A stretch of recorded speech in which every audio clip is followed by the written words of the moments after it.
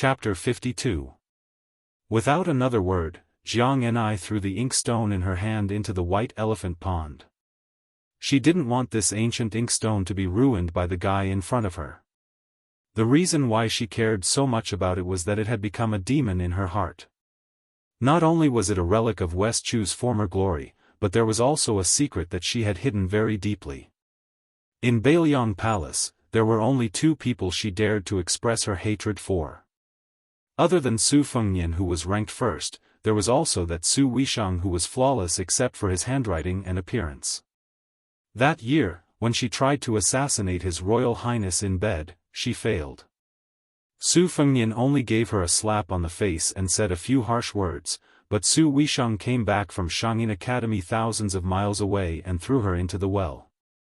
The well water wasn't as high as a person, it couldn't drown anyone, but it was dark without daylight. Moreover, the most vicious woman in the world added frost on top of frost and covered her with a slate, making her stay at the bottom of the well for 3 days and 3 nights. After she came out of the well, she accidentally learned that Su Weisheng's calligraphy was terrible. Jianghu began to practice hard on her own. She didn't have a brush or an inkstone, it was fine. She used a branch as a brush, rainwater, snow, and all kinds of water without roots could be used as ink. Her memory of copying before she was 5 years old had long been blurred. Later on, Jianghu only cared about venting her emotions, she could write numbers with one stroke. Often, the writing on the ground was strange and abnormal, contrary to the current calligraphy style. Su Fengnian looked at the sky and said, "I'll call you at night." Jianghu didn't ask anything, she went to the hut and squatted down to look at the vegetable garden for the last time. It could be seen that although she was stubborn, she was still reluctant to leave. Su Fengnian shouted, "The one who rides the bull, get out here." The young Shishu really came out.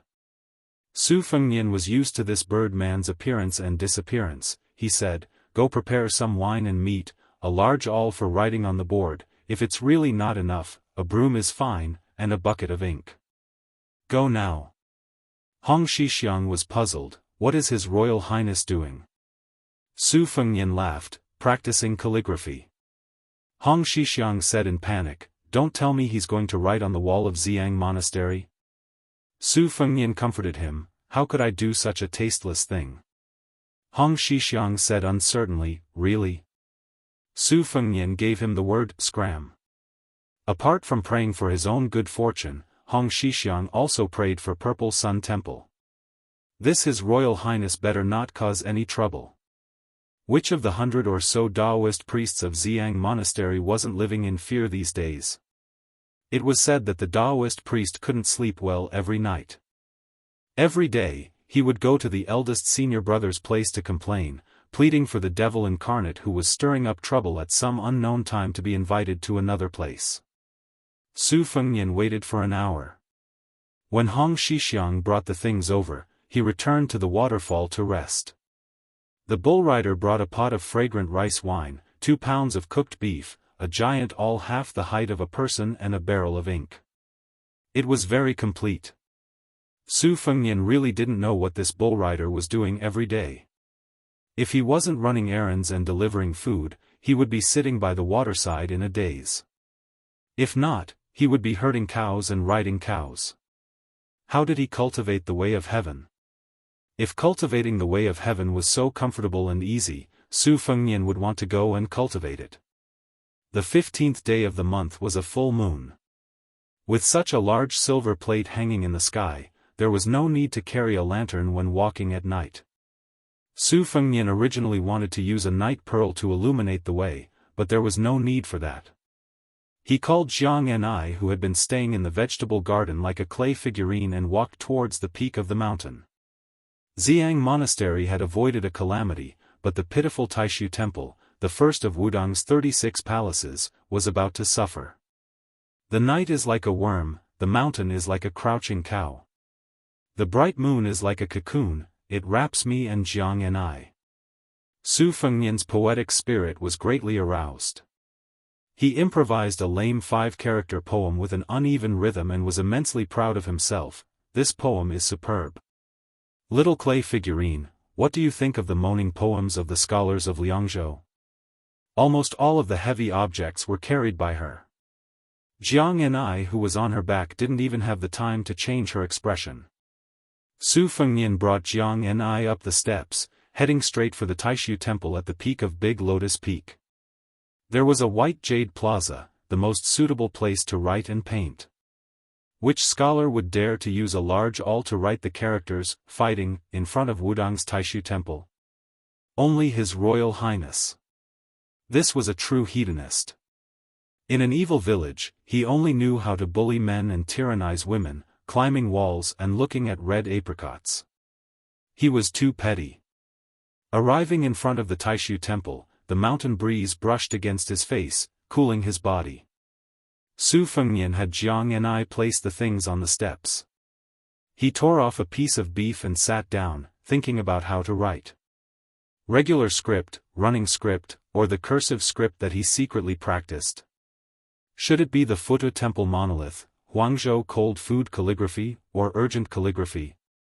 Compared to regular script, Su Fengnian was actually more fond of cursive script, unrestrained and unrestrained. However, Li Shan said that his skill was not enough and that he was far from the level where success would follow naturally. He did not allow His Royal Highness to touch it, which was a regrettable matter. The roof of the Taishu Temple's main hall was paved with peacock blue glazed tiles. The 3 ridges hung down from the roof, with yellow and green as the main hall's decorative carvings. The large eaves were flying upwards, the world-famous Daijing corner eaves. Su Fengnian got up and picked up the large awl and dipped it into the water bucket. He shook it a bit but still couldn't think of what to write. When it was time to write, he regretted not having enough books, but when it was time to write, he regretted being lazy. The ancients did not deceive him. Su Fengnian held the large brush and sighed again and again. In the end, he decided to drink a few mouthfuls of wine. Perhaps he could write something good with the wine. When he turned around, he was stunned. Jianghu had already raised her head and gulped down a large mouthful of wine. She, who had never drunk wine before, immediately flushed red, just like the peach blossoms in the West Chu Palace. It was rumored that the West Chu Emperor doted on Princess Taiping to the extreme. The little princess asked the peach blossoms in the courtyard how heavy they were. Su Fengnian sighed quietly and dipped the large brush into the ink bucket. Today, he wanted to see her calligraphy. Although the present world's cursive script was far from Li Chao, it was still what his master Li Shan called Zhang Chao. It was far from Li Shan's realm of removing all rules, writing until the end is illiterate. There were only a few people in the world, such as the strange monk in the 2 Zen temples, who could be like what scholar Li Shan said, joys and sorrows, riches and honor, poverty, yearning, intoxication, injustice, resentment, only when the heart moves and the words become one with heaven and earth. Jianghu walked shakily towards the large ink bucket. After holding it with both hands, she walked to the center of the square and began to write. At that time, Su Fengnian knew that when she smiled, the scenery was moving. When she was sad and wanted to cry but did not cry, it was even more moving. The brush in her arms moved like a dragon. It was as if there was a ghost at the tip of the brush. The large brush had 245 characters. One stroke often had 5 or 6 characters. It started with West Shuiwe, mountains and rivers die. East Yu, mountains and rivers die. At the head of the river, the people suffer. At the end of the river, the people suffer. It ended with Jianghu swears to kill Su Fengnian. She held the large brush and sat near the character Nian. Her body was covered in ink. She was lost in thought and tears streamed down her face. Su Fengnian sat on the highest step and muttered to himself, "What a good, great gonghorn swearing to kill under the moon." Chapter 53. That night, Jianghu, who was no longer West Chu's Princess Taiping, went down the mountain alone. Su Fengnian did not fly into a rage out of humiliation and destroy her rebellious cursive script. He just lay on the stone steps, drank half a pot of rice wine, ate all the beef, and waited for the east to turn white before leaving Taishu Temple. That day, Su Fengnian was still diligently practicing his blade. A clumsy bird always flies backward, always suffering a little. After dawn, the little boy sweeping the floor saw the scribbled words on the square and was shocked. He thought that an immortal had descended to the mortal world to write a heavenly book. He threw away his broom and ran back to the hall to call for his master. After his master read it, he called for his master again. Finally, the 6 most senior martial grandmasters of Wudong were all gathered. The only person in the world to have completed the Great Yellow Court Pass in the last 60 years was the sect leader Wang Zhongluo. Chen Yao, who was in charge of Wudong's moral precepts, was inflexible but not inflexible. He was over 90 years old, but his body was still healthy. He loved to walk in circles and reprimand the most talented disciple on the mountain. Before he finished scolding, he would begin to feel sorry for him. Song Jiming, who had lived for 2 centuries and was a full 140 years old, appeared to be the lowest in seniority. He had already come out of the last prison pass 7 or 8 times.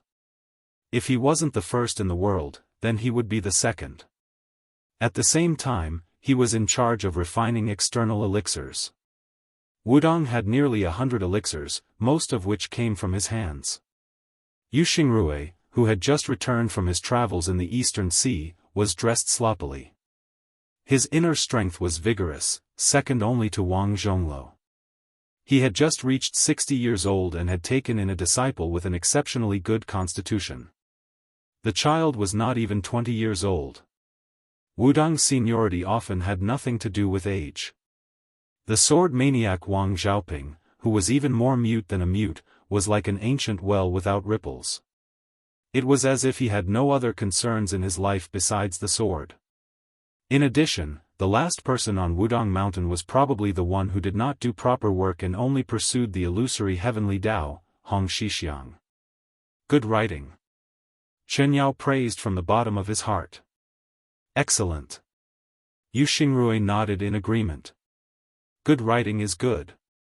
Apart from the 7 words at the end, this De Xiong is filled with grief and indignation, yet unyielding. This is the first time I have seen something like this. Song Jiming, who was twice the age of an average person, sighed heavily. He bent his waist and stood at the beginning of the book, studying it carefully. Twirling his vine-like white eyebrows with one hand, he exclaimed in surprise, "Come to think of it, it seems that the seemingly redundant 7 words at the end are the finishing touches. What a great oath of death! Good calligraphy. Compared to the current cursive script, it's even more boundless and unrestrained. The dragon leaps over the heavenly gate and the tiger crouches on the mountain. What's more, it's a good piece of writing. It's hard to imagine that it came from a girl who's not even 20 years old." Wang Zhongluo's words sealed the coffin. "Shoo, shoo, shoo. Be softer," Junior Granduncle said nervously. "What's there to be afraid of? His Royal Highness is practicing his swordsmanship down there," Wang Zhongluo teased. "In any case, I'll be the only unlucky one when the time comes." Hong Shixiang muttered. "It's easy to get along with young people." "We're all old," Wang Zhongluo said with a smile. "Eldest senior brother, just because I'm young, you're pushing me into the fire pit?" Hong Shixiang said with grief and indignation. "Junior brother, you have to understand that if I don't enter hell, who will? The heavenly Tao is nothing more than this." Wang Zhongluo laughed. In front of his junior brothers, how could he have the demeanor of a transcendent Daoist immortal? "Bullshit. That's Buddhist language," Hong Shixiang shouted. 10,000 streams flow from the east into the sea. The words are different, but the logic is the same. Yu Xingrui laughed, adding insult to injury. "Did you hear that? Your senior brother Yu's words are reasonable." Wang Zhongluo patted his junior brother's shoulder, then exchanged a smile with Yu Xingrui. They were all old and had no hope of immortalization. The greatest joy they had was to tease their junior brother a little. Who knew when they would be lying in a coffin, so they would say as many words as they could. Wang Zhonglo said, "Junior brother, your calligraphy is the best here. Take advantage of the clear weather and copy it. Place it on the top floor of the sutra depository and store it carefully." Hong Shixiang rolled his eyes. "If I don't write it, if His Royal Highness finds out, I'll lose a layer of skin." Wang Zhonglo laughed. "At most, you won't copy the last 7 words. What's there to be afraid of?" Hong Shixiang muttered, "In any case, the one who gets beaten up won't be eldest senior brother." Wang Xiaoping, who had not spoken for 16 years, stood still for a long time. Finally, he said hoarsely, "There's sword intent in the words." The 4 older senior brothers looked at each other, then they all smiled knowingly. Hong Shixiang, who had not heard his 6th senior brother speak ever since he came up the mountain, said in despair, "I'll write it." 3 days later, thunder boomed loudly. Su Fengnian came to the Great Void Temple again with an oil paper umbrella. After the rain, there was only darkness on the ground. The rain gradually became heavier. The raindrops poured down on the umbrella and made a pitter-patter sound. He saw a thin figure carrying a peach-wood sword come to the square and stand in the other corner. Su Fengnian did not know if the white-haired old man had left Baoyang Palace or not. Otherwise, he could have called him over to fight with this sword maniac.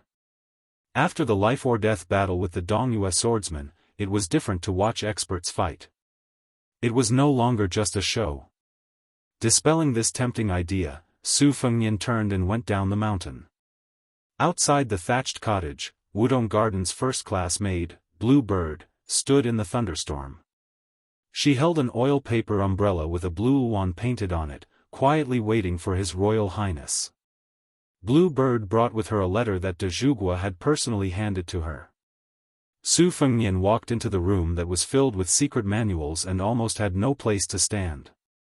The bed, table, and chairs had already been piled up. There was only a clean space in the corner. Unsurprisingly, that was where Jiang and I slept. Su Fengnian sat on a pile of books. He tore a few pages from the Tiger Cage Saber to wipe his face, and then tore a few pages to wipe the rain off his hands. Only then did he open the letter. In the letter, Su Xiao wrote that he had already sent people to the capital to gather information. He did not hide anything. He had begun to prepare to invite a bodhisattva to suppress Eunuch Sunday. In 2 years, he would make Eunuch's son lose his power. What really stunned Su Fengnian was that Su Xiao had finally uncovered the mystery. Why did he want him to come to Wudong? He wanted Wang Zhonglo to transfer his mystic understanding cultivation to him. This was a shady business that defied the heavens. Was he not afraid of being struck by lightning? Su Fengnian destroyed the secret letter. His heart was in turmoil. He raised his head to look at Blue Bird, who was standing at the door, and asked, "Can internal energy be transferred to others? If so, as long as one passes on one's internal energy before death, won't the experts of the sects and large sects become stronger with each generation?" Blue Bird said calmly, "The effects of a pill or a bowl of rice vary from person to person. The amount of internal energy transferred is at most half. There was once a devil in Jianghu. His internal energy was profound. He liked to forcefully transfer internal energy to others. He saw with his own eyes how those people's bodies could not bear the burden. In the end, their limbs exploded and they died. Only a complete head was left. Su Fengnian was dumbfounded. There's such a madman who harms others without benefiting himself? Blue Bird nodded. Su Fengnian asked, "Do you think this is Su Zhao's idea, or my master's?" Blue Bird replied honestly, "I don't dare to say." Su Fengnian said helplessly, "Then it must be Su Xiao." Chapter 54. Blue Bird looked around and unexpectedly smiled. Su Fengnian said softly, "Wait for the rain to lessen before you go down the mountain." Blue Bird made a sound of agreement. Blue Bird still had to go down the mountain in the end. Su Fengnian accompanied her to the Black Tortoise Dongxing Memorial Arch before turning around. Returning to the thatched cottage, Su Fengnian looked at the muddy vegetable garden and chuckled. If you hate me, why do you have to write it down? If second sister finds out, won't you be looking for a beating again? Girl, you don't remember a good beating. Following that, His Royal Highness continued to immerse himself in practicing his blade. However, he began to boldly go to the purple bamboo forest on Big Lotus Peak to look for trouble. It must be known that that was the forbidden area of the founder, Wang Xiaoping. Few of the same generation as this sword maniac on Wudong Mountain dared to disturb him. Only the young martial granduncle would go there to graze or find some suitable slender purple bamboo to make a fishing rod. The first time Su Fengnian went to the purple bamboo forest, he was forced out by a sword strike that cut through dozens of purple bamboo trees. The second time, he recklessly took a sword strike and ended up lying on a wooden plank bed for half a month, causing Wudong Mountain to take out a good bottle of high-grade pills. When Su Fengnian was able to split open a waterfall, he visited the purple bamboo forest again. However, after a sword strike, he was forced to withdraw. He still didn't see the sword maniac's face. However, he didn't immediately fall to the ground and couldn't get up. In any case, he was able to stagger back to the thatched cottage. Wudong Mountain and Mount Longhu were both of the Cauldron branch. Not only did they promote the cultivation of the dragon and tiger embryonic breathing technique, but they also accepted the external pills that Mount Longhu condemned as heretical. Qingyun Peak had several Qianjun cauldrons. The alchemists were the ones on the mountain who were most willing to endure hardships. Every year, they consumed nearly 10,000 caddies of charcoal. Su Fengnian once went to Qingyun Peak to observe the cauldron opening ceremony. It was said that apart from the main peak of Lotus Peak, this mountain was the most evil and inviolable. One had to choose an auspicious day to build an altar and burn talismans. The alchemists would kneel at the foot of the peak and pray to the heavenly sovereign of the great Tao. Only after the ceremony did they ascend the mountain. This finally made His Royal Highness understand that cultivating the Tao wasn't easy, and alchemy was even harder. However, this didn't stop Su Fengnian from eating pills like a cow chewing on peonies. This made Hong Shixiang, who had finally convinced his third martial brother Song Jiming to allow His Royal Highness to enter the mountain to watch the alchemy, extremely angry. He had no choice but to throw a flirtatious glance at this heartless blind man. Eldest martial brother had said that young people were easy to communicate with. This was completely unreasonable. The scent of osmanthus on the mountain was very fragrant. Other than competing with the waterfall at the foot of the immortal hanging peak, Su Fengnian would occasionally go to the purple bamboo forest to fight with Wang Xiaoping. Finally, he was barely able to withstand one sword strike without falling. Although it was just one sword strike, whether or not Su Fengnian fell or not meant that Su Fengnian had reached a higher level in his saber practice. Probably because he suddenly discovered that the number of purple bamboos in the purple bamboo forest had suddenly decreased, the sword fanatic's next sword strike was even more unpredictable. Very few people could have predicted that the notorious His Royal Highness could really stay on Mount Wudong for half a year. Some of the young Daoists who had come into contact with the affairs of the mortal world were guessing whether or not His Royal Highness had hidden a dozen or so beautiful maids on the mountain, or whether or not His Royal Highness was feasting on fish and meat every day. At the same time, the number of times they saw their young martial granduncle decreased. Therefore, there were also young Daoists who spread rumors that His Royal Highness was the reincarnation of a devil and needed the reincarnation of Great Emperor Zhenwu's young martial granduncle to suppress him. The bull-riding Hong Shixiang turned a deaf ear to the rumors and did not take the initiative to explain anything. When he met a younger Taoist who was younger than him and asked such questions, he would answer with a smile, "His Royal Highness is reading the Cloud Bookcase 7 Lots and Daoist Yishu. He is very attentive." If it was someone else who said this, naturally no one would be willing to believe it.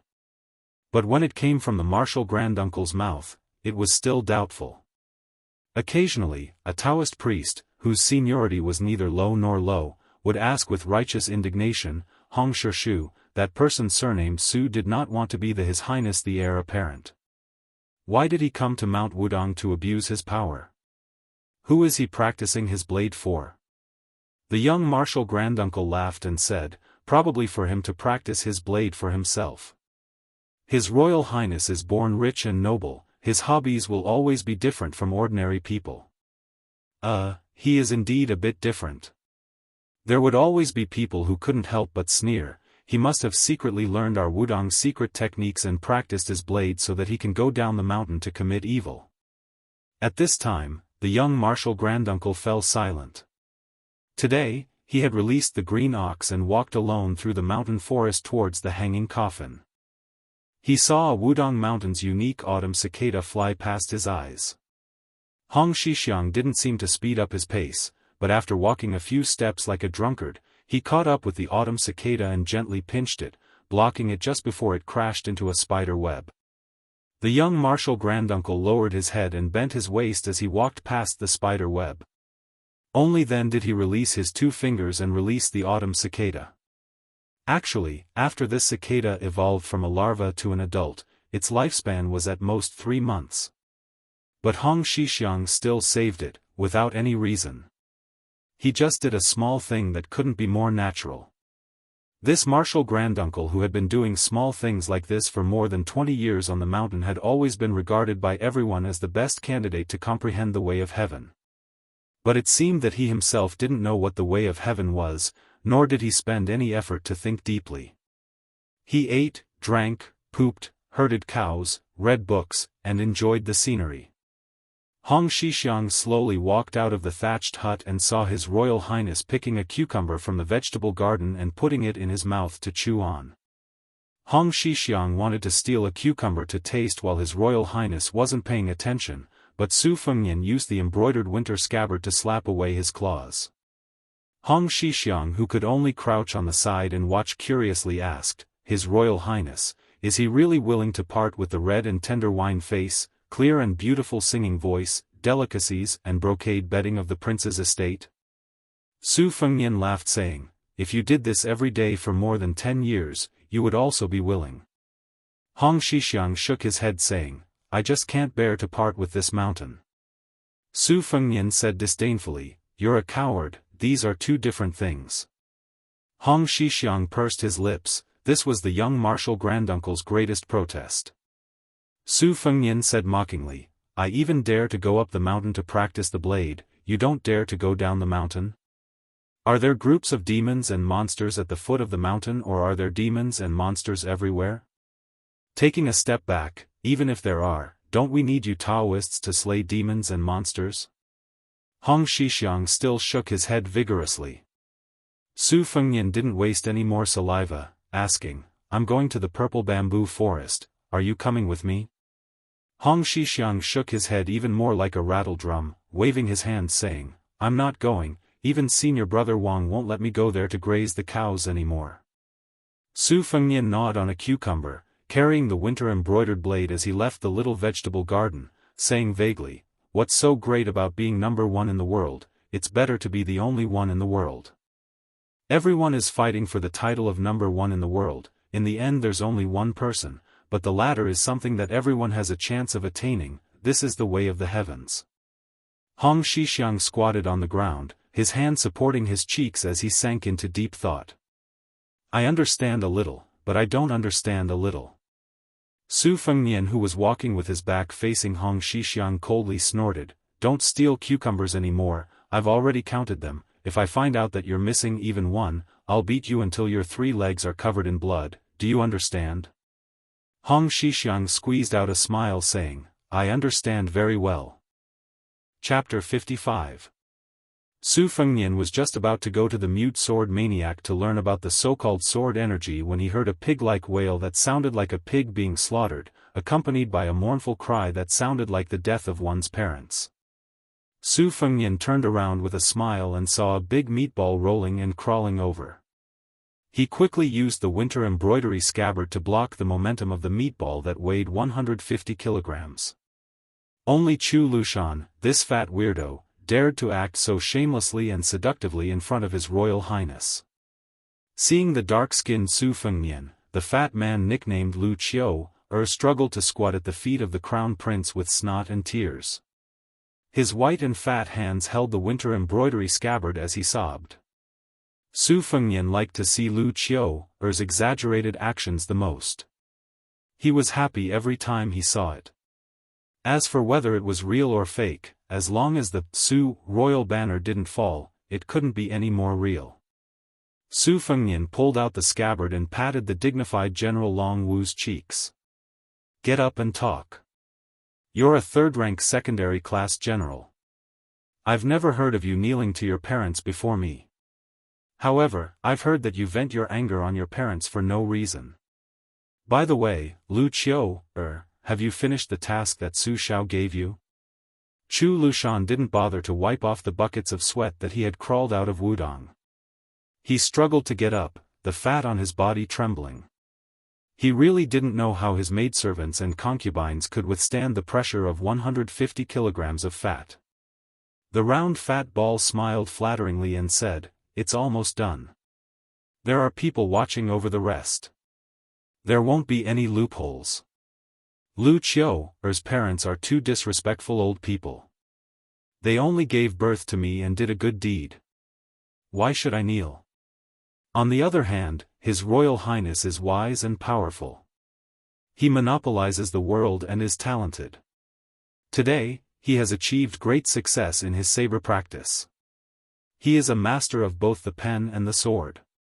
He is willing to kneel to your Highness even if he dies.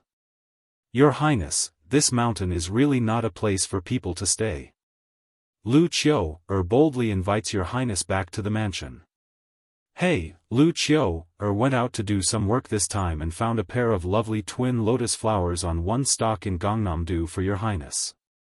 They are only in their prime, but they are as plump as a beautiful woman. Your Highness, you can pick them. Su Fengnian's face was gloomy. Chu Lushan, who did not know how he had angered His Royal Highness, suddenly thought of the old servant with missing front teeth. Among the 9 sabers, sword 2 seemed to be called twin lotus flowers on one stalk. The fat man quickly slapped himself twice. He used a lot of strength and was not careless at all. His whole face was red as braised meat. He said regretfully, "This lowly one deserves to die." Su Fengnian put his arm around Chu Lushan's shoulder and laughed. "Look, the relationship between us brothers has become estranged, hasn't it? I was just trying to scare you, and you took it seriously. You deserve to be slapped." Lu Qiu nodded vigorously and slapped herself twice. The slapping sounds were unusually loud. She had definitely used all the strength she had last night to drink milk. Chu Lushan was notorious in Liangland. He had truly reached the level of innumerable crimes. One of them was that as long as he heard that a beautiful woman had given birth to a child, he would kidnap her and bring her to his mansion to drink milk. If the milk was good, the result would be good. After eating and drinking, she would be rewarded with silver tails. If the milk was bad, her breasts would be cut off. This kind of jackal had always been a dog in Liang Prince's mansion. But this dog had followed the Great Pillar State to the north and south. It had once carried Su Xiao on the battlefield and blocked a full 11 swords. Therefore, when Su Xiao was conferred the title of queen, he had promised his adopted son Chu Lushan that he could commit 11 capital crimes and not die. The other adopted sons had their own factions, but they all despised Chu Lushan. For example, Yuan Zhuozong had never looked at this fat man properly, let alone the butcher Chen Zhibao, who had even said that he would light Lu Qiu's body up as a sky lantern in the future. Su Fengnian brought Chu Lushan to the elephant washing pool. It was immediately cool. Looking at Yuanqiu carefully squatting down and splashing some water on her face, Su Fengnian asked with a smile, "You didn't come all the way up the mountain just to howl a few times in front of me, right?" Chu Lushan raised his head and smiled, "There are some interesting news recently. I was afraid that your Highness would be lonely on the mountain, so I wanted to tell you to relieve your boredom." Su Fengnian was interested. "Lu Qiu is still the warmest. Quickly tell me." Chu Lushan sat down on a stone and said with a smile of exultation, The first is that a young genius swordsman named Wu Luding appeared in the Wu family's sword tomb. He left the sword tomb at the age of 20 and went down the mountain to challenge the world's famous swordsman. So far, he has not been defeated. He will soon reach the Yu King's sword pool. There will be a good show soon. This man surnamed Wu's swordsmanship is very good. He walked from the north to the south with a single sword. Although he has never fought with a level 1 master, there are 6 or 7 masters who died under his sword who have been famous for decades. However, Lu Qiu thinks that no matter how powerful his sword is, it is like an embroidery needle compared to your highness' saber. Su Fengnian smiled and did not comment. He signaled with his eyes for Lu Qiu to continue. Lu Qiu wiped the water droplets on his face that were warmed by his body temperature as soon as he came out of the pool. He continued, the next 2 things are related to Second Commandery Princess. 2 years ago, Second Commandery Princess was the invigilator of the Shangyin Academy. She gave a 5-character quatrain to a scholar from Western Shu and said that it was unbearable to look at. The scholar was not convinced and asked who in the world could look good in poetry. Your Highness, do you know what Second Commandery Princess said? Second Commandery Princess's comments almost angered all the literary and famous scholars in the dynasty. She commented that Song Qimen's poetry was dispirited and full of lewdness in the boudoir and the feelings of visiting prostitutes. She commented that Grand Secretary Yuan Jiang, Shen Haitang, Zhang Jiao and the like were weak in technique and thought, fishing for fame. Overall, their talent was not high and their interest was not high. They were far from being called great poets. She commented that the great poet of Shangyin Academy, Yan Jidao's short chapter, Shaoling, was pure music of nature and could not be seen through human effort. Even Second Commandery Princess's teacher, Su Huang, did not escape the disaster. He was commented that he was full of emotion and less of reality. For example, although the beauty from a poor family was extremely beautiful, she lacked the bearing of wealth and honor.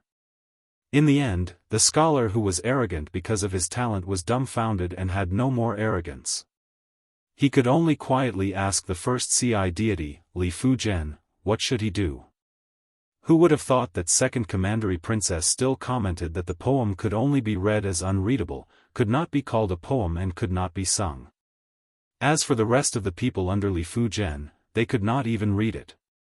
Chu Lushan was panting as he spoke, but he was in high spirits.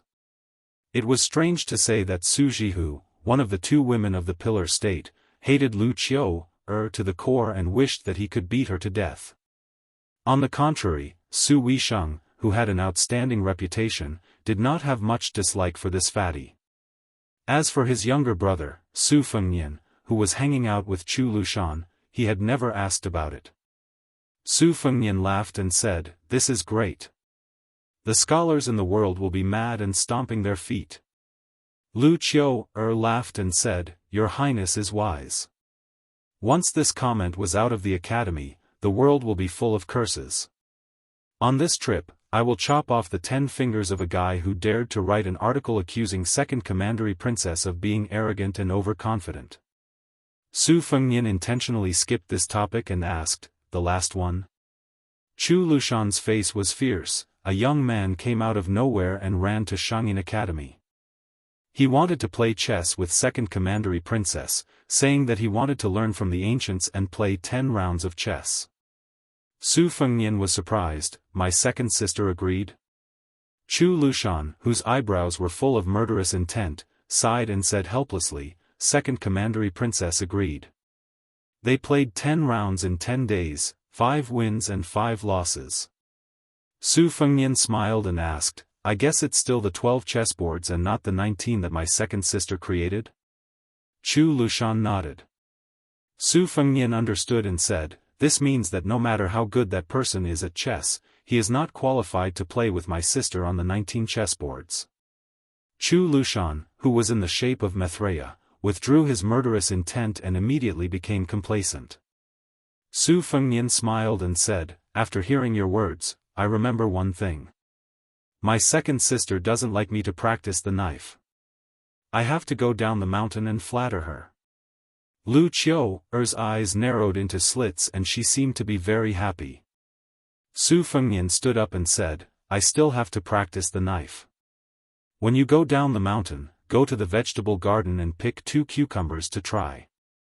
Fatty like you can't live without meat. You can only live long if you eat vegetables occasionally. Chu Lushan hurriedly stood up, his face full of gratitude. Su Fengnian took off his clothes and placed the embroidered winter saber on the shore.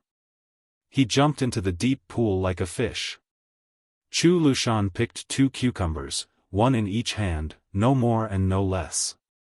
After walking for the time it takes to burn a stick of incense, he met up with the imperial bodyguards and slowly went down the mountain. He went up the mountain by the main road that led to the Black Tortoise Dongxing Memorial Arch. When he went down the mountain, he chose the southern divine path, where pilgrims went up the mountain to offer incense. The path was more than 20 miles long, with peaks like bamboo shoots and rivers like silk. Chu Lushan was silent and even ate the bottom of the cucumber into his stomach. The imperial bodyguard commander was a strong general who killed people like scything flax. He had a good relationship with the master and servant of this adopted son of the Great Pillar State. He half-jokingly said that the general was in such a good mood that he was even interested in cucumbers. Chu Lushan didn't say anything and slapped him. The force was heavy and extremely vicious, knocking out several of the general's teeth. The general swallowed the blood and teeth in his stomach and knelt on the ground, trembling in fear. Lu Qiuer, who was laughing at his Royal Highness's teasing and even slapping, was expressionless. She walked on the mountain path and didn't even look at the terrified commander. She only looked back at the towering Lotus Peak and said softly, I'm really not suited to be on the mountain. Chapter 56. Su Fengnian found a large handful of pebbles at the bottom of the lake, threw them on the ground, and then jumped into the deep, bone-chilling lake. He repeated this process repeatedly, and in half a day, he had found more than 40 pebbles. He filtered out half of them and piled them in the cave behind the waterfall. After doing this strange thing, he took his saber and went to the bamboo forest. Although it was called the Purple Bamboo Forest, it was actually mixed with a lot of Phoebe bamboos and abacus bamboos. Tens of thousands of bamboos gathered together to form a sea of bamboos. When the wind blew, the bamboo billowed, full of vitality. Su Fengnian liked to come here to catch some bamboo chickens and zither-playing frogs to eat. There was no reason for him not to take advantage of the situation. He heard from the bull rider that when winter came, the winter bamboo shoots here were the most delicious. Su Fengnian did not know if he could survive until that day. Wudong's #1 idiot lived in a simple bamboo house in the depths of the sea of bamboos. When he practiced his sword, he liked to walk on the waves above the bamboo forest. The power of his sword was like a wave, truly irresistible.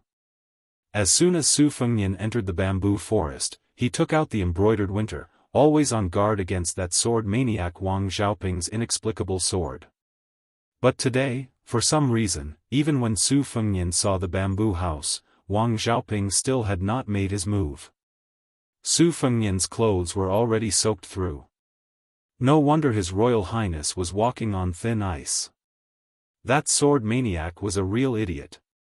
He did not care about Bailiang's 300,000-strong cavalry, did not care about the Great Pillar State Su Shao, and did not care about the 4-character memorial arch at the foot of Mount Wudong. In his heart, there was only the sword. Therefore, every time he only made one move, Su Fengnian had to concentrate all his energy and be careful to deal with it. Wang Xiaoping slowly walked out of the bamboo house and sat on a bamboo chair. He did not carry the shinshu that was the treasure of the mountain. Su Fengnian returned the embroidered winter to its sheath and walked over to sit on the chair opposite Wang Xiaoping. The sword maniac who did not carry a sword was just a handsome middle-aged uncle with a stiff expression and plain Taoist robe. Wang Xiaoping became a Wudong Taoist very late. It was rumored that before he came to the mountain, he was a rich man's playboy who did not seek an official career. He was infatuated with beauties and swords. After he was hurt, he regarded beauties as a tiger and wolf. In anger, he spent all his family's wealth and joined Wudang. Of Wudang's sword, which others could not understand in their lifetime. But, of Wudang's of Swudang. Of Wudang, sword, he. Of T sword of Wudang's.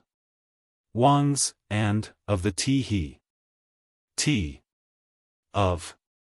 Su Fengnian sat there for a few hours. He only saw the number 1 fool of Wudang Mountain chewing the tea leaves slowly. Compared to the tea of spring and summer, autumn tea was slightly older. The taste of the tea was bland.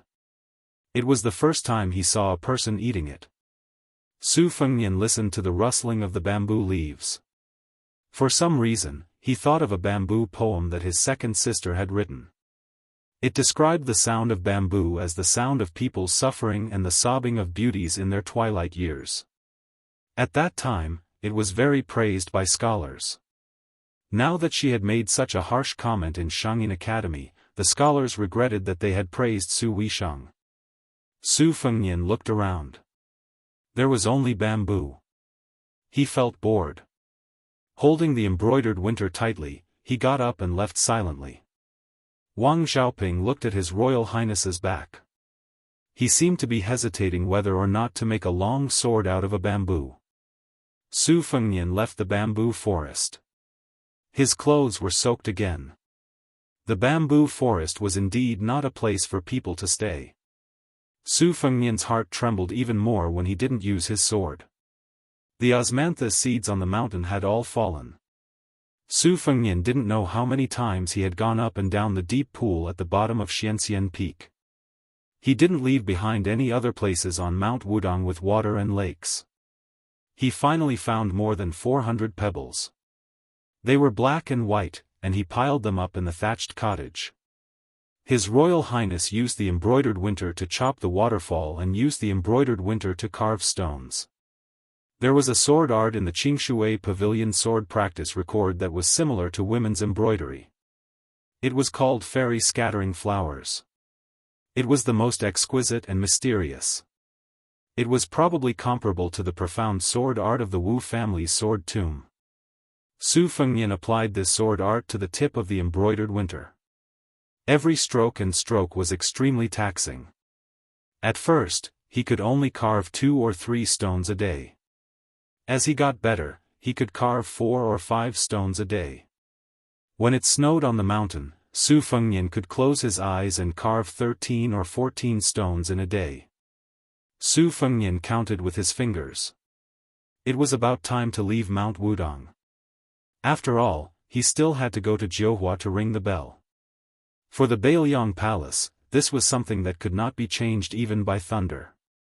For some reason, Su Fengnian became more and more indifferent to the matter of Mount Wudang's sect leader Wang Zhongluo transferring his internal energy.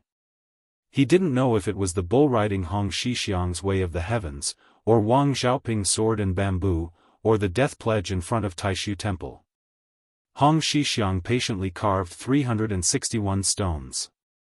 There were 181 black stones, and 180 white stones. There were 19 in length and breadth, and 19 multiplied to 361 stones. Imperceptibly, Su Fengnian's knife art went from rough to fine. Occasionally, he would go to the bamboo forest to ask for a beating. He could actually force the sword maniac Wang Xiaoping to use his sword. He had to chop down a dozen purple bamboos before he could chase His Royal Highness out of the bamboo forest. Most recently, probably because he was extremely fed up with the Crown Prince and Xiu Dong, he struck again and again, forcefully cleaving out a large empty space in the northeast corner of the purple bamboo forest. Outside the bamboo building, Wang Zhongluo sat across from the sword maniac. He chewed on the raw tea leaves and asked with a smile, "How's the guiding of qi?" Wang Xiaoping, who had only spoken in front of Taishu Temple, nodded. Wang Zhongluo said, "Every time you strike with your sword, you chase Su Fengnian's knife art and qi to one place. The green water pavilion is hidden in the dark, concealing the sword formula. You can clear your mind and guide it." I never thought that Su Fengnian would use his knife art to carve the chess pieces. He accidentally obtained the essence of the Jiazi sword practice manual. Moreover, he learned the tortoise breathing technique from an unknown master. He practiced his knife art at the bottom of the deep pool at the foot of the peak. It's different from my Mount Wudong's mantra. I originally thought that my Great Yellow Courtyard would at most give this His Royal Highness 30 to 40%. Now, it seems that even 50 to 60% is not impossible. The sword maniac's face was filled with anger. The peachwood sword Shintu, which had been placed horizontally on the bamboo table, jumped up without warning. Wang Zhongluo stretched out his hand and lightly brushed the table. The ancient sword Shintu returned to silence. He smiled and said, "Idiot, with your impetuous temperament, how can you help Wudong surpass the foundation of the Wu family's sword tomb that has been accumulated for more than 10 generations?" Wang Xiaoping smiled. He picked up a handful of emerald green tea leaves from the bamboo basin and chewed them in large mouthfuls. Wang Zhongluo joked, "Do you really have the heart to let your little shitty carry the heavenly Tao of martial arts alone? In the end, Xixiang is only a young man who hasn't even reached 30. Aren't you afraid of tiring him out? Among us seniors who only have age but not comprehension, you are the closest to the heavenly Tao. Therefore, don't look at your unpleasant expression when you talk about Xixiang. I know that among the seniors, you think the most highly of this little shitty. Therefore, when His Royal Highness leaves the mountain, you have to be more diligent. Carry the burden and learn from Wu Luding of the Wu family's sword tomb. Walk around the East China Sea, the South China Sea, Bailiang and the Western barbarians. Walk around and maybe your sword Tao will be completed. Sitting down and discussing the Tao is not a good way to put it." Wudong's number one idiot nodded. His gaze was lonely as he looked at this senior apprentice brother who spoke so casually. Wang Zhongluo saw this gaze and laughed heartily. It's just a small yellow court. Compared to Wudong's 1,000-year plan, what is it? Sword maniac Wang Xiaoping shook his head. He probably wanted to say that this yellow court was not small. Wang Zhongluo ignored this and chuckled. I had Xixiang secretly hide a few chess pieces. At this time, His Royal Highness probably couldn't find our little shitty. He can only bitterly go to the bottom of the pond to look for stones. I have to hurry. The sword maniac subconsciously reached out to grab the peachwood sword. The Wudong sect leader shook his head. He slowly got up and walked out of the purple bamboo forest. Wang Xiaoping sat in front of the bamboo building in a daze. He turned around and slashed down the bamboo building. Chapter 57. An expert would pay attention to qi, a dynasty would have its luck, and a sect would have its atmosphere. There were 3 sects in the world. Mount Longhu was highly regarded by the Liang dynasty and had been the leader of the orthodoxy for hundreds of years. Each of the 4 celestial masters was more profound than the other. Mount Longhu produced many geniuses, and almost every generation there would be 1 or 2 geniuses who had the potential to become the sect leader. In the last 100 years, there was Guhong, who wrote the Tai Chi Jindan, who denounced external alchemy as a heretical school. She wrote a voluminous 200,000 incantations, pointing the spearhead at Wudong, criticizing Wudong's danding pie until it was completely black and blue. 50 years ago, there was Qi Xuanzhen who single-handedly slaughtered 6 demon sect protectors.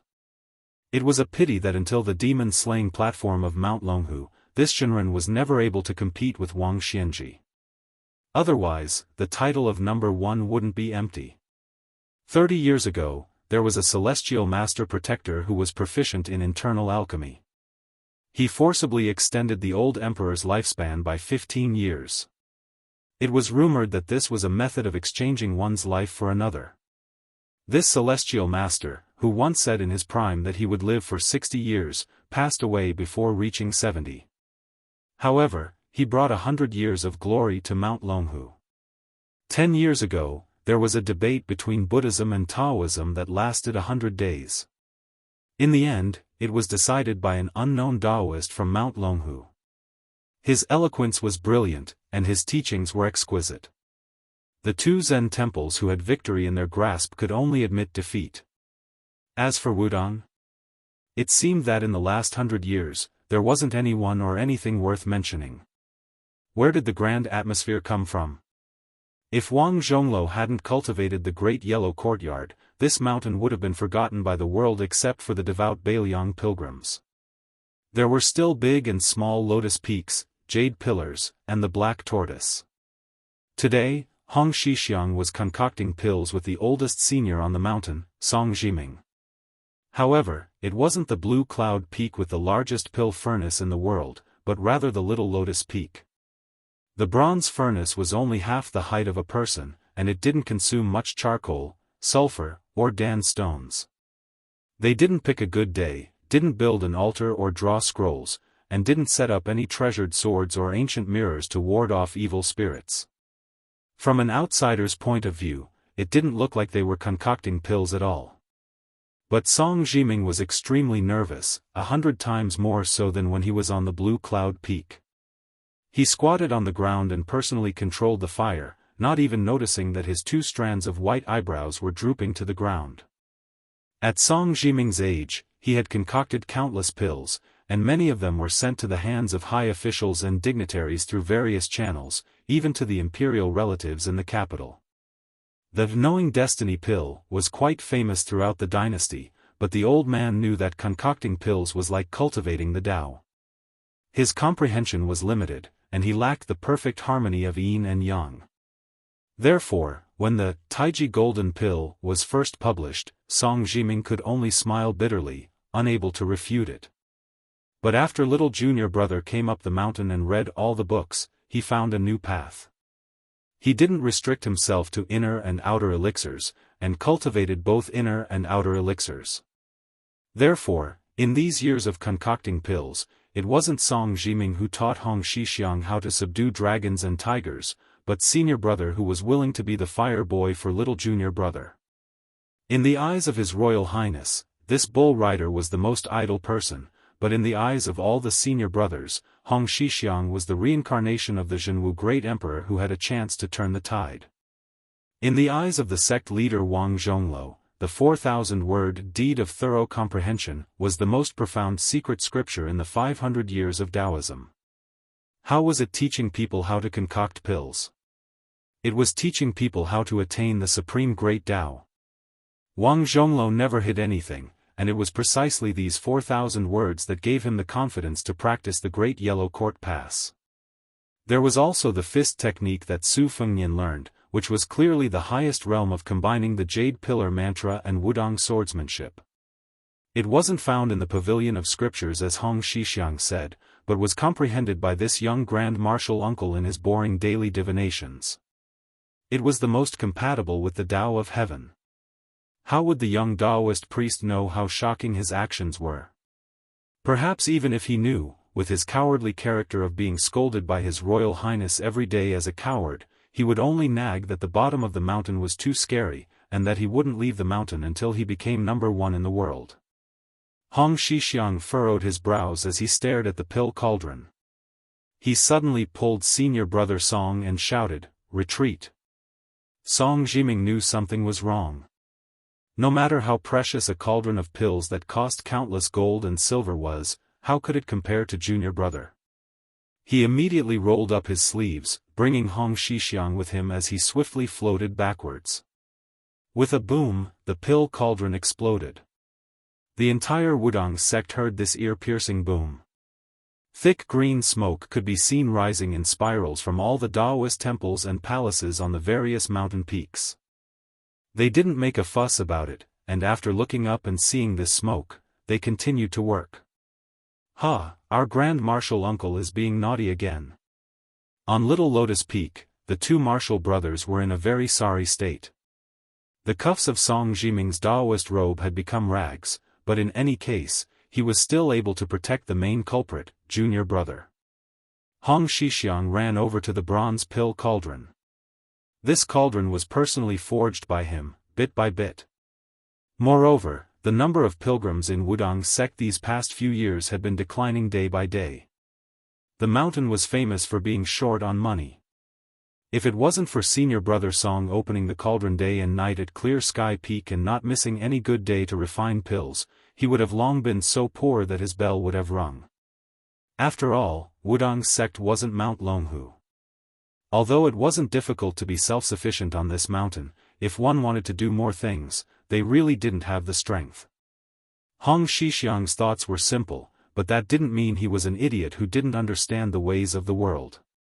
If he treated returning to one's original simplicity as childish, then there really wouldn't be any smart people in this world.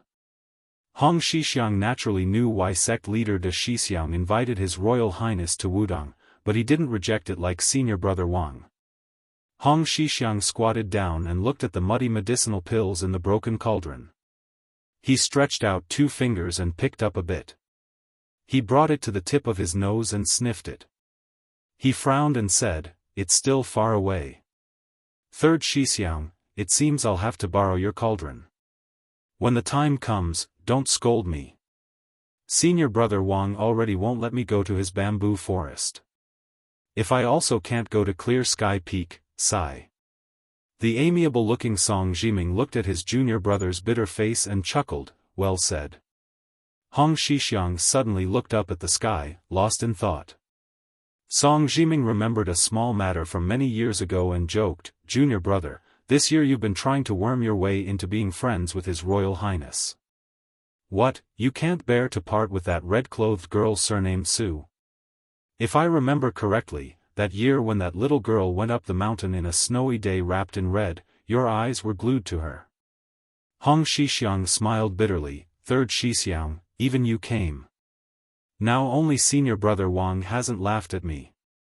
At that time I was only 14, what did I know?" Song Jiming smiled and asked, "How old are you this year?"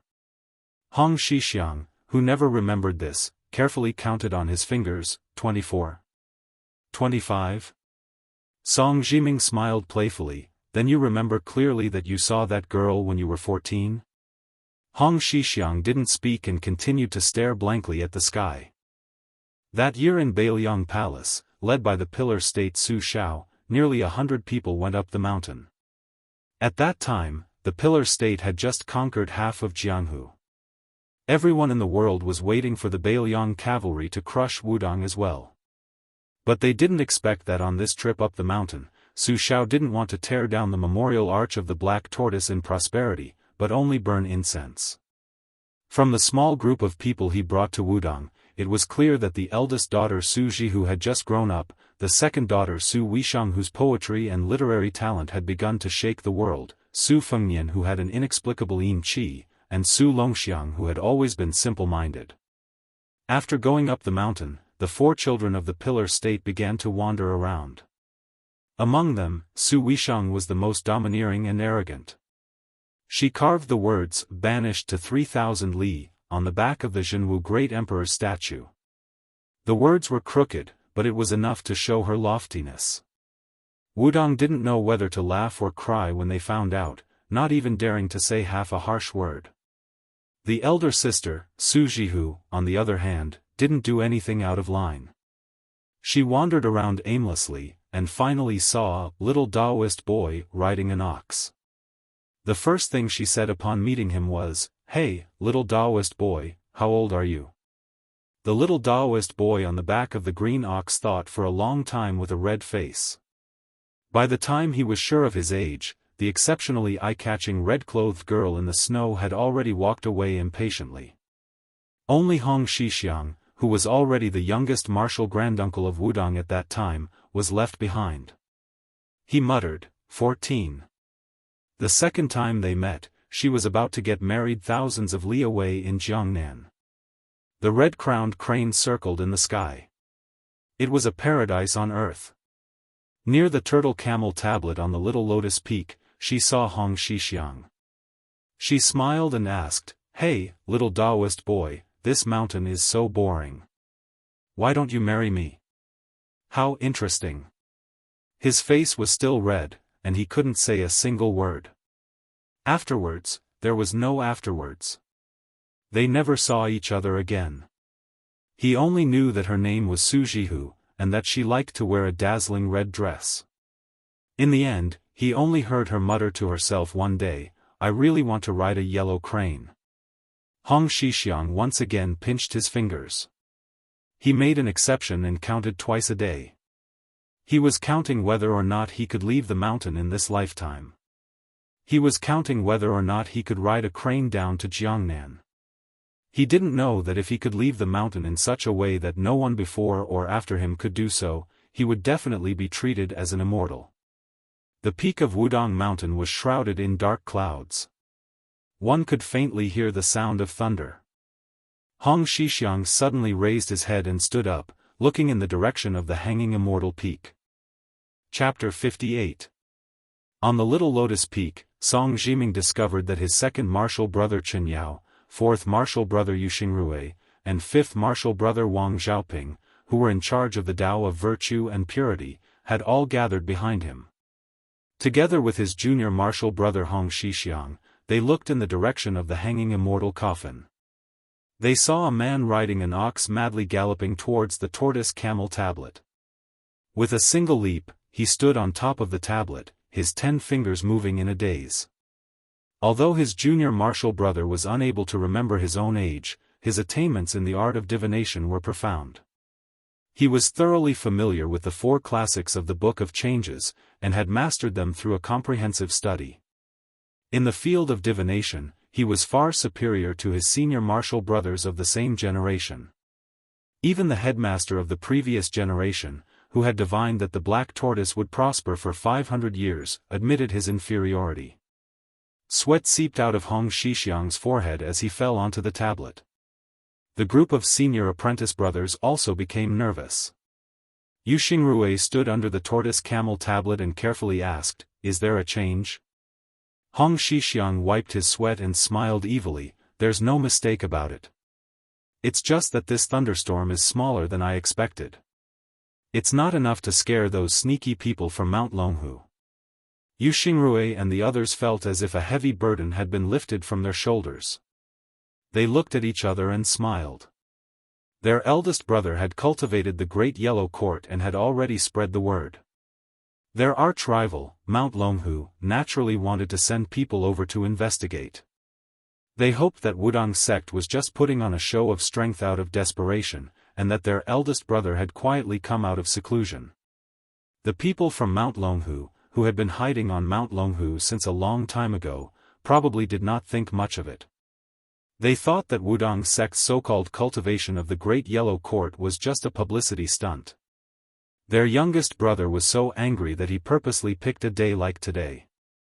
It was Wudong sect's Jianghu Demon Subduing Day, which happened once every few decades. The Dahuang Ting Pass, in short, was the formation of the Dahuang Ting Pass in the hut. The tortoise drew qi to the spiritual root, and the qi dynamic resonated with the heaven and earth. Daoist priests were called Jinren, from the ancient saying in the Dahuang Ting Sutra, "Immortals and Daoist priests are not gods, they accumulate energy and qi and believe it to be true." Only after cultivating the Dahuang Ting Pass could one be considered a Jinren. Nowadays, people like to call any Daoist priest a Jinren whenever they saw one. Buddhism and Taoism had been fighting for hundreds of years, but there was one thing that was extremely common, and that was that Buddhism and Taoism came from the world. They cultivated the ways of the world, and did not advocate the level of martial arts. Therefore, when Qi Xianzhu, who was widely recognized as having boundless supernatural powers, appeared in Longhu Mountain back then, his reputation was like the sun in the sky, but he only subdued demons and exorcised devils, and did not compete with Wang Xianji for fame. A few years ago, Wang Zhonglo broke the Kanglan Sea with one finger, and was listed as one of the top 10 masters by busybodies. Longhu Mountain despised and spurned him, and said a lot of unpleasant things in public and semi-public. Even the immature little Taoist children in Longhu Mountain were reciting a song about the Wudong sect leader. In this regard, Wang Zhonglo did not argue, and did not say anything. After breaking the river and saving the people who fell into the water, he went up the mountain to cultivate the yellow courtyard. Yu Xingrui smiled and asked, "Little junior brother, how much of the yellow courtyard can His Royal Highness achieve?" Hong Xixiang sighed and said, "About 50 to 60%. Yu Xingrui said in shock, then doesn't this child's internal energy surpass Wudong's? Hong Shixiang shook his head and said, that still needs a long time to digest. Chen Yao said helplessly, these days, Wudong has spent a lot of effort to expand Su Fengnian's meridians and acupoints, wasting countless medicinal pills. It's like digging a deep pool in his body, and the sect leader's senior brother's internal energy is like the waterfall of the hanging immortal peak, rushing down, full to the point of overflowing, absorbing half of it is already a great fortune. This is also good, big senior brother can still leave half of the yellow courtyard. Hong Shixiang still shook his head, not necessarily. Chen Yao was puzzled, what do you mean? Hong Shixiang revealed a secret that the sect leader Wang Zhonglo told him before he went into seclusion. Back then, sect leader's senior brother cultivated according to the acupoints of His Royal Highness, so no matter how much of His Royal Highness can accept in the end, big senior brother's yellow courtyard will only disperse, not a drop will be left. Yu Xingrui's face was pale, he muttered, what should we do, what should we do? Chen Yao smiled bitterly, why bother sect leader's senior brother, no matter how weak our Wudong is, we don't have to be so afraid of that great pillar country. Wang Xiaoping looked at the sky, turned around and left.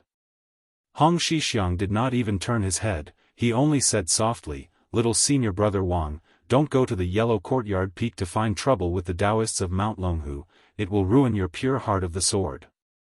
If you don't kill people who don't deserve to be killed, once an exception is made, the Shintu sword will be entangled by the inner demon, overshadowing the Xianji sword will, in this life, little senior brother Wang will gradually drift away from the path of the sword, the harder you work, the further you will drift away. Wang Xiaoping paused for a moment, it was only a slight pause, then his heart was free of worries, he still carried the Shintu sword on his back and left. In the elephant washing pool, His Royal Highness, who had pierced into the deep pool to pick pebbles to use as chess pieces, slowly bent down and groped around at the bottom of the pool, except that his speed was slightly slower than walking on land, other than that there was nothing unusual. The pool was 1,000 feet deep, it was even colder than the bottom of the lake in the prince's mansion. Su Fengnian thought that he had only learned how to swim, he did not know that this strange breath-holding was the same as the Daoist's return to the origin breath. Not to mention that Su Fengnian's internal energy was still thin, he still found the right path, the difference was huge. From afar, a mountain man could not compare to a mountain climber, but after climbing a mountain and not finding the path, he could not compare to a person who found the path. As for the thousands of paths up the mountain, which path to take and which step to reach, it all depended on fate, opportunity, and personal hard work. Su Fengnian picked up a dozen or so smooth pebbles, he was not in a hurry to float to the surface of the water. Looking at the scenery at the bottom of the pool was also very interesting, otherwise His Royal Highness would not often go to the bottom of the lake to visit the white-haired old man. It's just that the pool was deep and serene, the scenery he could see when he looked up or down was blurry. Su Fengnian did not know about the thunder and lightning on the summit of Mount Wudong, he only felt that the waterfall's power had increased a bit, the bottom of the pool was getting colder and more unbearable. Walking to the edge of the huge rock rooted at the bottom of the pool, Su Fengnian carried his spoils of war and sprinted to the surface of the lake. Above the elephant washing pool, a white waterfall poured down like a vase of guanine. Wudong sect leader Wang Zhonglo flew to the huge rock, bent his knees and sat down, looking at the bottom of the pool, he smiled slightly. Closing his eyes.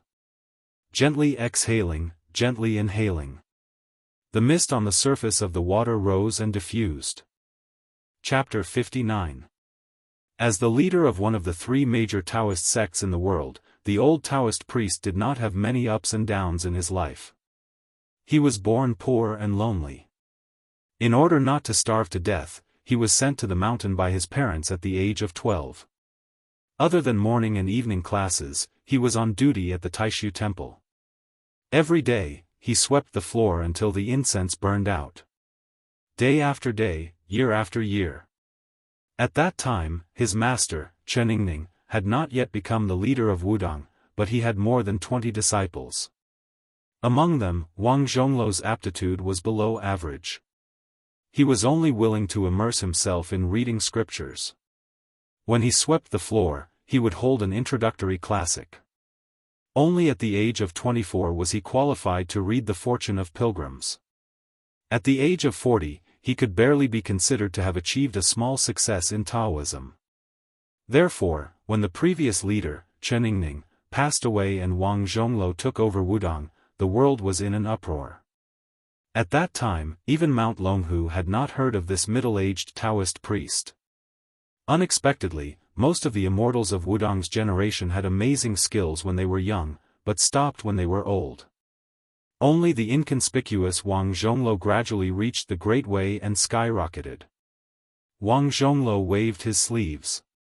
His Taoist robe surged and fluttered. It actually managed to pull the waterfall that was falling down with great force over. The waterfall tilted like a bridge. The deed of thorough comprehension surpassed the Taoist classic, the verses of Old Man on the River, which proposed that the 5 viscera hid the spirit. It was in the first sentence, 3 parts, 8 scenes, and 24 spirits. The old immortal breathed into his dantian, closed his eyes and entered meditation. He was full of spirit. His whole person was like the Taoist immortals described in the classics when they immortalized, shining brightly. Wang Zhongluo was silently reciting, the 5-colored clouds swirled in the evening mist. I closed my eyes and looked at each other. Only then did I know that my body was a paradise. So the yellow court was a blessed land, yellow robes with purple stripes and dragon and tiger seals. Spirit and life depend on Taixien. 3 breaths, 2 breaths, and 4 qi are connected. The world loves grains and the 5 tastes. Only I eat the Taihe Yin Yang Qi alone. 2 water kings were born from the same school, making people live forever in the 9 heavens. With every sentence, the old Taoist priest spat out a golden aura from his mouth, lingering between heaven and earth. In the end, a total of 81 golden auras wrapped around the main waterfall and crashed into the deep pool together. When Su Fengnian was halfway up, he felt that something was wrong with the lake. First, it was getting colder, then it was boiling hot. So, he increased his speed. The most frightening thing was that he could vaguely see a water column in the sky rushing straight at him. Su Fengnian gritted his teeth and went against the flow, but no matter how hard he tried, he could not break through the water dragon and the treacherous golden lake surface. No matter how hard he tried, it was to no avail. The surface of the lake seemed to be covered with a huge lid that weighed 1,000 pounds. It was impossible to lift it with human strength. Su Fengnian's consciousness gradually became blurry. He still held tightly onto the pebble that he was going to use the green water pavilion sword formula to carve a chess piece. In his unconsciousness, he suddenly remembered the words of his second sister, Su Weisheng, who doesn't burn in the furnace of heaven and earth. He also remembered how he almost drowned in the lake when he was young and playful. He also remembered the first time he used a knife to kill someone. Was he going to die? Su Fengnian fainted. The pebbles in his hand fell to the ground. Wang Xiaoping went to Huangting Peak, but did not kill anyone. The 3 from Mount Longhu tactfully left the mountain. The sword maniac's sword was truly terrifying. It wasn't that the 3 of them didn't have the strength to fight back, but Wang Xiaoping had all the advantages on Mount Wudong. Her chances of winning were too slim. Wang Xiaoping came to the elephant washing pool and sat down with his eyes closed. The peachwood on his knees jumped and buzzed. His Royal Highness was held up by the golden aura. He floated above the waterfall crashing down on his head. Wang Xiaoping did not look. With his temper, he wanted to cut the waterfall in half. This waterfall was his senior brother's lifetime of cultivation. 1 day and night later, the thunderstorm stopped. The atmosphere on the mountain was fresh. His Royal Highness was carried by Hong Xixiang to the hut. In the middle of his forehead, there was a red date mark. Wang Xiaoping went down the mountain with his sword. Hong Xixiang and Wang Zhongluo came near the tortoise camel tablet. The old Taoist priest looked normal, but Hong Xixiang knew very well that his senior brother was in his twilight years. He had at most 2 or 3 years left. The young martial granduncle said bitterly, "Must Wudong rise like this?"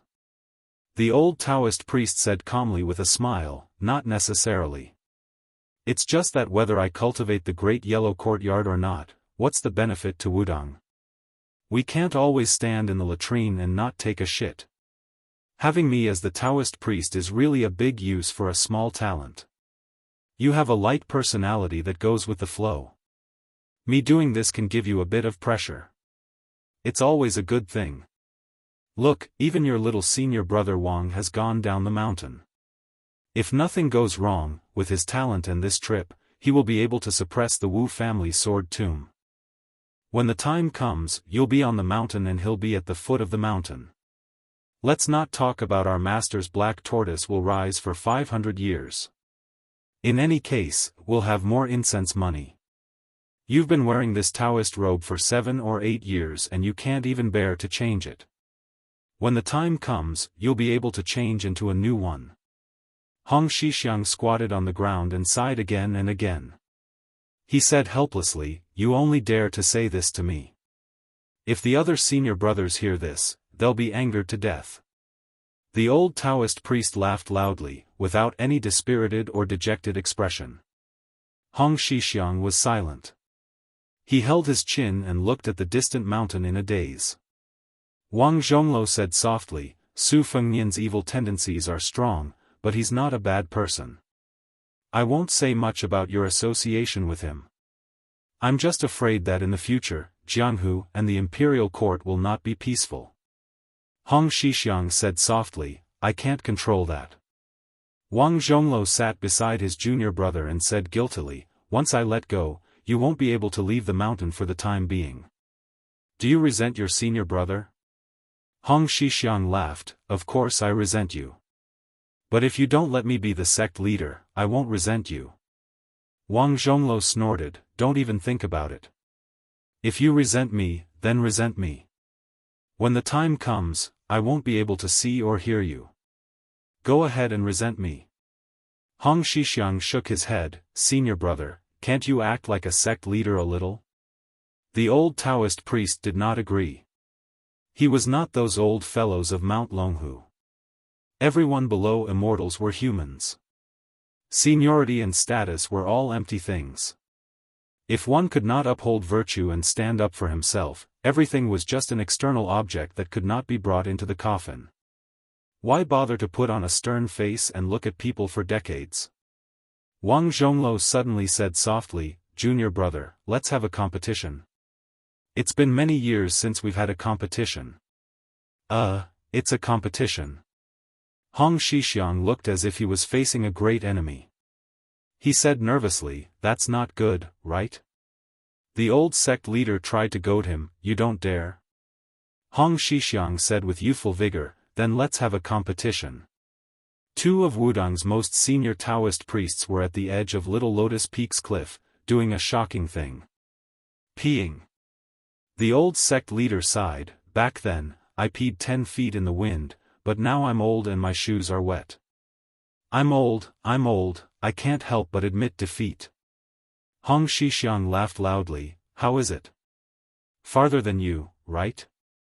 The old sect leader patted his junior brother's shoulder and said earnestly, "This matter, when master lost to me back then, he told me that if I lose to junior brother one day, I can put down my burden." Hong Xixiang's face was bitter. The old Taoist priest looked into the distance and sighed, "It's not about the height of the mountain. It's a pity that I won't be able to see the day when Wudong prospers." Hong Xixiang nodded and wanted to sneak over to pat his senior brother's shoulder. There was a bit on his hand just now, he had to wipe it clean. Why did his senior brother pat his shoulder? Hong Xixiang was clear about it. The old sect leader skillfully dodged and said angrily, "Your Taoist robe is older than mine. Senior brother's is brand new." Hong Xixiang withdrew his hand and said angrily, "That's too unfair." The Wudong sect leader laughed heartily and left Little Lotus Peak. From afar, he said, "Junior brother, if you really go down the mountain in the future, you have to be more imposing and give your senior brother some face. Chapter 60. When Su Fengnian woke up, he had a splitting headache. He sat up shakily and picked up the bamboo flask from the bedside to drink some spring water. He went to the table to pick up the celadone bottle and poured in the last 2 pills. He drank the cold water from the bamboo flask in one gulp. The headache lessened and he immediately felt refreshed. He caught a glimpse of the embroidered winter saber lying on top of a pile of secret manuals. He reached out to grab it and heard the saber vibrate with the sound of metal and stone. Only then did he realize that the Xianxia in his body was circulating and nourishing his bones, as if he had endless strength. Su Fengnian subconsciously wanted to pull out the saber, but he suppressed this impulse. When he arrived outside the hut, he saw the bull rider making a fire in front of the stove and cooking a pot of winter bamboo shoots. Su Fengnian asked, "Did you steal those chess pieces of mine?" The young Shishuzu pretended to be stupid and said, "I don't know." Su Fengnian frowned. Before he even pulled out his saber to threaten him, the bull rider ran away with a guilty conscience. He had dug out 2 to 3 caddies of winter bamboo shoots with great difficulty, but running for his life was more important. He did not have time to care about the delicious winter bamboo shoots. Su Fengnian walked to the stove and cooked the winter bamboo shoots. He picked up a pair of chopsticks and slowly ate it clean. Only then did he go to the cave under the Immortal hanging peak and found a small pile of uncarved pebbles. He must have been the bull rider to make up for his mistake. He smiled and sat down against the wall. Following the superior sword style described in the Green Water Pavilion sword practice record of Jianghu, he used the embroidered winter saber to carve the chess pieces. However, the first strike was too fast and the hard pebbles were cut in half. Su Fengnian was stunned for a moment. He was no longer in a hurry to use the saber.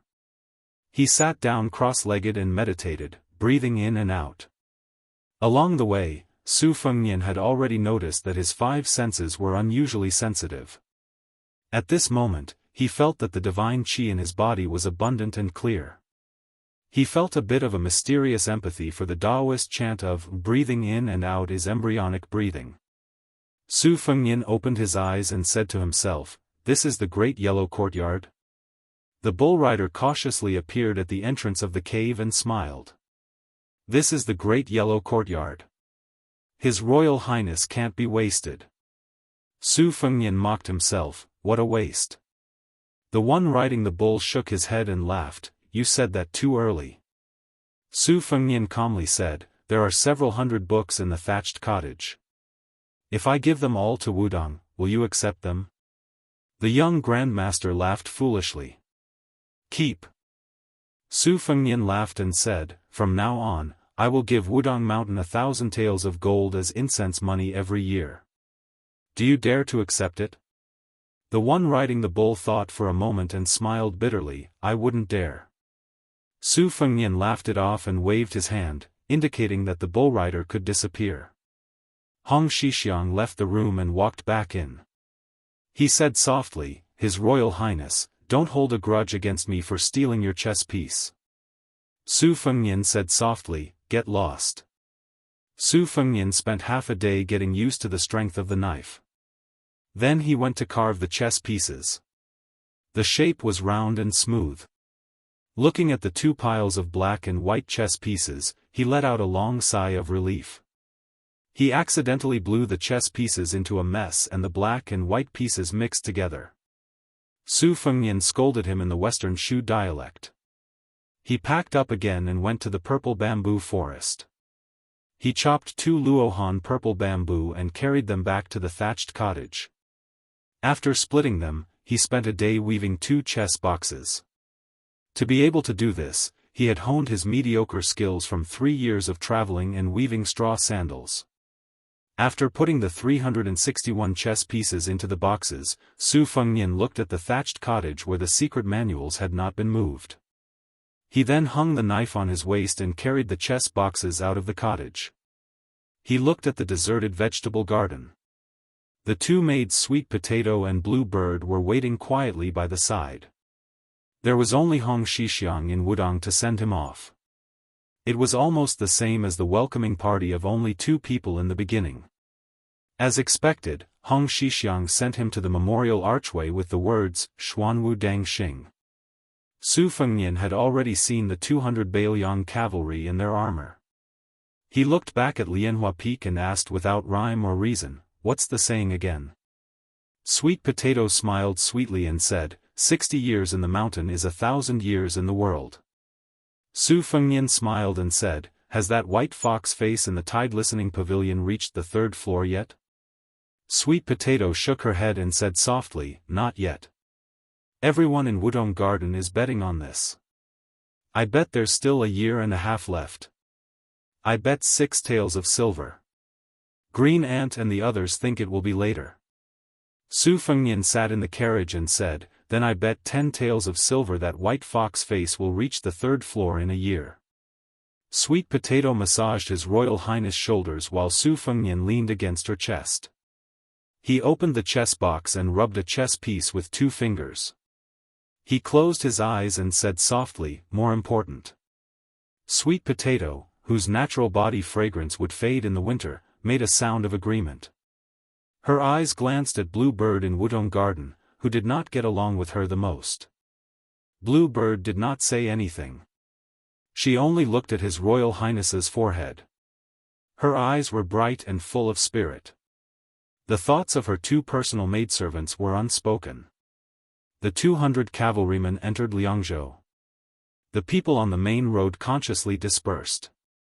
Su Fengnian stopped the carriage halfway and asked Sweet Potato to buy some soy sauce beef to satisfy her appetite.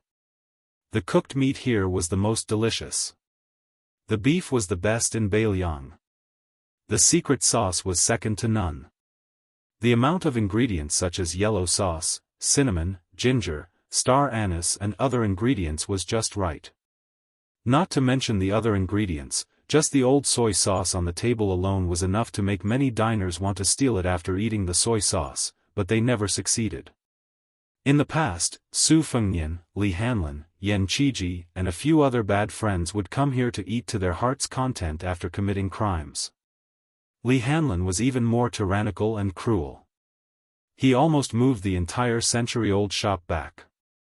If it were not for Su Fengnian's pleading with the old shopkeeper, whose face was covered in tears and snot, the people in the city would not be able to eat this authentic dish. Of course, it was mainly to take care of their own picky tastes. The most interesting thing was not the soy sauce beef, but the delicate little girl in the shop. It was said that she was the daughter of a distant relative of the shop owner. In short, their relationship could be thousands of miles away. Surprisingly, the girl returned to the city for the first time 5 or 6 years ago with a rope in her hand. It was led by a big black and white cat that looked like a bear, but it was not a cat. Later, the learned scholars of Liangzhou cited the classics and discovered that it was the bai beast that only existed in western Shu. Its nickname was the panda. The ancient books recorded that the bai beast liked to eat copper and iron. However, in recent years, no one had heard of it stealing the ironware in the neighborhood. Instead, they often saw the girl holding bamboo sticks and bamboo leaves in her hand. After returning from his travels, Su Fengnian never saw the girl and the big cat again. When he went to the shop to eat beef during his travels, he loved to tease the girl. Li Hanlin tried to steal soy sauce several times, but she would hit his hand with a bamboo stick. If it were not for His Royal Highness stopping him, the little girl would have been thrown into the animal cage together with her pet. When Su Fengnian was waiting for the beef, he saw an old beggar leaning against the wall in the distance, shivering. His face was ashen, and he was hungry and cold. He was not far from death. The rich all liked winter. Even if their homes could not afford the charcoal-consuming earth heating, they could wear comfortable and luxurious mink coats, which gave them more face when they went out. However, all the poor people in the world were most afraid of this season. Chapter 61. In addition to the old beggar in ragged clothes, Su Fengnian saw a delicate figure squatting there. Beside her stood a young Buddhist monk wearing a light red kasaya. Su Fengnian did not know what the monk said, but the young monk hurriedly ran away. Su Fengnian frowned and said, although there are many Buddhist sects, the rules of wearing kasayas are similar. How can a young monk wear such a color monk robe? This is something that only a preaching monk can wear. Is a young monk qualified to preach the sutras to others? Moreover, shouldn't monks wear a shawl when they go out? Why is that novice monk partial to the right shoulder? Because the king of Bailiang's concubine had been a Buddhist all her life, His Royal Highness had naturally been influenced by her and was very clear about the Buddhist rules and etiquette. Blue Bird corrected him, that novice monk is partial to the left shoulder. Su Fengnian smiled and said, where did this young monk come from? Su Fengnian, who was notorious in Bailiang, had always been very tolerant and kind to monks. Whenever he met them, he would reward them. Generally, most monks would not accept gold or silver, and Su Fengnian did not care about it either. As a result, many fortune-tellers in Liangzhou city had changed their profession to become monks. They did not care about deceiving their masters or killing their ancestors.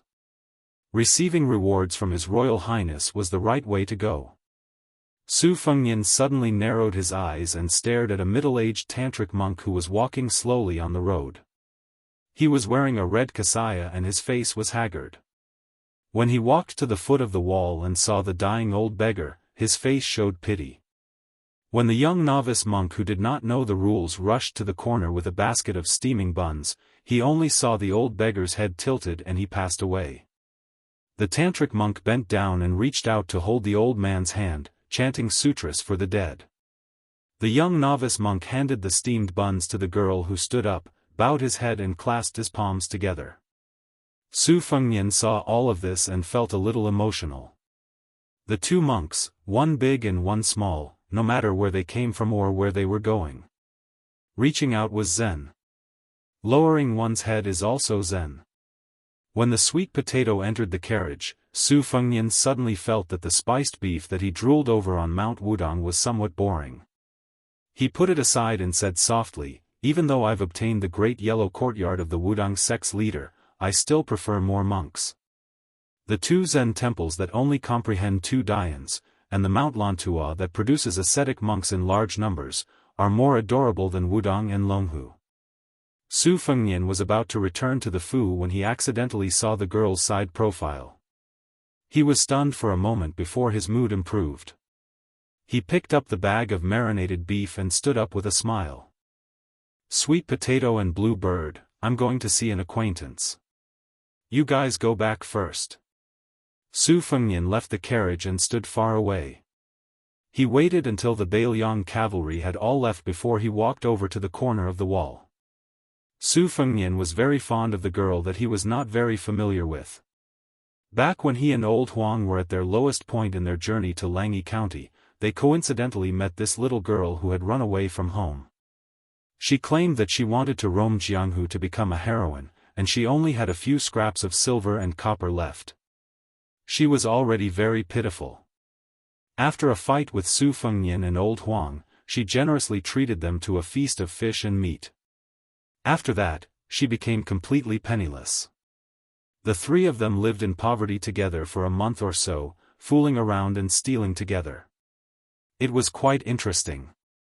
She was usually the lookout while His Royal Highness and Old Huang took risks. When they escaped, the little girl with 2 goat horn braids ran like the wind. In the end, she said that she wanted to go to the south to see the sea, so they separated. Su Fengnian only knew that her surname was Li, and she liked to call herself Miss Li. If he called her heroine Li, she would be happy for a few days even if she starved. Su Fengnian slowly walked over. Why was there a little monk beside heroine Li? Her house was not a temple, right? Thinking of this, Su Fengnian, who was holding a piece of beef in one hand, held Xiudong in the other. That tantric monk was not simple. As he walked closer, he heard Miss Li's words. She was educating the little novice monk with her hands on her hips. Stupid Nanbei, how many times have I told you? You can call me Dong Dong or Sisi, but you are not allowed to call me Thing. Thing, doesn't it sound bad? The little monk, who was wearing a green and light red kasaya, had red lips and white teeth. He had a very delicate appearance. Even Su Fengnian 3 years ago could see that he had a unique bone structure. The little monk said weakly, "Thing, I think your name is quite nice." Miss Li, who was no longer wearing her 2 ponytails, pinched the little monk's ear and said angrily, "Why don't you try calling me that again?" The little monk did not know how to change his mind. He said blankly, "Thing." The little girl was mad. She jumped up and knocked the little monk's head, who was taller than her. "Stupid! You are 1,000 times, 10,000 times stupider than Su Fengnian." The corners of Su Fengnian's mouth curled up. "See, there are still people in this world who have a unique insight." The little monk said weakly, "Monks do not lie. If I call you lazy, you will hit me again." The little girl asked angrily, "Then let me ask you, can monks like girls? Monks must abstain from lust, do you understand?" The little monk was not really stupid. He looked at the sky and pretended not to hear anything. The little girl turned her head and looked at the old beggar who did not get to eat the meat bun. She looked a little depressed. The little monk said in a low voice, "After buying the meat bun, we have no money. I didn't bring much when I snuck out." "You spent money, Anne." In the end, he did not dare to say that he was a big spender. The little girl was angry. She said angrily, "I told you that my father hid his secret stash in the alms bowl under his bed. Don't you know how to steal more? If you are not stupid, then what are you?" The little monk said guiltily, "If I steal too much, when we go back to the temple, my master will punish me to buy rouge and face powder for your mother." When the little girl heard the word rouge and face powder, she became interested. She did not care about how he addressed her anymore and looked around. Seeing her like this, the little monk quickly said, "We really don't have any money." The little girl sighed in despair. Su Fengnian, who was standing behind them, laughed and said, "Miss Li, do you want rouge and face powder? I will buy it for you. The biggest rouge shop in Jianghu has the green swallow branch that the imperial concubines use. It's not expensive. I don't even need to spend money to buy it." The little girl turned around abruptly and saw that Su Fengnian was no longer unkempt, wearing a hemp shirt and straw shoes. She didn't recognize him at first. After looking at him for a long time, she jumped up and said in surprise, "Su Fengnian?" Su Fengnian picked up the marinated beef and said with a smile, "Isn't it?" The little girl patted the little lotus's chest and finally felt relieved. She said with a bright smile, "I remember you said you were from Western Liang. I was afraid that I wouldn't be able to find you in Liangzhou." Su Fengnian smiled and said, "Don't worry. It will be harder to find me than to find me here." The little girl did not think too much about it. She was just happy. When the little monk saw Su Fengnian, he did not react. He was just thinking about how to deal with the basket of meat buns. Of course, he could not eat them and Li Zi did not like to eat them. Su Fengnian was just about to take the little girl to the rouge shop that treated him like a wolf, a tiger, or a leopard. Subconsciously, he was about to unsheath his embroidered winter knife. The middle-aged monk of Tantric Buddhism took a step forward. The monk asked with an awkward accent, "You are Su Fengnian? The eldest son of the king of Beiliang?" Su Fengnian smiled and said, "You are." The monk said calmly, "I come from Mount Nalanda in the western region. I want to invite His Royal Highness to Mount Nalanda." Chapter 62. Mount Lantua. There was a kind of extreme reverence there.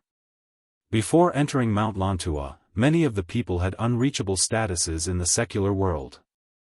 They might be the king of Ganlafan, the prince of Shitsi country, or the imperial family of Peacock dynasty. Each one was more prestigious than the last. However, after entering Mount Lantua to cultivate, after leaving the secular world, they would fall into the dust and become no different from ordinary monks. There were many rules in Mount Lantua. One was not allowed to wear silk or satin, one's cassock could not be wrinkled, one could not fill one's stomach, and one could only curl one's legs on a 1-meter square cloth mat when sleeping. There were so many rules that people of the Central Plains were dumbfounded. His Royal Highness had heard about the legends of Mount Lantua. For example, there were traveling monks who saw a lost item on the side of the road. They would draw a circle around the item and then sit on the side. Often, they would wait for several days in vain. However, generally speaking, no one would be greedy for something that was drawn in a circle by a monk of Mount Lantua. Furthermore, there was an old monk who had been imprisoned for 34 years in Mount Lantua. The problem was that no one knew what the reincarnation of the living Buddha was waiting for. Therefore, monks who had cultivated in Mount Lantua had a golden signboard embedded in them. They were popular everywhere. Some fake abbots who shaved their heads and pretended to be bald liked to say, "I came from Mount Lantua," as soon as they opened their mouths. Cultivation in Mount Lantua was extremely difficult and strict in accepting disciples. Therefore, with only 300 people in the temple, it could compete with the 2 Zen temples that had disciples all over the world.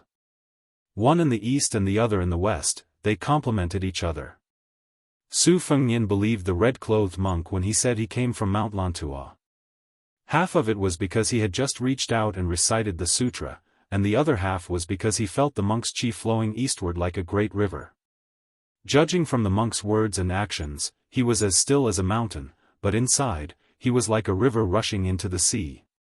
Although Su Fengnian had a good impression of Mount Lantua and the monks, there was no room for discussion if they wanted to kidnap His Royal Highness to the western regions. Therefore, he smiled sinisterly and asked, "What if I don't go?" The embroidered winter saber was about to be unsheathed. Su Fengnian was confident that this first strike would be able to break an entire wall. Who would have thought that the monk would only say in a lukewarm tone, "I can wait." Su Fengnian habitually rubbed the hilt of his saber with his thumb and asked, "Wait?" The solemn-looking monk circled around Su Fengnian and then quietly retreated into the distance. He had no intention of kidnapping or stopping His Royal Highness. Not only did Su Fengnian find it absurd, but even the little girl who was watching the show could not understand. She felt that the monks at home who freeloaded on food and drink were more interesting. That rotten mountain was too boring. The little girl finally came back to her senses. She looked at Su Fengnian and asked in a low voice, "Su Fengnian, are you that whose son? Then aren't you His Royal Highness?" Who was it? It must be Su Shao. Whether it was Taoism or Buddhism, men or women, old or young, as long as one was in Jianghu, it seemed that no one dared to call the name of the great pillar state Su Shao. He secretly paid attention to the flow of qi of the great monk of Mount Lantua. This was the so-called bull riding. Su Fengnian, who was still holding the spiced beef, asked with a smile, "Are you afraid? Do you regret knowing me?" The little girl laughed 3 times, but it seemed like she was emboldening herself. Su Fengnian found it very interesting, but he did not expose her. In the past, when they were in Jianghu together, when they encountered a situation, this little girl would always lose but not lose. She was the fiercest when she scolded people and ran away the fastest. The little monk said weakly, "Let's go. Anyway, we've already seen him. If we don't return to the temple, master and mistress will fight with the abbot again." The little girl looked at Su Fengnian and then at the little monk. She seemed to be making a difficult choice between going home and going back. Her limpid eyes subconsciously rolled around the fragrant spiced beef. Su Fengnian did not want to make things difficult for this simple-minded little girl. Without saying anything, he handed the spiced beef to the little girl and turned to leave. "Wait for me for a moment. I'll eat the beef first and let Su Fengnian give you a ride. There's no reason for you to go out of the city with an empty stomach after arriving in Liangzhou." Su Fengnian walked toward the rouge shop in the east of the city. As he passed by the beef shop, he saw a much taller girl with a still young face. She was holding a bamboo stick and sitting on the door sill looking at him. His Royal Highness was in a hurry to buy rouge, so he did not greet him. The reason why the green swallow branch was famous was because of a poem written by his second sister, Su Weisheng. Su Fengnian took the rouge shop for free, and the shopkeeper was willing to do so. Besides, His Royal Highness used to take the courtesans of Liangdi to the shop to choose rouge. If the courtesans who liked the rouge were sincerely happy, His Royal Highness would reward the shop with some silver taels.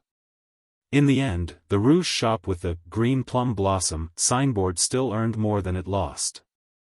When Su Fengnian arrived at the shop, he picked a box of green swallow branch and 2 boxes of imperial concubine peach before swaggering off.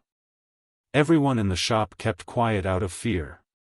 A few rich men who came with their concubines to throw away money lowered their heads and did not say anything. On the other side, the little monk looked at the little girl whose hands and mouth were covered in grease and reminded her, "Is this Su Fengnian? He is His Royal Highness, but it seems that his reputation is not good." The little girl bit into the marinated beef and said in an open-minded manner, "I'm not good-looking either. Su Fengnian doesn't like me." The little monk became anxious and said, "Who said that?"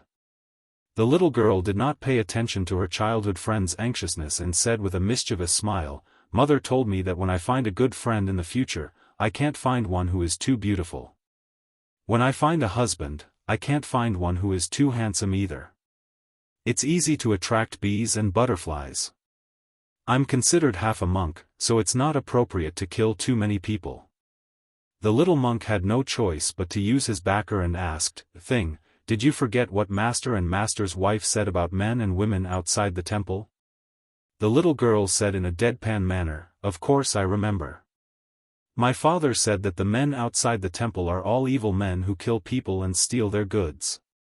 My mother said that the women outside the temple are all venomous women who speak honey and have a heart of snakes and scorpions." "Stupid Nanbei, are you stupid? My father and mother said that just to scare me." The stupid and foolish little monk was silent. The little girl tilted her head and asked, "Do you hate Su Fengnian?" The little monk shook his head and said, "If Thing likes it, I like it." The little girl hummed twice. His words were pleasant to hear, so she did not care about the unpleasant name Thing. Su Fengnian brought the rouge over.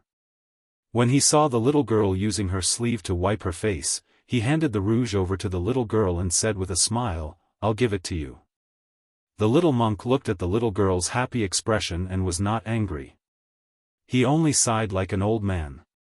The little girl hesitated for a moment. "Su Fengnian, is that so-and-so in the prince's mansion?" Su Fengnian smiled and said, "It will take 2 days for them to come back from the northern border." She jumped a bit, "Then let's go to your house to take a look." Su Fengnian did not know whether to laugh or cry. What happened next made Su Fengnian realize how tenacious this heroine's nerves were.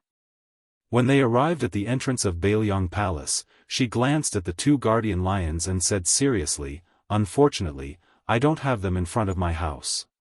After entering the prince's mansion, she saw the majestic building that stretched all the way to the top of Mount Qingliang. She muttered, "It's quite big. It's almost half the size of my house."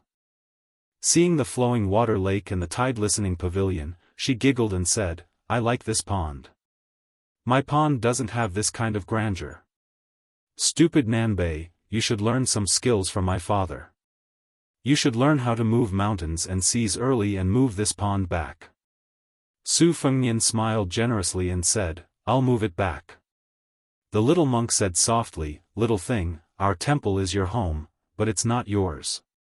The little girl stared at him and said, "Is there a difference?"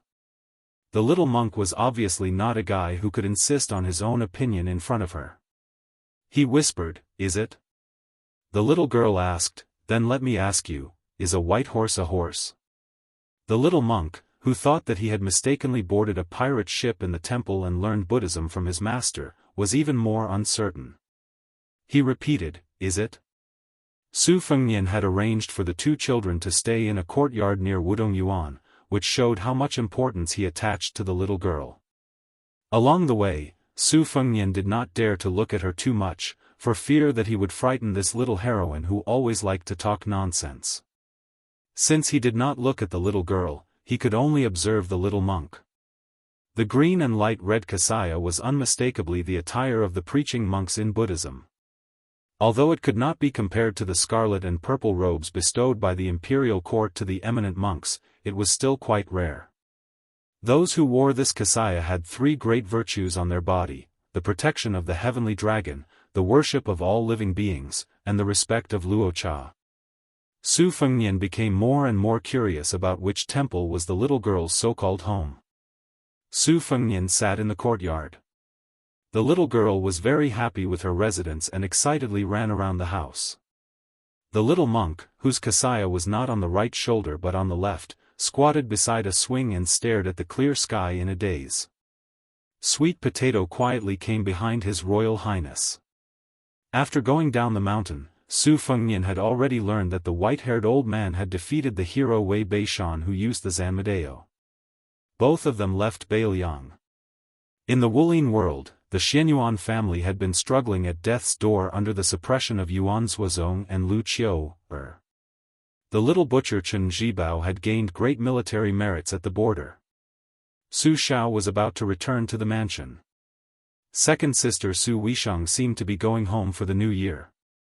Su Fengnian was very sure that his second sister came here to scold him. She scolded Su Xiao for not being strict with her and scolded him for practicing the Zanmadeo. Su Fengnian rubbed his burning eyebrows and said self-mockingly, "Sweet Potato, you can prepare the cotton now." Sweet Potato smiled and agreed. In the mansion, who was not afraid of Su Weisheng? Su Fengnian turned his head and saw the little girl holding the corner of her clothes and walking out of the house shyly. The red makeup on her face must be half a pound heavy, right? The little monk stared with his eyes wide open. Sweet Potato turned her head away.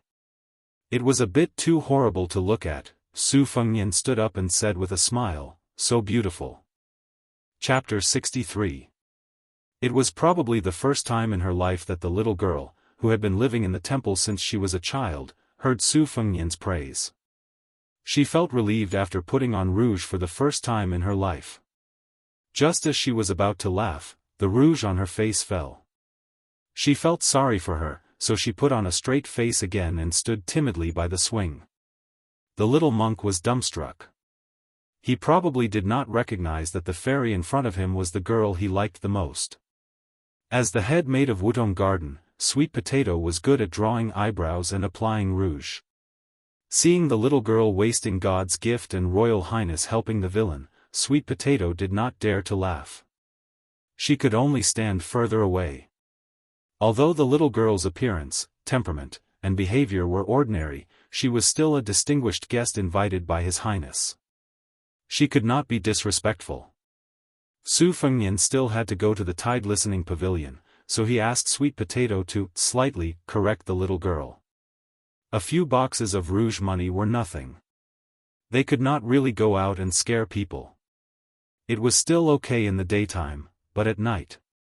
Before going to the top of the pavilion to see his master Li Yishan, Su Fengnian went to the second floor to find White Fox Face. He was standing on the ladder and reading the secret manuals on the bookshelf. His spring thunder saber was hanging on his waist with a red string tied to the hilt. The books that Su Fengnian brought to Wudong from the library were all picked by White Fox Face. Although both of them practiced the saber, White Fox Face was much better than Su Fengnian in terms of saber skills and attainment. Their cultivation was just like at this moment, one was at the bottom of the ladder and the other was at the top of the ladder. White Fox Face was very focused. No matter what he did, he strived to see through to the end. Su Fengnian waited for him to finish reading the secret manuals. White Fox walked down the ladder and looked at the idiot Su Fengnian whom she had not seen for a year. Finally, her eyes focused on the spot between His Royal Highness's eyebrows. Su Fengnian's appearance was undoubtedly very outstanding. He had the typical red phoenix eyes and silkworm eyebrows. When he smiled, he looked even more charming and elegant. It was just that he met White Fox during his travels when he was at the lowest point of his life. However, when he occasionally washed his face in the stream, even White Fox would be surprised. This idiot's appearance was indeed good, but his temperament did not match. Now, practicing the saber by hook or by crook seemed to be different. What exactly was the difference? White Fox did not ask any questions. Instead, he slashed out with his spring thunder in a domineering manner. Xiao Dong, which was originally born from the same root, took the opportunity to strike down. When White Fox Face saw that his attack did not work, he exclaimed in surprise, "Did you learn the superior swordsmanship in Wudong?" Su Fengnian, whose right hand was numb from holding the saber, slowly put Xiao Dong back into the scabbard. He smiled and said, "No, I didn't. It's just that Daoist Ox Nose gave me a book called Qingshui Pavilion Sword Practice Manual. When I was bored, I used the sword moves in it on my saber skills. Are you interested? This is a secret manual of Wudong's swordsmanship. I can't bring it down the mountain, but I've memorized the contents. Can I make a copy for you?" White Fox Face nodded his head without hesitation. Su Fengnian followed him to the corridor on the second floor. White Fox Face said softly, "The world of the old 9 kingdoms of the Central Plains was almost the world of the rich and powerful families. The aristocrats were numerous. King Langjia, Jianghu, Wukangyao, Balinkui, Lujianghe were all rich and powerful. If the pillars of the country only destroyed cities and countries, killed hundreds of thousands of surrendered soldiers, stabbed or hanged the emperor of the enemy country to death, these would not be a big deal in the eyes of some people. However, Su Shao did what he did to Mount Tai to surpass the North Sea. He destroyed nearly half of the 10 rich families. The entire Wukangyao family of the southern Tang, regardless of age and age, died. The He family of the Dongyue Lujiang only had about 20 orphans and widows left. Su Fengnian was puzzled by White Fox Face's words. He said, "I know all these. Master mentioned them before." White Fox Face smiled and said, "Don't worry. I'm from the Nangong family of Beimang. I have no grudges with you. I'm telling you this because I want to talk about the 9-grade system that has been maintained by the aristocrats for 200 years. Su Fengnian nodded and said, "The masters in the world now seem to follow this system to rank. It saves effort." White Fox Face said softly, "Like the number 1 in the world, under normal circumstances, the 9-grade system does not rank the upper grades. In the eyes of the world, only the saints are qualified." Su Fengnian smiled and said, "Yes, but I heard that a few decades ago, there was a scholar of the Xia family who was talented and outstanding. His martial arts attainments were even more extraordinary. He and my master commented on the rivers and mountains. Li Shan commented on the generals and rouge. The mainstay of the Xia family commented on the martial arts, which was even more important to the people of Jianghu. As for the literary commentary, he only finished half of it and died. My second sister seemed to have the intention to continue the commentary. However, she also said that she was unable to do it for the time being. There was still a long way to go before the great talent of the Xia family. The limelight of the northern Xia and the southern Li had attracted the attention of the world back then.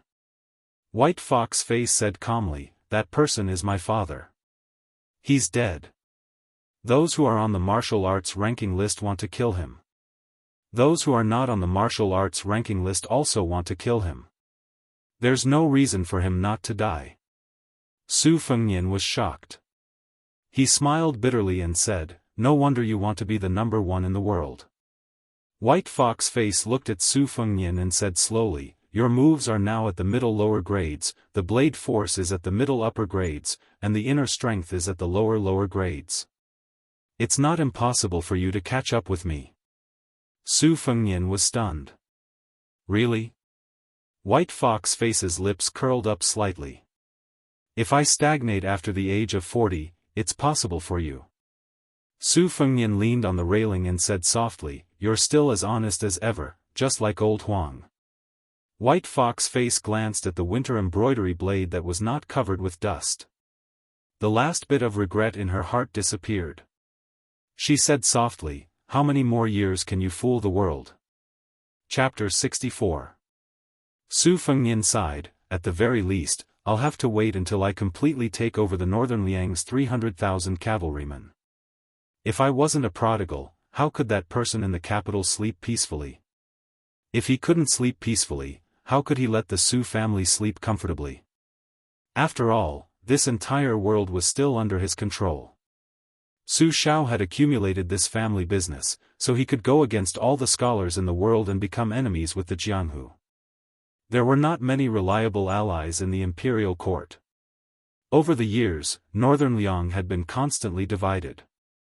Yan Qiji's father, who hurriedly received the imperial decree and rushed to the capital, was not the first, and definitely not the last. Li Shan said that if I'm too smart, I won't live long, or at least I won't live a happy life. The best outcome is to go to the capital as a hostage. But if I'm too stupid and overdo it, the Beiliang cavalry will disperse before Su Shao dies. To put it simply, even my 800 cavalrymen only know about Chen Jibao. They don't care about His Royal Highness at all. White Fox smiled and said, every family has its own difficulties.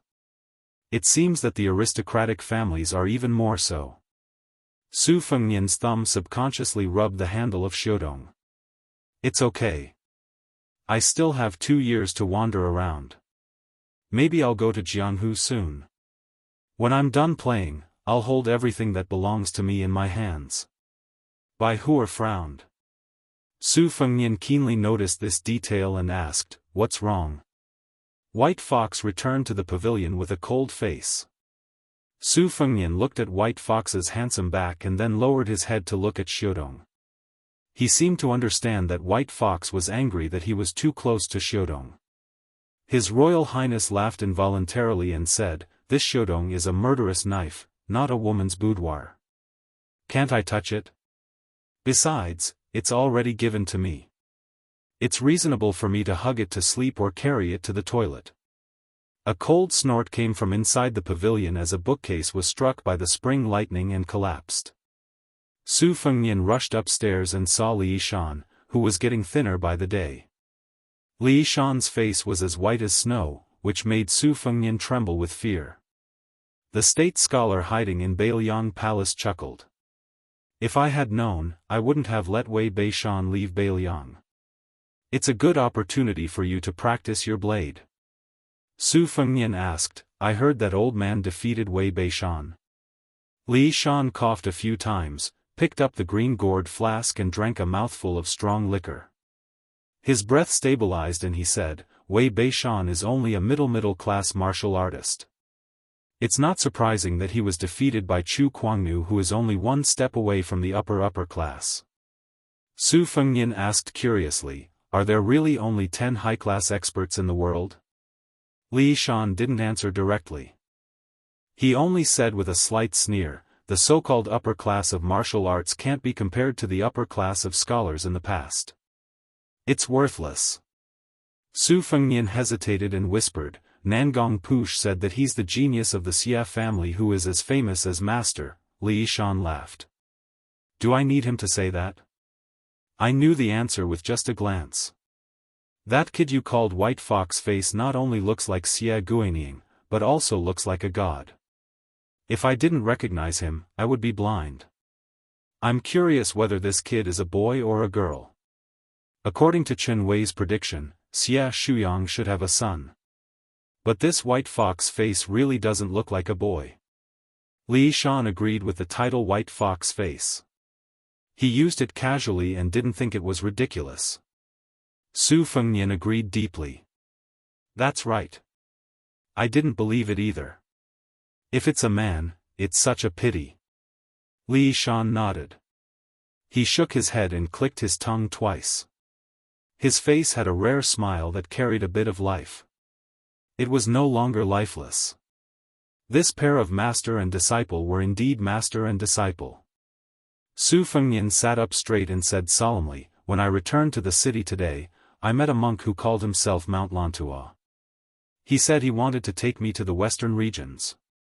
Li Shan drank a mouthful of wine and said, this monk Long Shou is quite famous in the western regions. He studied the Vajratop Yoga Sutra under a Tantric Vajra Guru. He translated more than 60 Tantric sutras and 110 volumes. His lineage in Mount Lantua is extremely powerful.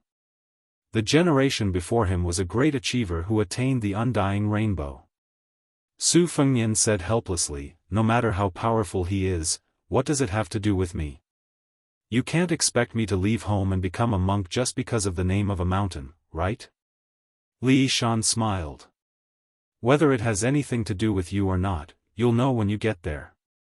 Su Fengnian smiled bitterly. Master, don't be so sarcastic. That tantric cultivation is comparable to the Wu family's sword tomb. They go to the hall 4 times a day. The earliest hall starts late at night. Regardless of whether it's cold or hot, they're not allowed to wear boots and go barefoot. They sleep less than 4 hours a day. When they go to the Dharma garden to cultivate, they have to sit on pebbled seats. Winter and summer are no exception. If you want me to go there and practice for a year or 2, I'll accept the hardships. But if you want me to memorize sutras all day, you'd better kill me. Li Shan smiled. You don't know who Long Shou's guru is. Su Fengnian was confused. Li Shan laughed. This person is the only female tantric guru in Mount Lantua. It's said that not only is her dharma boundless, she's also extremely beautiful. She's known as Guanyin in the human world. She can attain the Tao after dual cultivation. After Su Fengnian recovered from his shock, he smirked. If that's the case, it's best if she has something to do with me. Li Shan's smile was strange. Su Fengnian asked cautiously, what's wrong? Does this Guanyin Bodhisattva of Mount Lantua kill without batting an eyelid? Li Shan shook his head. What a merciful heart. Su Fengnian was even more curious. Li Shan laughed and coughed. This bodhisattva is 42 years old this year. She's exactly twice your age. What a coincidence. Su Fengnian stood up abruptly and was about to go out with his saber to fight that death monk of Mount Lantua. Chapter 65. To the common folk, Mount Lantua had 2 things that tempted them the most. One was that one could become a Buddha on the spot, and the other was that men and women could practice dual cultivation. As for whether it was true or false, people were too far away from Mount Lantua, so it was hard to avoid spreading false information. Plus, no one from Mount Lantua had come out to explain, so it became an unsolved mystery. Su Fengnian supported Mount Lantua's silence. Instead of saying it out loud, it was better to leave it as a memento. Su Fengnian first went to the 3rd floor of the armory to find the old Daoist Wei Baoxiang, who was guarding the pavilion. On this floor, there was a list of characters that was updated regularly. Su Fengnian found the Buddhist book first.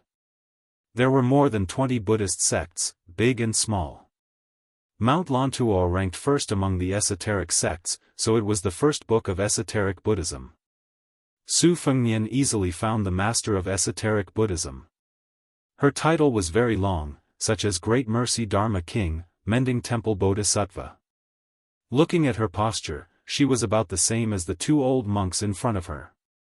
She was born in the royal family of central India. When she was young, she followed the eminent monks to more than 10 countries and translated countless classics. The most famous one was Mahayana Rising Faith. According to historical records, other than learning from Wang Zhongji and Xiangzi, she also went to the Central Plains to learn astronomy and calendar. She had contact with the 5 schools and 7 sects of Buddhism in the Central Plains. There was a portrait of a female bodhisattva when she was young in the album. It was vivid and lifelike, and it was indeed bright and moving. Su Fengnian exchanged the secret record with the old Taoist surnamed Wei and sighed, 42. She's just a little old. He sighed all the way out of the tide listening pavilion. Qing Miao was waiting respectfully on the table. She was dressed in a green robe. In His Highness's opinion, the only thing this head-maid lacked was a good sword. Qing Miao's bearing and elegance were incomparable to the heroines outside. When she saw Su Fengnian, she said respectfully, "That monk is standing at the gate of the prince's mansion." Su Fengnian walked to the pavilion in the middle of the lake and smiled. Bring him here. I want to meet this esoteric monk. By the way, get the servants to prepare some vegetarian food.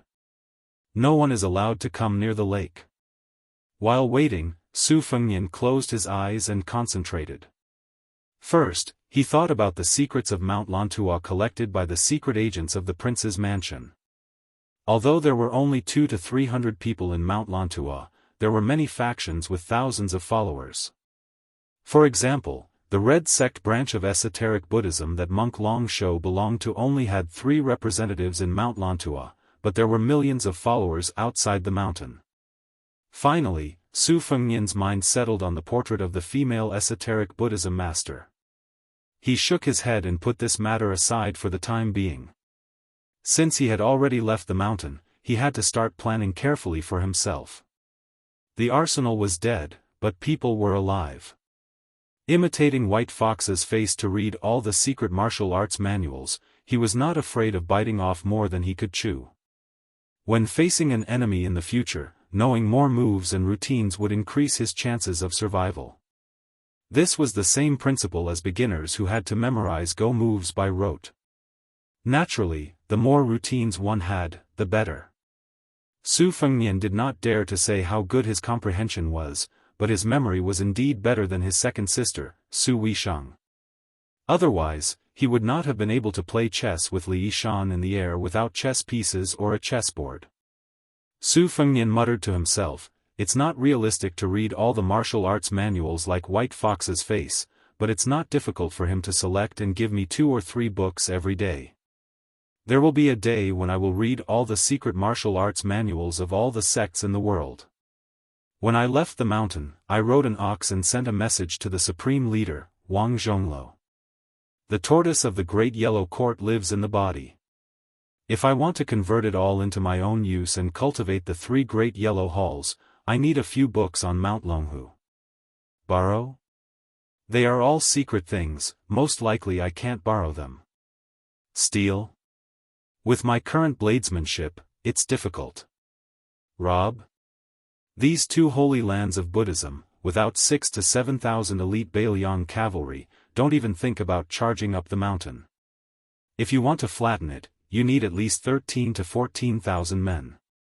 Without fighting, if you think 10,000 men can crush the entire Jianghu several times, you're looking down on the heroes of the world.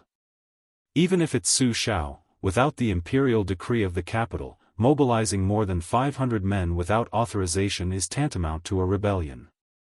If Jiang was here and heard this crazy talk linking the cavalry with Jianghu, he would most likely have the urge to poke a hole in His Royal Highness's body with the divine talisman. Sweet Potato with a graceful and voluptuous body brought some exquisite vegetarian dishes over. There was no one around the lakeside. No matter how ridiculous His Royal Highness's words were, in the prince's mansion, more effective than the imperial edict. Su Fengnian did not have any misgivings about this servant sister who grew up with him. He said to himself, it's time to cultivate henchmen. Without a solid team, how can I roam Jianghu? I'll find a chance to talk to Su Shao. Monk Long Shou of Mount Lantua was led into the pavilion by Blue Bird. Su Fengnian gestured for the monk to help himself. The monk in the large cassock did not stand on ceremony, but he only picked up some food and put it into his mouth, chewing slowly. Not to mention filling his stomach, it was difficult to even fill the gaps between his teeth. Just this point of tantric cultivation was unspeakably painful. In the western regions, there were 14 small countries, rejecting the various schools of learning, only worshipping tantric Buddhism. There were the red, yellow and white sects. In the past, when the 9 countries of the Central Plains were in chaos, it was traced back to the war of words between the Confucian faction of Shangyin Academy. However, in the western regions, it was the red, yellow and white sects, more like a fight between immortals. The yellow and white sects had always been powerful. The red sect was more inclined to follow the ancient teachings, the 9 forms of 3 sects, meticulous in their teachings, and most of their focus was on the cultivation of full circle cultivation. Monk Long Shou's master was the first female Dharma king in the history of Tantric Buddhism. No matter how high the status of those concubines were, they could not be compared to her. Su Fengnian went straight to the point, saying, "Master Six Jewels wants to dual cultivate with me?" Chapter 66. Monk Long Shou looked calm as he nodded. The monk was expressionless when he talked about dual cultivation. On the contrary, His Royal Highness, who had been through a lot, found it ridiculous. Even Sweet Potato and Blue Bird looked at each other in disbelief. Su Fengnian asked curiously, "Do all the Tantric masters not practice dual cultivation to achieve Dharmakaya Buddha and Sambhogakaya Buddha?" The middle-aged monk in the red cassock was still expressionless as he answered, "Only those who have renounced their desires can achieve Supreme Yoga. Supreme Yoga is the ultimate root of all." Su Fengnian felt a headache coming on. He asked, "Why me?" The monk shook his head. It was obvious that even he did not know the details. If that was the case, Su Fengnian would only go to Mount Lantua if his head was caught in the latrine door. 42 years old was nothing to the Bodhisattva, but to a living woman, it was not young at all. No matter how well she took care of herself, it was not something Su Fengnian could accept. This was not the most important thing. The conflict between the red, yellow, and white sects of Tantric Buddhism had intensified in recent years. Since the secret record said that a six-jeweled master dual cultivation could achieve perfection, why would the more powerful white and yellow sects stupidly allow the red sect to obtain such great merit? Perhaps Su Fengnian would be skinned alive by the monks before he even reached Mount Lantua. After all, some Tantric sects like to use skulls with the top of the skull removed as instruments to exorcise ghosts and summon spirits. As for skulls and drums made of human bones, they were common in the history books. Just hearing about them was enough to make one's hair stand on end. The six-jeweled Bodhisattva was very powerful and was respected as the fundamental master. Moreover, the followers of the red sect believed that she was the incarnation of Amitabha and Guan Yin Bodhisattva. The so-called six-jeweled Bodhisattva was rumored to have 6 transformations. Guan Yin Bodhisattva, Lotus King Master, and Wrathful Vajra Master sounded invincible. However, no matter how powerful they were still eating dust behind the old monks of Mount Lantua. Su Fengnian did not trust the red sect that was struggling to survive between the yellow and white sections. Other than being afraid of death, he did not wish for Mount Lantua and the female Dharmaraja to disrupt his embryonic plan. It was one thing to refuse to go, but it was another to offend the Crimson Sect for no reason. It would be best if he could deal with them. Moreover, the monks from Mount Lantua were all treasures. Su Fengnian forced a smile and explained, "I can't leave for the time being." The monk still said the same nonsense, "I can wait." Su Fengnian asked curiously, "How long can we wait?" The monk said slowly, "There are still 31 years. Su Fengnian almost vomited blood. What perverted patience! In the future, he would try his best not to have any dealings with Mount Lantua. If someone held a grudge against him, he would never be able to live in peace for the rest of his life. Monk Long Shou, who seemed to be willing to wait for Su Fengnian's children to grow up, did not stay in the prince's mansion. However, he did not leave the city either. Given Baoyang's tolerance towards monks, this strange monk on Mount Lantua would not starve to death. Su Fengnian sat in the pavilion and muttered, "Ridiculous." Sweet Potato teased, "Your Highness, why don't you follow that Tantric guru?" Su Fengnian raised his head and sighed, "She's already a 42-year-old old lady. Even if she's an old cow eating young grass, this is not the way to do it." Sweet Potato sat beside His Royal Highness, her delicate hands kneading with ingenious strength. She smiled charmingly and said, "Maybe that female bodhisattva has a technique to retain her youthful looks." Su Fengnian glared at her. Blue Bird said indifferently, "Today is the day of the release of the cards." Su Fengnian perked up. "A big fish has taken the bait?" Blue Bird said calmly, "2 groups of Jianghu people of unknown origins have gathered in the city. The people in the lead have 3rd-level martial strength. Su Fengnian said regretfully, if it was before, it would have been a big fish. But now, I've seen the world. Sigh. Forget it, it's better than nothing. Sweet Potato smiled. His Royal Highness had an endless stream of playful ideas since he was young. Perhaps it was the result of Su Zhao's lax discipline, or perhaps it was the result of his deliberate indulgence. There was no sign of him restraining himself. In fact, the Pillar State had only said two things in the past 10 years. One was that he was not allowed to touch a blade for 10 years. The other was that he had never taught Su Fengnian how to conduct himself. Whether he was a hedonist, a prodigal son, or a loafer, they were all things that Su Fengnian had figured out on his own. State scholar Li Yuanying did not care about trivial matters. In the past, when his second sister Su Weisheng was at home, it was fine because there was someone who could suppress his Royal Highness. However, when she went to Shangyin Academy to study, Su Fengnian was like a wild horse that had broken free of its reins. He did whatever he wanted, flirting with women, spending a lot of money to buy poetry and literature, keeping evil servants and retainers, closing the door to his enemies and letting their dogs out. He had a lot of fun.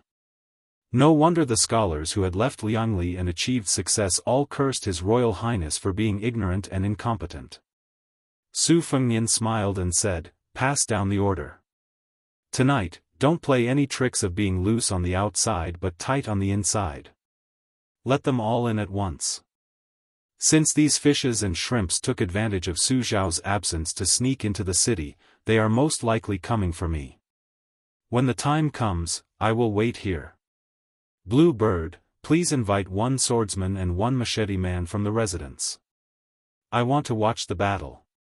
The moves that these desperados use when they are on the brink of death are the most flexible. Compared to the rigid words in the secret manual, it is much more useful."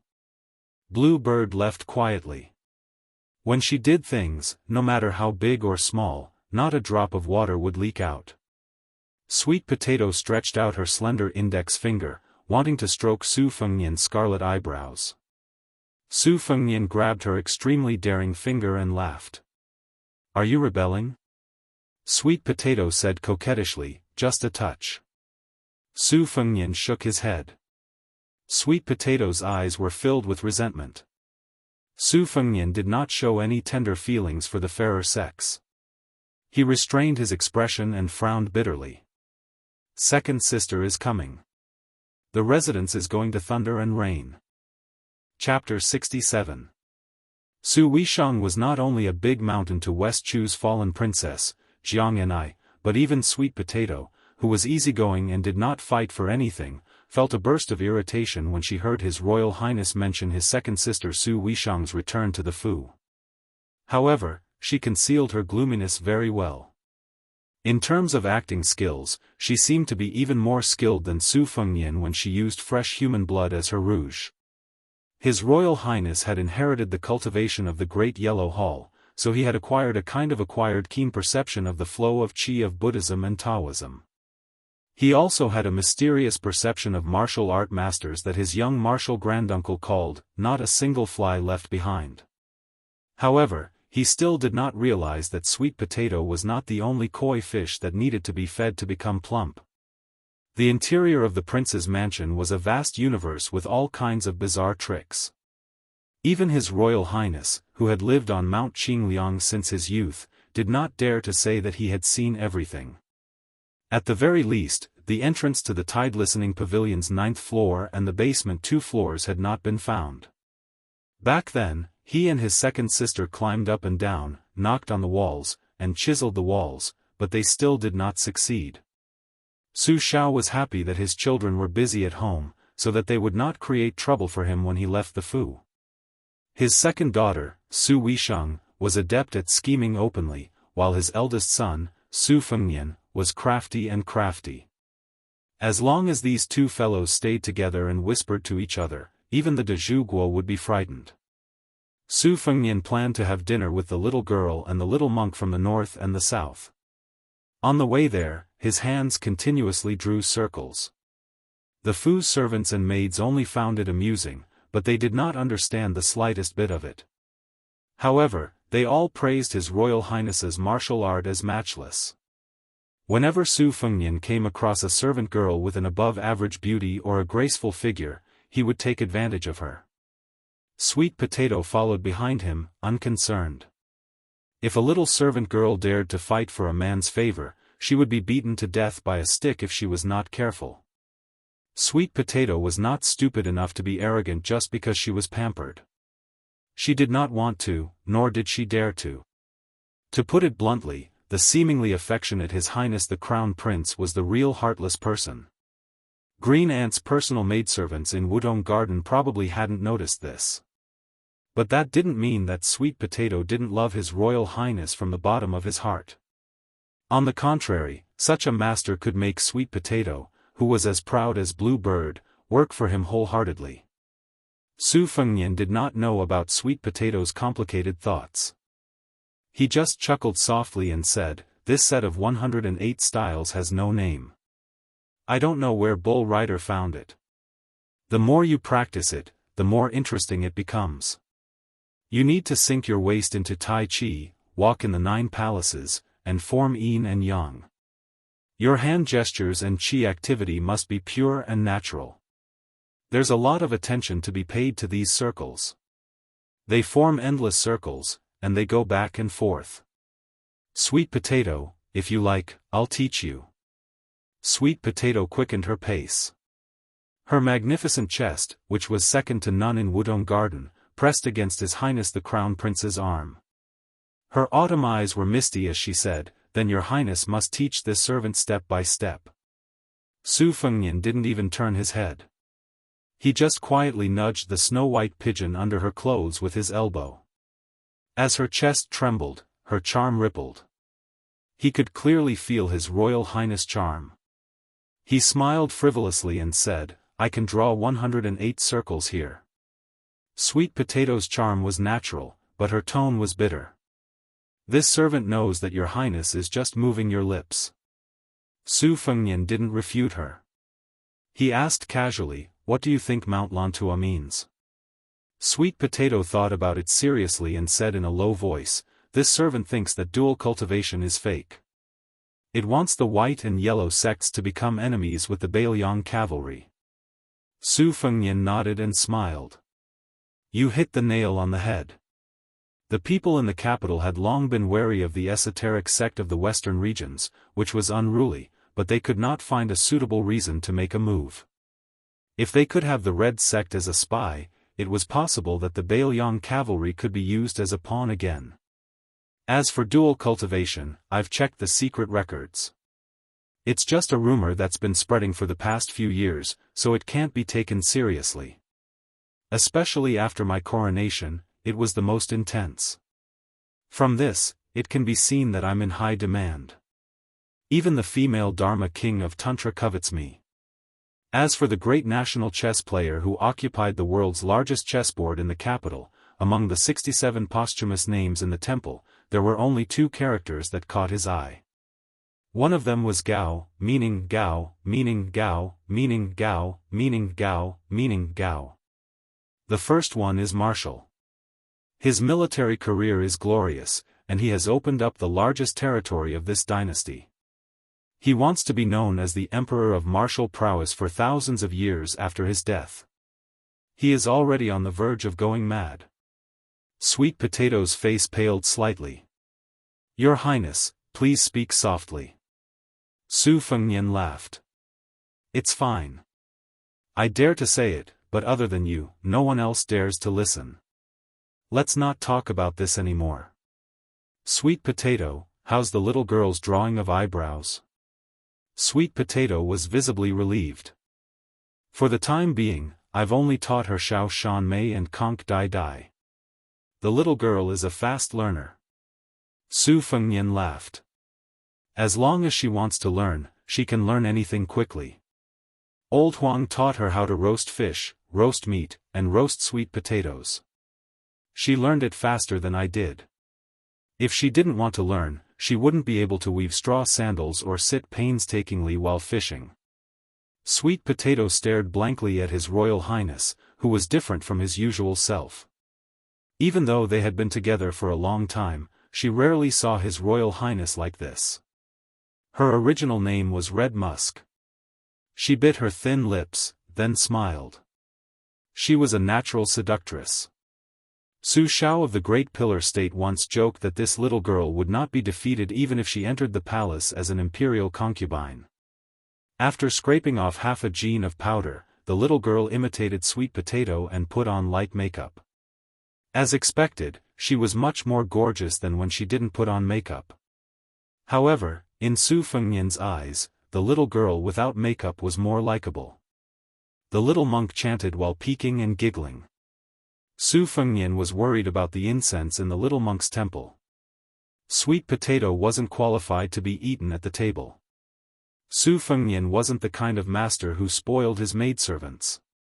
As he ate a simple but delicious vegetarian meal with the little monk, he asked, "Miss Li, when are you going home?" "It's almost the new year." The little girl widened her eyes and said with hurt, "Su Fengnian, are you chasing me away?" Su Fengnian was dumbfounded. "Of course not. I'm just afraid that your parents will be worried." The little girl said righteously, "When I first met you, you said that you wouldn't go home even if you starved to death." Su Fengnian smiled. "I was just angry." The little monk, who had been eating with his head lowered, raised his head and interrupted, "Things, we really have to go back to the temple." The little girl said angrily, "Shut up." She had learned this mantra from His Highness the Crown Prince. The little monk fiercely ate 2 mouthfuls of rice, his cheeks bulging. The little girl said with a red face, "Su Fengnian, Sister Sweet Potato taught me how to draw my eyebrows in the afternoon. It sounds more precious than the green swallow branch. I'll pay you back when I get home." Su Fengnian pretended to nod and held back his laughter. "Okay, I've never heard of a heroine in Jianghu who owes money and doesn't pay it back." The little girl liked this kind of words. She said proudly, "That's true." The little monk was outspoken. His little bald head approached his childhood sweetheart whom he had loved for many years. He said worriedly, "Things, I seem to have heard Master's wife say that the snail on your face is very expensive. A poet even wrote that the marrow of 100 golden otter could be exchanged for half a tael of green. If you really pay back the money, I'm afraid Master's alms bowl will be empty." The little girl was surprised. She suddenly frowned and the food was not as fragrant. Su Fengnian saw this but he did not say anything to comfort her. In the blink of an eye, the little girl's mood was cloudy, but in the blink of an eye, she had a sunny disposition. After the meal, she cast aside the troublesome matter of owing money and pulled Sister Sweet Potato into the room to continue her apprenticeship. At home, her parents were stingy and were reluctant to buy rouge for her. The stupid Nanbei was very generous, but he did not have the money. He said that as long as he attained enlightenment and became a Buddha, he would burn a few relics and she would be able to use them to exchange for countless rouge. In the end, he received a full beating from her. Su Fengnian did not understand the feelings of young girls, so he did not go to the room. He saw the little monk take off his kasaya and wash it in the courtyard with a bucket of water and a wooden board. He was obviously used to being a cow and horse in the little girl's temple. Su Fengnian squatted by the side and looked at the white ivory hook on the green kasaya. He smiled but did not say anything. The little monk said nervously, "Your Highness, this kasaya can't be used as money for rouge. I'll be beaten to death by Master if I give it to you." Su Fengnian smiled and said, "Don't worry, I don't want your kasaya. You wear it very well." The little monk was still a little vigilant. Su Fengnian asked, "I remember that abbot is a Taoist term. It's the name of the leader of Taoism's 10-direction forest. How did it become Buddhism's?" The little monk was washing the kasaya. He was a simple-minded person and did not hear the teasing in His Royal Highness' words. He answered seriously, "In terms of the origin of the word abbot, the Vimaksha Sutra of India was written 100 years earlier than Taoism's Ben Ming Sutra. Moreover, Master told me that although the great abbot of the temple only lives in a small bedroom of 1 square foot, it can accommodate 3,000 small worlds and 3,000 lion forests.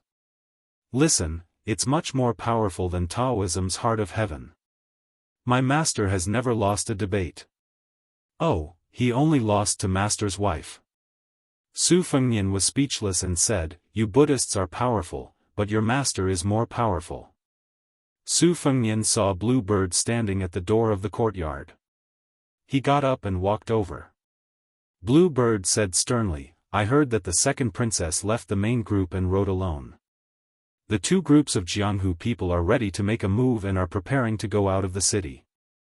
Su Fengnian took off the jade pendant from his waist and threw it to Blue Bird. He squinted and said, "These people are in a hurry to be reincarnated?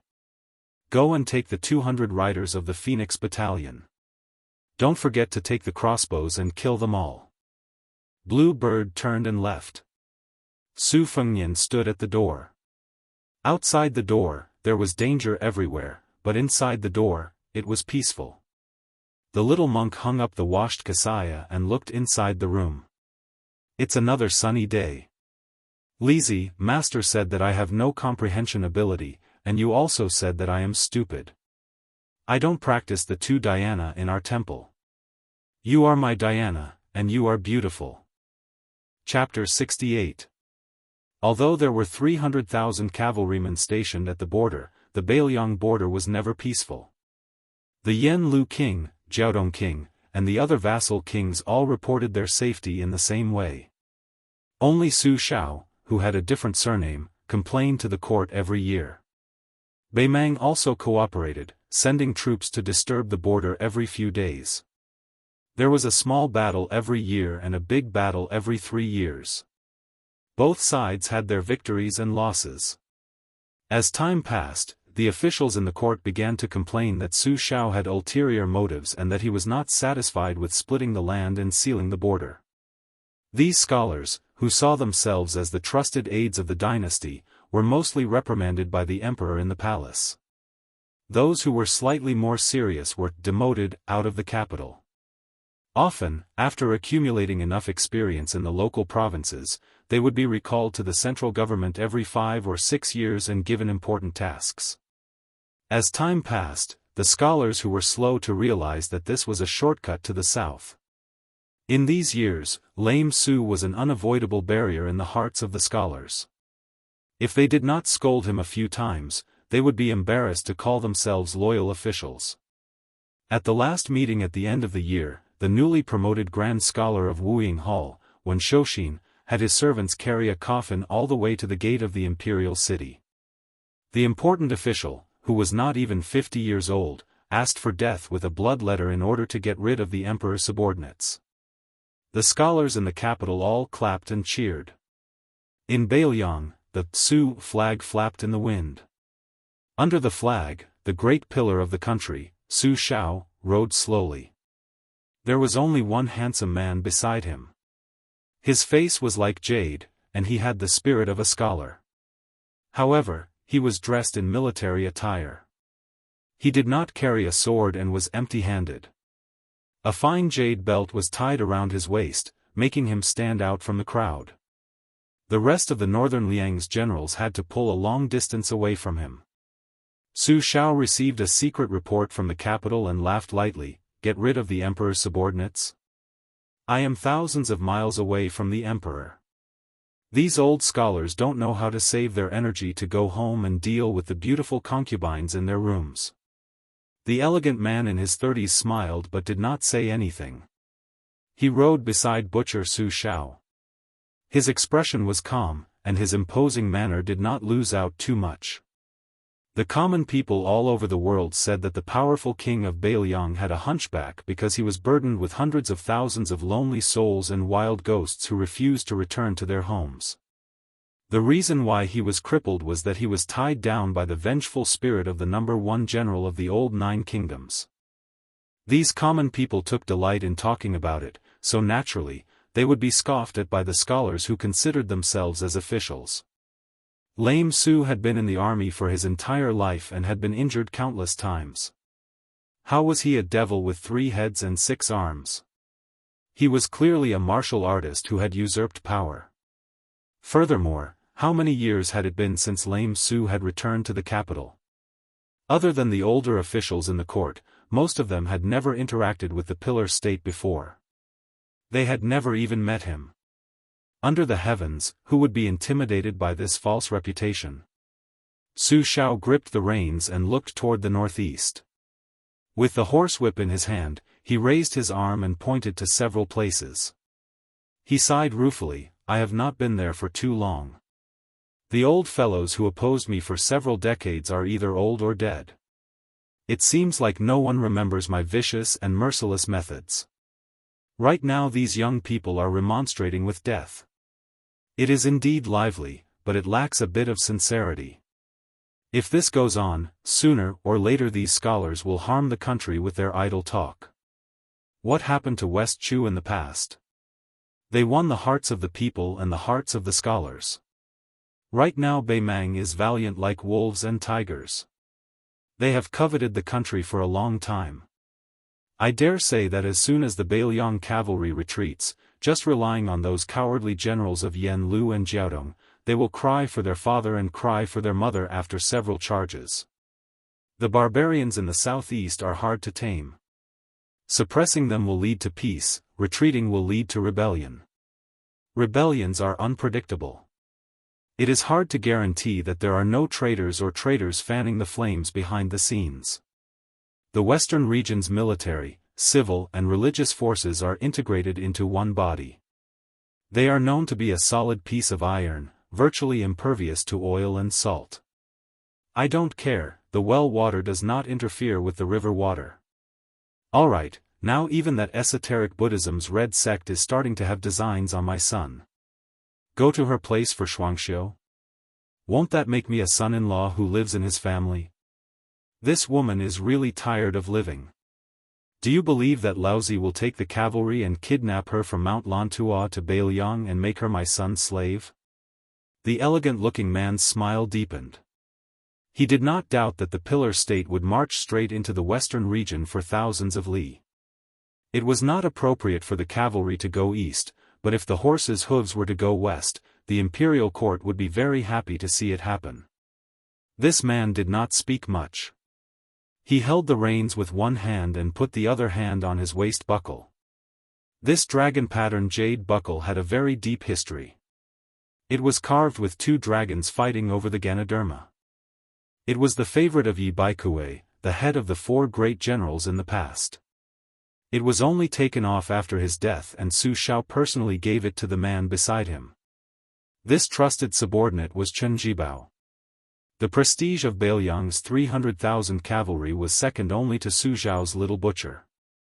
It was he who had single-handedly forced him and Yi Baikue into a life-or-death situation. Before the final battle where the 2 armies were evenly matched, Chen Jibao rode out and dragged 2 peerless beauties with 2 ropes. In the end, he stabbed the wife and daughter of the unparalleled general to death. After this almost certain battle, Chen Jibao, who had already killed countless surrendered soldiers, became famous again. Su Xiao smiled and asked, Jibao, how long has it been since you last saw my family's Wei Xiong? Little Butcher's face was sharp and determined, but there was a subtle gentleness in it. However, his tone was still respectful. Reporting to Godfather, it has been 4 years. Su Xiao urged the horse to gallop. He laughed and said, then you have to be careful. She rushed back to Beiliang this time and is not in a good mood. Chen Jibao swung the reins and followed. Northern Liang's valiant generals were as numerous as clouds, and their ferocious soldiers were innumerable. The only one who could stand shoulder to shoulder with the Great Pillar State was Chen Jibao, who always wore a white robe when he was not wearing armor. A horse galloped. The horse was the red snake that appeared in the ancient painting, 9 Horses painting. Even experts who knew horses did not think that such a spiritual horse really existed. The red snake was the land mount of the Dragon King after he transformed into a human. Its forehead was 9 feet tall and its fists were like a unicorn. The most mysterious thing was that there was a pair of red snakes dormant in the horse's nose. When the horse died, it would come out and find a new master. On the back of the red snake horse sat a plain-looking woman in a green robe. There was an ancient sword at her waist, simple and unadorned. The horse galloped so fast that dust flew like a line. She could already see the top of the city in the distance. In the city, there was a commotion everywhere. Half of Bailiang's army, more than 300 cavalrymen armed with swords and crossbows, rushed out in full force and charged through the bustling city. They split into two groups and surrounded two inconspicuous inns. Back then, when the king of Bailiang, Su Shao, stepped into Jianghu on horseback, it was different from the past wars. Every cavalryman was equipped with the current Phoenix Battalion's equipment. They wore light armor, which made it easier for them to fight while on horseback. Other than the generals who had amazing physical strength who could wield modeo, the rest of the cavalrymen carried standard cold swords. The archers carried 2 barrels of arrows, more than 40 of them. Chapter 69. If it was a one-on-one fight, other than the Bailiang generals who had made their name through hundreds of battles and some fierce soldiers who came from the green forests and grasslands, or the Jianghu sects, no one would be able to fight against the people of the Jianghu sections. But when the Bailiang cavalry gathered more than 100 men, the strength of their teamwork, honed through piles of corpses on the battlefield, became apparent. This was especially true when an entire battalion of cavalry was advancing in an orderly manner, either on horseback or with crossbows in hand. Very few enemies could break their edge. Moreover, the butcher Su Shao had never lacked lackeys who were completely opposite in skill and character. When this group of people killed Jianghu people who came from the same roots as the Bailiang cavalry, they were even more adept than the Bailiang cavalry. A head was worth 10 taels of gold or dozens of taels of gold. There were even some sect leaders whose heads were worth thousands of taels of gold. On top of that, they were given several secret manuals and official titles when they succeeded. Who wouldn't go crazy with killing? In any case, the best wool grew on the body of the fat sheep. Su Shao was the best at using the method of quenching thirst with the hope of plum blossoms to drive people to work for him. The billowing smoke that ignited in Jianghu was practically a catastrophe that hadn't been seen in 300 years. Otherwise, how could Su Fengnian be targeted by enemies who were as numerous as carps crossing the river? Perhaps it was because the Jianghu heroes felt that killing Su Shao was as difficult as ascending to the heavens, and killing the 2 young daughters was beneath their dignity.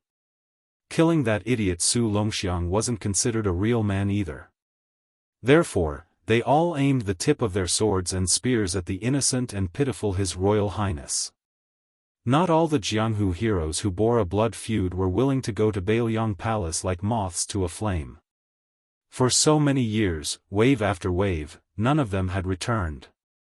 Revenge was the most important thing, but what could they do if they lost their lives? Which one of them was an idiot to be able to fight against the king of Bailiang, Su Zhao's character? Now, there was even a secret rumor that the hedonistic heir apparent was an extremely sinister bastard. Who knew when, while lying on the fair belly of a courtesan, he came up with the vicious idea of opening the door before letting the dog bite people. This made them beat their chests and stamp their feet. Although this heir apparent was an idiot who didn't know how to help the people, he had learned a lot from the butcher Su Shao when it came to harming people. He truly deserved to be killed. At this time, His Royal Highness, who everyone thought deserved to be killed, and the little girl came to a street far away from one of the inns. Su Fengnian bought 2 sticks of candied haws from a roadside stall. Don't expect His Royal Highness, who rarely carried money when he went out, to pay for it.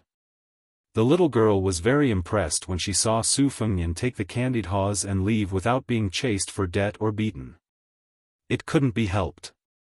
Even though she had seen the grandeur of Bailiang Palace, the little girl still couldn't connect the beggar Su Fengnian with His Royal Highness. In her opinion, Su Fengnian was more pleasing to the eye when he was sallow and emaciated. It was more interesting to sit with her on the willow tree by the riverside and tie twigs. It was more enjoyable to support her in a quarrel with the village women. Alas, what was so good about His Royal Highness? A penniless Su Fengnian was enough. The little girl stuck out her tongue and licked the candied haws, thinking very gloomily. Su Fengnian said that a young girl's feelings were always poetic. So, at her age, no matter how gloomy or sad she would still look good. When she became a young married woman, she would be finished. He said that a young married woman's feelings were always poetic. She didn't quite understand, but she knew that it was definitely not a good thing. Every time he laughed wickedly, someone would suffer. Where did old Huang, who had suffered the most, go? She thought for a while and didn't ask. Su Fengnian chewed on the candied haws and was in a good mood when he heard the cold whooshing sounds of crossbows in the distance and the mournful wails that followed. He wasn't worried about scaring the little girl beside him who wanted to go out with him. In the past, Su Fengnian and old Huang had worked hard to set a trap and catch a small wild boar. At first, Su Fengnian didn't get the hang of it, and his knife wasn't sharp enough. The wild boar with rough skin and thick flesh didn't die after a few stabs. She couldn't stand it and took the knife to stab the wild boar to death. No wonder she said that she wanted to be a heroine and not one of those noble ladies who smiled without showing their teeth. Su Fengnian liked her as if she was his own sister. So, she was different from anyone else in the prince's residence. She was probably old Huang's only close friend when he was alive. Su Fengnian stopped chewing on the candied haws and stared at the young man and woman at the corner of the alley in front of him. The little girl looked up and saw Su Fengnian laughing wickedly again. She only pulled on his sleeve and cleverly didn't say anything. Su Fengnian blinked and shook his head at the little girl, then walked forward alone. The young woman held the young man's hand tightly and shook her head. "Senior, don't go. The matter has already been exposed. If we go, we will die. 100 or 200 Bailiang cavalry is not something we can deal with." The man surnamed He's eyes were red and his face was pale. He said with grief and indignation, "Junior sister, your father and mother are there. If not for master and mistress taking me in, would have starved to death on the streets. A master for a day is a father for life. Even if I die, I will go." Facing the tragedy of her parents dying, the woman was still calm and cold-blooded. She tightened her grip on her senior brother's wrist and gritted her teeth. "Senior, if you die, you won't even be able to see Su Fengnian and Su Weishang's faces. How can you die like this? Is this filial piety your filial piety?" That senior martial brother was still determined to meet his death. The beautiful woman let go of his hand and slapped his face. She sneered, "Then you can die." Without her senior brother, she spat out a few words with every step she took. "I want to live. That Su Fengnian is weak but lustful. Even if I enter a brothel, I won't regret it. I will first give my body to His Royal Highness a few times until he is completely numb and careless. After being played by him a few times, I will stab him a few times when I kill him. This prince doesn't know what's good for him and claims that he never destroys flowers. I want him to die in the land of warmth and tenderness." The senior brother's heart ached, but he still walked forward. Jianghu grudges end in Jianghu, and Jianghu men die in Jianghu. This may be stupid, but Jianghu is not like the palace. There are many fools who only know filial piety. They don't care about foolish filial piety. After he walked away, the woman said disdainfully, "My parents raised this kind of trash for more than 20 years for nothing." Well scolded. He doesn't understand the big picture at all. He will die in vain. "Miss, you are the one who can endure humiliation. If I were His Royal Highness, I wouldn't be willing to kill a beauty like you." The woman turned around in horror and saw a young master in brocade clothes leaning against the wall. He had a smile on his face and held a stick of candied haws in his left hand. She had seen a portrait that she was almost tired of looking at. Therefore, she recognized the man in front of her, even if he turned into ashes.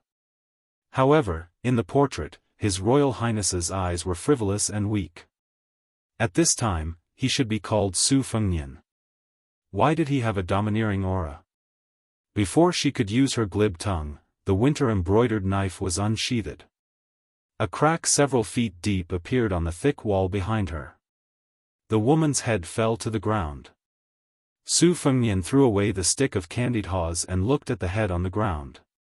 He said calmly, "Who said I don't kill women?"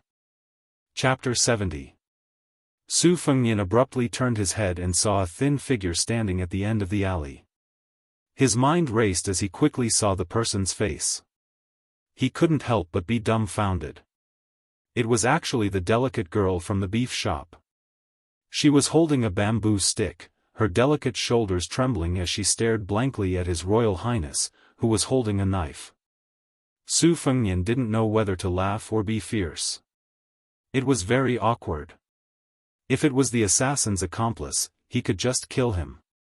But this little girl was so harmless that she didn't give His Royal Highness a chance to make things difficult for her. She had already turned and ran away. Su Fengnian didn't intend to pursue the matter. She was just a pretty girl from a small family. It was already quite impressive that she wasn't scared out of her wits. How could she dare to gossip? Besides, no one would believe her, and even if they did, no one would care. In Bailiang, if Su Shao wasn't the emperor who only lacked a 9-dragon embroidered robe, then what was he? Su Fengnian found the little girl who lived in the temple. She was still fighting with the sugar-coated hawthorn with her small mouth. She probably thought the hawthorn was too sour, so she only bit off the rock sugar on the outside. She couldn't bear to throw away the rest, nor was she willing to eat it. She just stood there waiting for him. Su Fengnian didn't stand on ceremony and took the hawthorn, swallowing it in a few bites. He pulled the little girl to the beef shop 3 streets away and ordered 3 servings of soy sauce meat. The owner of the shop was still attentive. Su Fengnian didn't see the girl from the bamboo branch, who was probably called Jia. When they returned to Prince Liang's residence, Su Fengnian smiled and said, "Before you go home, I want to show you something." Miss East-West asked curiously, "What is it?" Su Fengnian gently said, "The mysteries of heaven cannot be revealed." The little girl curled her lips and said, "My father said that the mysteries of heaven are all lies." Su Fengnian didn't think much of it and took her back to the residence. They first went to Wudong Garden. As soon as they entered the courtyard, he clapped his hands. When they heard the clapping, all the servant girls, including Sweet Potato, Green Ant, and Cucumber, stopped what they were doing and rushed out of the building. They piled up in the courtyard, chattering and laughing, all of them looking forward to it. Although the little girl had seen Sister Sweet Potato, when so many beautiful sisters suddenly appeared, she was still a little dazed. She only heard Su Fengnian say, "The rules are the same as before. Go. Go to the top of the mountain around this time tomorrow." The sisters burst into laughter, beaming with joy, and dispersed. After Su Fengnian sent the little girl who was in the dark back to her residence, he walked alone to a music hall called Chu Shu Bao Down. It was a 5-story building. There were bells, drums, zither, and cymbals in the hall. There were all kinds of instruments. There were more than 10 great musicians and music officials, and more than 160 little musicians. There were even more singers and dancers. These people were all raised by His Royal Highness for free. In the entire Liangdi, other than him, no one else could afford to raise this music hall. On the first floor, there was a large set of bells. There were as many as 8 sets of 65 bells. The bell racks were 2.5 meters high and were divided into 3 layers. They were arranged in a curved ruler shape, looking magnificent. The largest bell was as tall as a person and almost 500 caddies. This was the so-called bell chime that signified the height of wealth and rank. The bell chimes were here. The Liang dynasty followed the ancient etiquette. There were 8 sons of heaven, 6 dukes of princes, 4 marquises, and 2 scholars. Therefore, the Bailiang Palace dance team could have 6 sons of heaven and 48 sons of heaven. Su Fengnian did not engage in honest work. For a period of time, he was obsessed with etiquette and music. He was most fond of the secular music of Shu, which was recognized as the most decadent sound in the world. He was also good at the grand Shu music, which was praised by the sons of this old man. His Royal Highness was able to play all the courtesans in Liangdi, big and small, not just by throwing money at them. The bell was the head of all the music. Su Fengnian lightly tapped the bell to test the sound. He frowned. The casting of the bells in the prince's mansion was superb.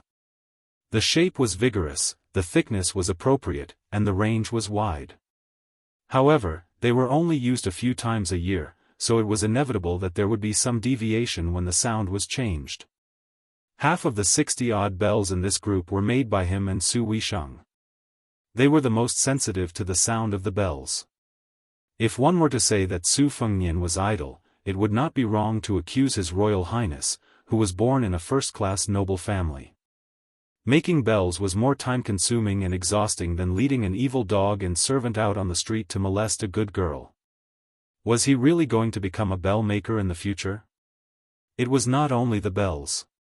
Su Fengnian also studied the sheng. Following his second sister, who knew everything, he improved the 13 and 17 movements to 24 and 36 movements, like the clear cry of a young phoenix. Su Fengnian bent down and stretched out his finger to strike the bell. The sound of the bell was melodious and vigorous. When the sound weakened, he said softly, "Come out." Killing two birds with one stone. Yu Yue, who had been upstairs all day, came down. After the winter solstice, it was a good day for the rhythm of the yellow bell. She was wearing a snow-white fox fur coat, untainted by dust, slim and elegant. Little Li walked in through the door. She had been tiptoeing and secretly following His Royal Highness to the music hall where Chu and Shu musicians bowed their heads. She could barely be considered a girl next door who had just grown up, but in the Bailiang Palace where beautiful maids were everywhere, she really did not stand out. Even the dancers and singers who were kept as playthings by His Royal Highness could not compare to her. Fortunately, the little girl had not reached the age where she would consciously be jealous of others. She only wanted to be a carefree heroine in the Jianghu. She was ignorant and did not know how to compete with others. The little girl giggled and jumped to Su Fengnian's side. She touched the big bell curiously and said with a look of admiration, "Su Fengnian, you know about this?" Su Fengnian smiled and said, "I know a little." The little girl said regretfully, "I'm far from it. My mother said that I'm tone deaf since I was young. It's worse than the chanting of the monks at home." Su Fengnian joked, "I already learned about it when I taught you how to whistle." The little girl raised her foot to step on Su Fengnian, but her foot was dodged. The little girl was unwilling to give up and began to chase His Royal Highness. Yu Yue, who was standing at the stairs, sighed softly, "This little girl is really brave." After fooling around for a while, Su Fengnian saw Blue Bird standing at the door with an unnatural expression. Chapter 71. Su Fengnian's heart skipped a beat.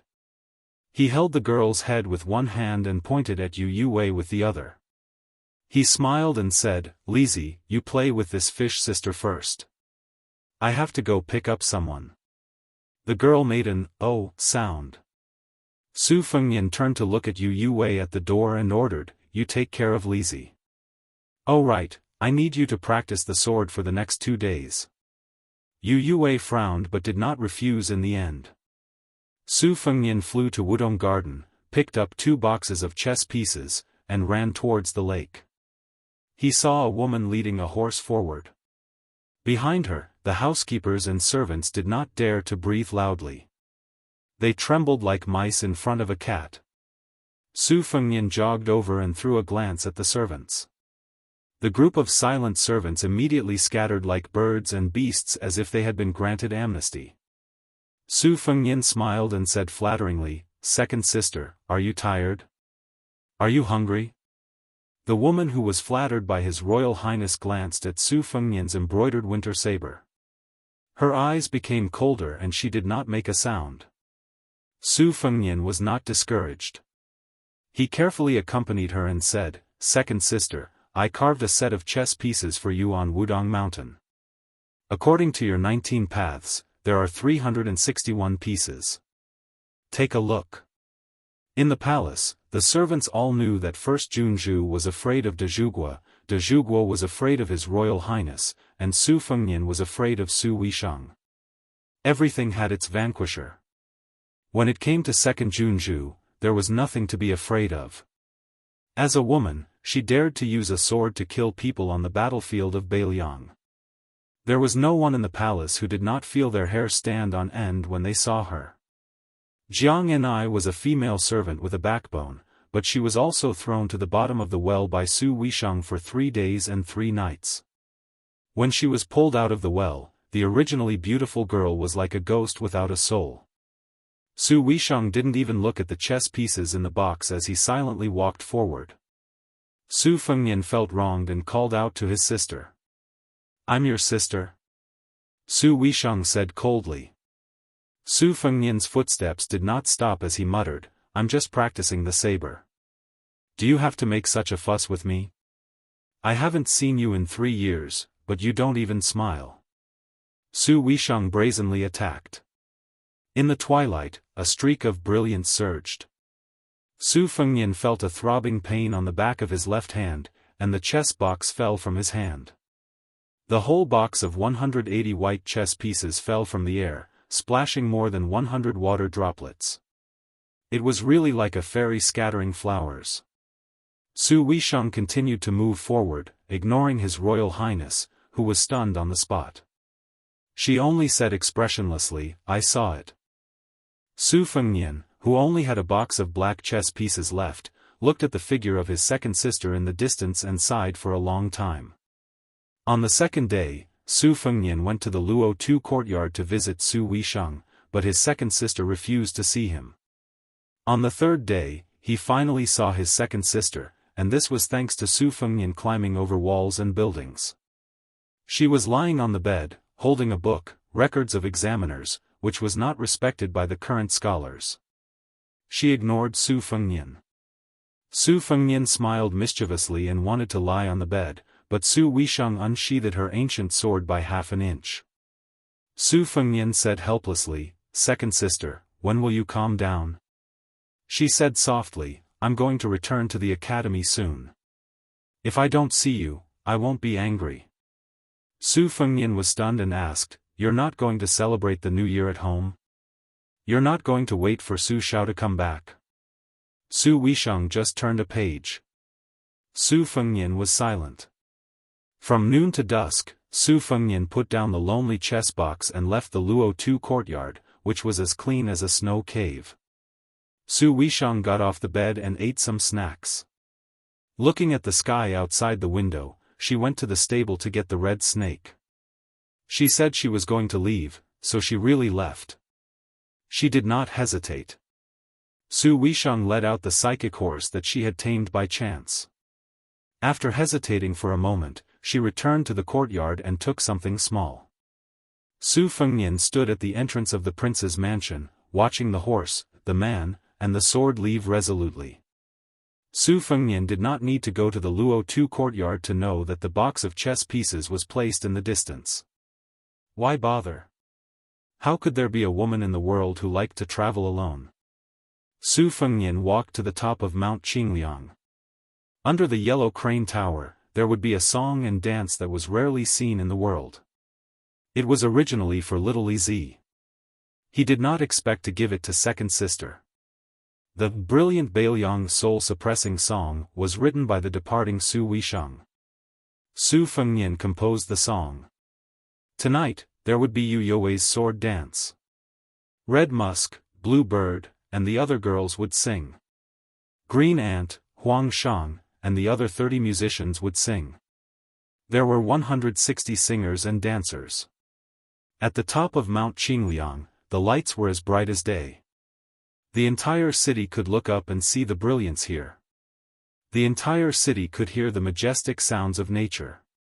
The people in the city crazily spread the news, His Royal Highness is going to reward the children with a song again. Under the yellow crane tower. The flames were like a rainbow.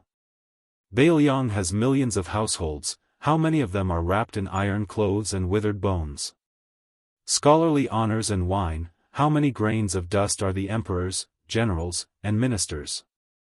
A rabbit walks on the mountain, a fox sleeps in the forest, swallowing the mountains like a tiger. 10 pearls, snow mud, red stove, white hands and a slender waist become orphans. 100,000 crossbows shoot down countless. Millions of heads roll on the road. A good man, don't say that the heroes of the world have fallen into his trap. Little girl, don't hide your admiration deep in your belly.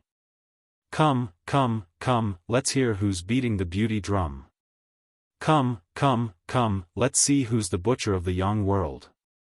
The soul-suppressing song had a total of 1,008 words. It was widely circulated in the Bailiang army. There were only 3 people on the city gate tower, Su Xiao, his adopted son Chen Jibao, and Su Weisheng, who was stopped by them in the end.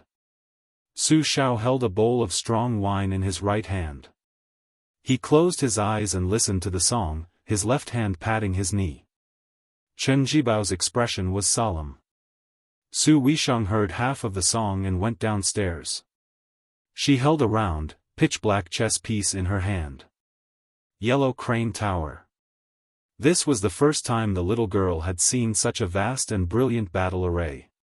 She was so shocked that she couldn't speak. The timid and stupid Nanbei beside her was so scared that he ran away and disappeared without a trace. Li Zi stared blankly at His Royal Highness who was reclining on a couch not far away. He was slowly drinking wine, wearing a purple and gold crown on his head, dressed in a white robe, and a scarlet mark between his eyebrows. He looked like a celestial being who had forgotten his worries. Chapter 72. On the 4th day, she finally ran out of ideas. The little monk, Bei Bei, was also on the verge of going crazy. The little girl could only sigh and groan as she walked to the carriage that Su Fengnian had prepared for her. The carriage was filled with her favorite snacks and fruits. She put them all on the bill, so the next time she saw Su Fengnian, she would have to pay him back. As for whether or not the copper coins in the bowl under her father's bed were enough, she didn't care at all. The little monk, Bei Bei, was also about to go crazy. The little girl could only sigh and groan as she walked to the carriage that Su Fengnian had prepared for her. The carriage was filled with her favorite snacks and fruits. She put them all on the bill, so the next time she saw Su Fengnian, she would have to pay him back. As for whether or not the copper coins in the bowl under her father's bed were enough, she didn't care. The little girl saw that His Royal Highness didn't seem to be getting on the carriage, as if something was missing. She anxiously said, Su Fengnian, you're not going to see me off. Su Fengnian raised his head and gently said, No, I'm afraid that I won't be able to resist snatching you back once we leave the city. The little girl immediately became happy. See, Su Fengnian still cared about her as a close friend. If he couldn't see her off, then so be it. He was still young, and she was still young. She wasn't afraid that she wouldn't have a chance to see him off in the future. Besides, Su Fengnian said that he would come back to her home to play in 2 years at the latest. The little girl was so happy that she forgot that she hadn't told His Royal Highness where she lived or what temple it was. There were countless temples in the world. No matter how resourceful His Royal Highness was, if he didn't have a clue, how could he find it? She sat in the car and lowered her head to play with a string of red sandalwood prayer beads in her hand. 108 beads symbolized the destruction of 6 roots and 6 kinds of worries in 3 lifetimes. This was a sacred object of Buddhism that His Royal Highness piously asked for from an eminent monk of Mount Jiuhua. The master of that eminent monk just happened to pass away at the age of 108. He held this string of Buddhist horse rope and chanted countless sutras. Naturally, it contained a kind of great merit that could only be understood. It could be seen that the heartless His Royal Highness cherished this little girl from the bottom of his heart. That night, the old soldiers in the city were filled with mixed feelings as they listened to the brilliant Bailiang's soul-suppressing song. The little girl ran to His Royal Highness's couch and was pulled into his arms. she wasn't shy at all. Listening to the song and smelling the scent of alcohol, she felt her heart was at peace. Before boarding the car, the little monk clasped his hands and bowed to Su Fengnian. Su Fengnian smiled and bowed back. The little monk was more familiar with the ways of the world than the little girl. He said many words of gratitude from the bottom of his heart. From the beginning to the end, the little monk didn't have any aversion to this notorious, heavenly, playboy of Bailiang. Perhaps it was because he had heard Li Zi talk about how good and smart Su Fengnian was before they met, so he had a good first impression of him. In addition, during this period of time, he only saw His Royal Highness playing with Li Zi. He didn't see him being domineering or evil. In the end, he even brought him a few Buddhist scriptures that the temple lacked from that big attic. The little monk really couldn't hate him. The carriage moved slowly. The little girl lifted the curtain and waved her hand vigorously. Su Fengnian smiled and waved back. When she could no longer see Su Fengnian's slender figure, the little girl sat back down on the embroidered stool. She was a little annoyed and her heart was empty. The little monk asked, "Li Zi, why didn't I see the coachman you mentioned, old Huang?" The little girl, who was originally listless, immediately became radiant and said, "Old Huang, he's the most interesting. When he smiles, I can see that he's missing 2 front teeth. Old Huang loves his ivory comb the most. He always hides it, afraid that Su Fengnian will sell it for money. But he's willing to let me comb his hair. Anyway, old Huang and I have a good relationship." As long as Li Zi was in a good mood, the little monk was in a good mood. Even if Li Zi was in a good mood because of old Huang or even Su Fengnian, the little monk didn't care. Stupid Nanbei. The little girl suddenly used her finger to knock the little monk's head and scolded, "Who told you to call me Li Zi?" The little monk held his head and said, "Su Fengnian always calls you that." The little girl became angry from embarrassment and said, "Are you him? Are you the same?" The little monk said timidly, "Okay, thing." The little girl gritted her teeth and said, "You're not allowed to call me thing. Wu Nanbei, you stupid Nanbei." The little monk tactfully shut his mouth. She was really angry.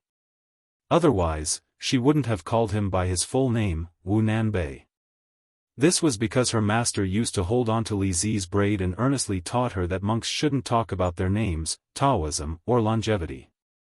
She was not allowed to call her family by their original names before they were born. Alas, her master didn't have any strong points. This was the only good thing about him. Li Thing. Wu Nanbei. Although the little monk's face was reserved, he was actually thinking happily in his heart, "Your thing, and I'm Nanbei. As long as we're together, everything will be fine." Poor Su Shao could only appear in his mansion when the little girl and the little monk left the city. He sat with Su Fengnian in the pavilion in the middle of the lake. Only the father and son were there. Even Chen Zhibao wasn't present. De Zhugua had 6 adopted sons. Chen Zhibao, Yuan Zuozong, Yi Shizhen, Yao Jian, Qi Danghua, and Chu Lushan. Their personalities were very different. His Royal Highness also had a subtle relationship with them. Su Fengnian didn't get along with Chen Zhibao since they were young. In the past, he didn't have a good impression of Yuan Zuozong and Qi Danghua, the 2 invincible generals. In the past year, their relationship had improved so much that they even drank together a few times. As for the scholarly general Yi Shizhen, his relationship with His Royal Highness was always mediocre. However, Yao Jian, who was proficient in the green pouch technique, was always able to talk to Su Fengnian. The young heir liked to watch Yao Jian gnaw on soil and seal acupoints the most. He always found it very interesting. Needless to say, the round Lu Qiuer bowed and bent his knees as if he was Su Fengnian's biological son. No one doubted that if His Royal Highness wanted him to kill his family's wife and children, Lu Qiuer would frown. Su Shao said proudly, "I met your second sister near the city gate. This time, she didn't scold me. Isn't your father awesome?" Su Fengnian said gloomily, she didn't scold you because she was sulking with me. She didn't take you seriously at all. Su Xiao, the dignified de Zhugua, was acting like a village farmer.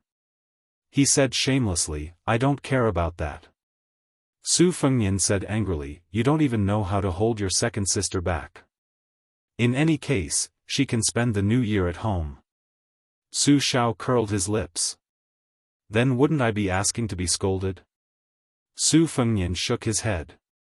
He had a stomach full of anger. He took a deep breath and asked, I performed that illegal song and dance 2 days ago. Is it all right? Su Xiao said embarrassedly, it's fine, it's fine.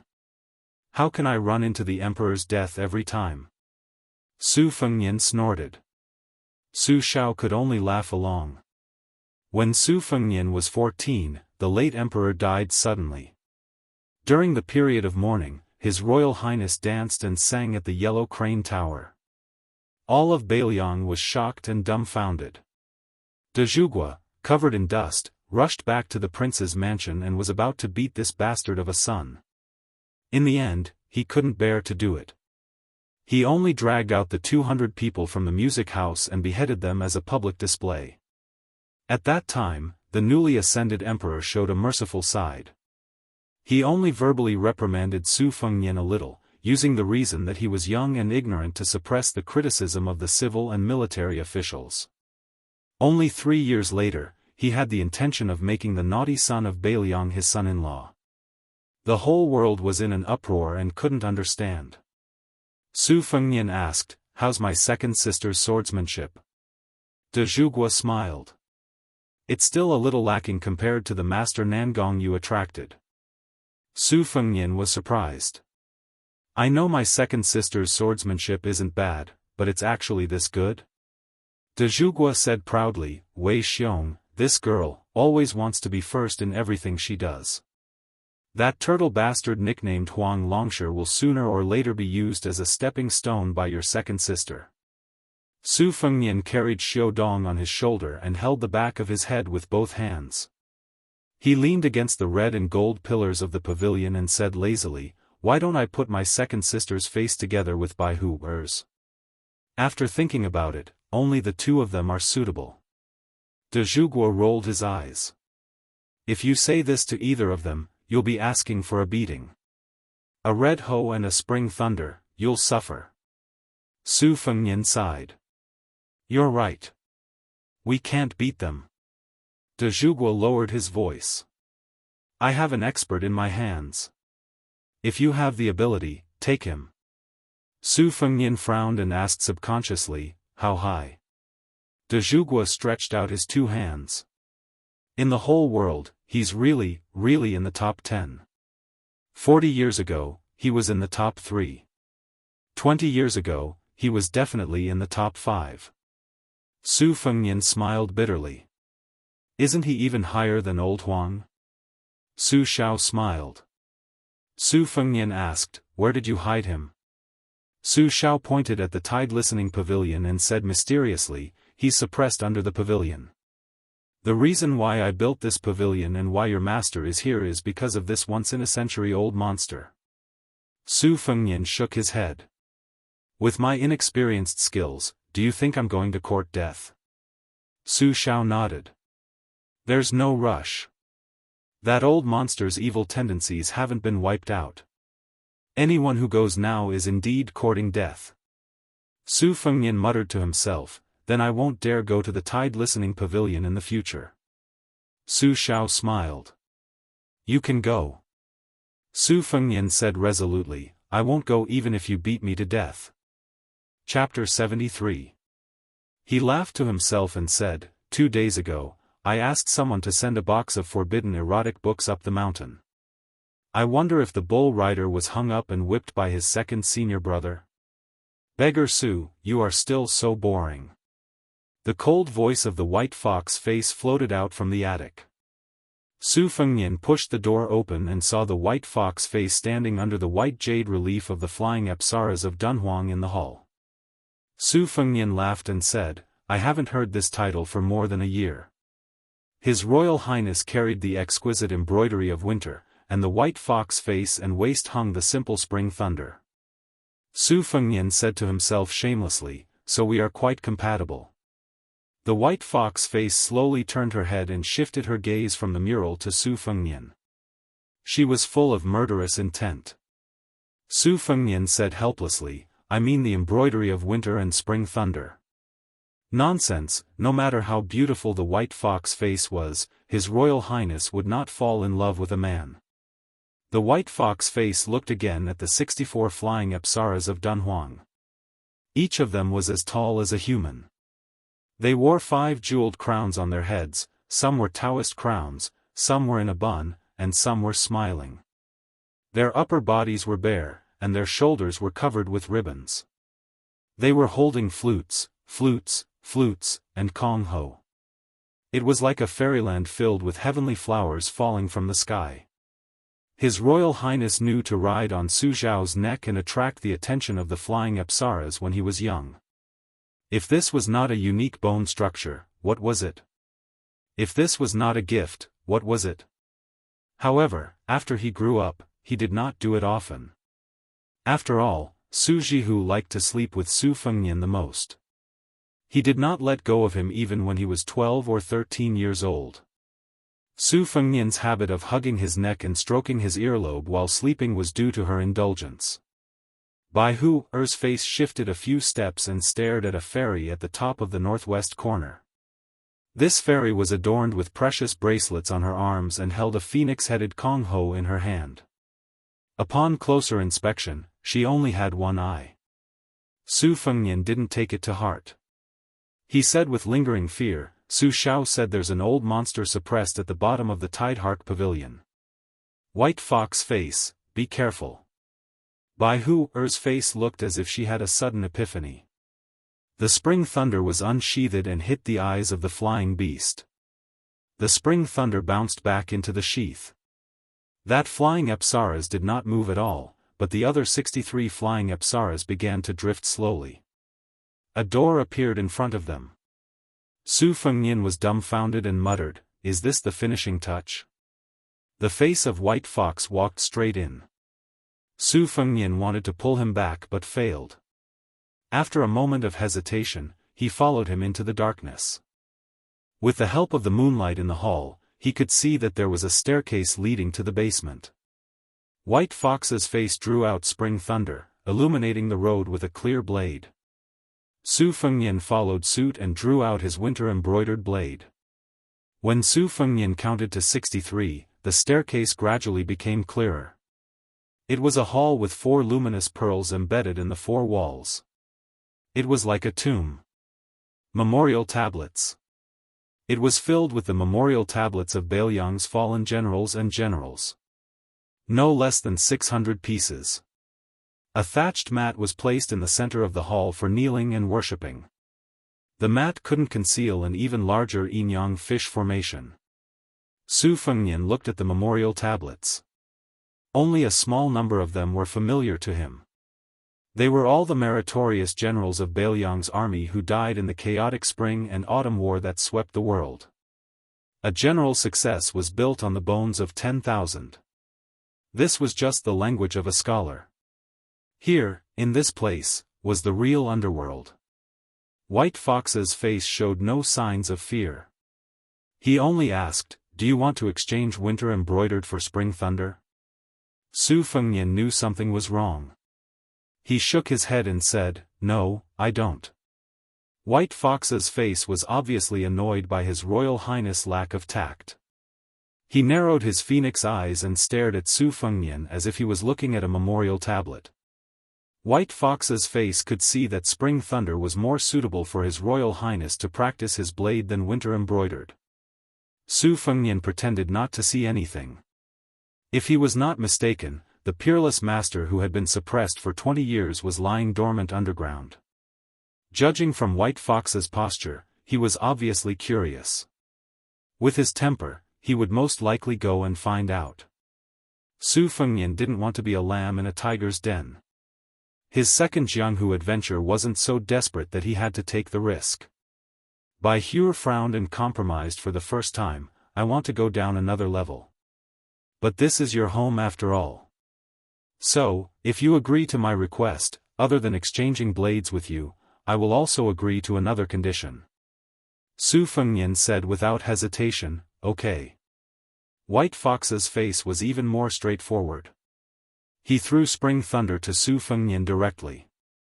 Su Fengnian caught Spring Thunder. He was not in a hurry to exchange Winter Embroidered to White Fox's face. Instead, he asked seriously, can I state my condition now? White Fox's face nodded. Su Fengnian said seriously, the condition is that we don't go down now. If you want to go back on your words, you have to kill me first. Ah, no, you have to knock me out. White Fox's face widened his pair of limpid eyes and looked at His Royal Highness who was holding dual blades. Suddenly, White Fox's face smiled. If those Dunhuang flying Apsaras were to be compared to the current him, they would not have the immortal Buddha Qi.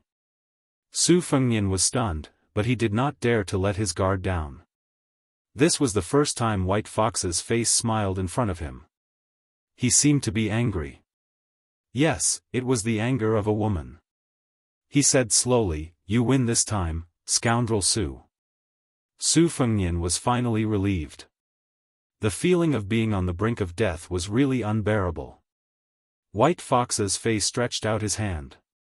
Su Fengnian's eyes were full of doubts. White Fox's face said angrily, give me Winter Embroidered blades. Go upstairs. We'll go down when you're braver. Su Fengnian was stunned. He threw the Winter Embroidered blades to White Fox's face. He was a little reluctant to part with them.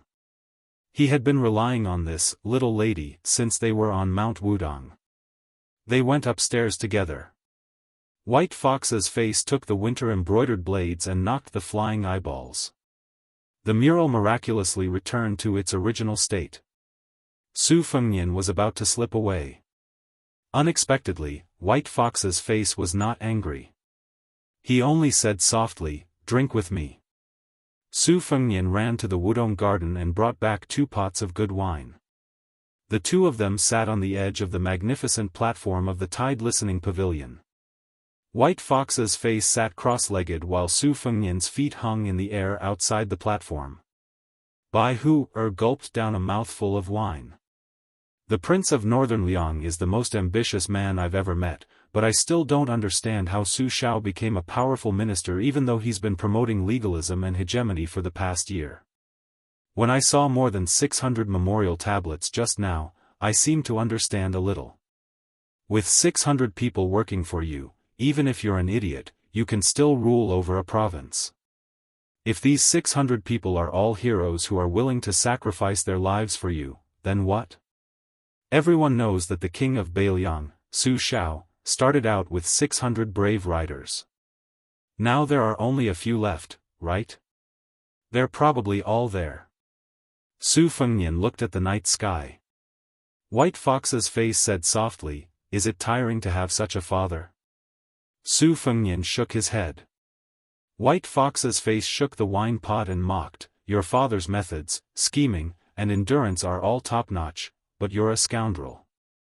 Su Fengnian smiled bitterly. Don't make fun of me, an idiot.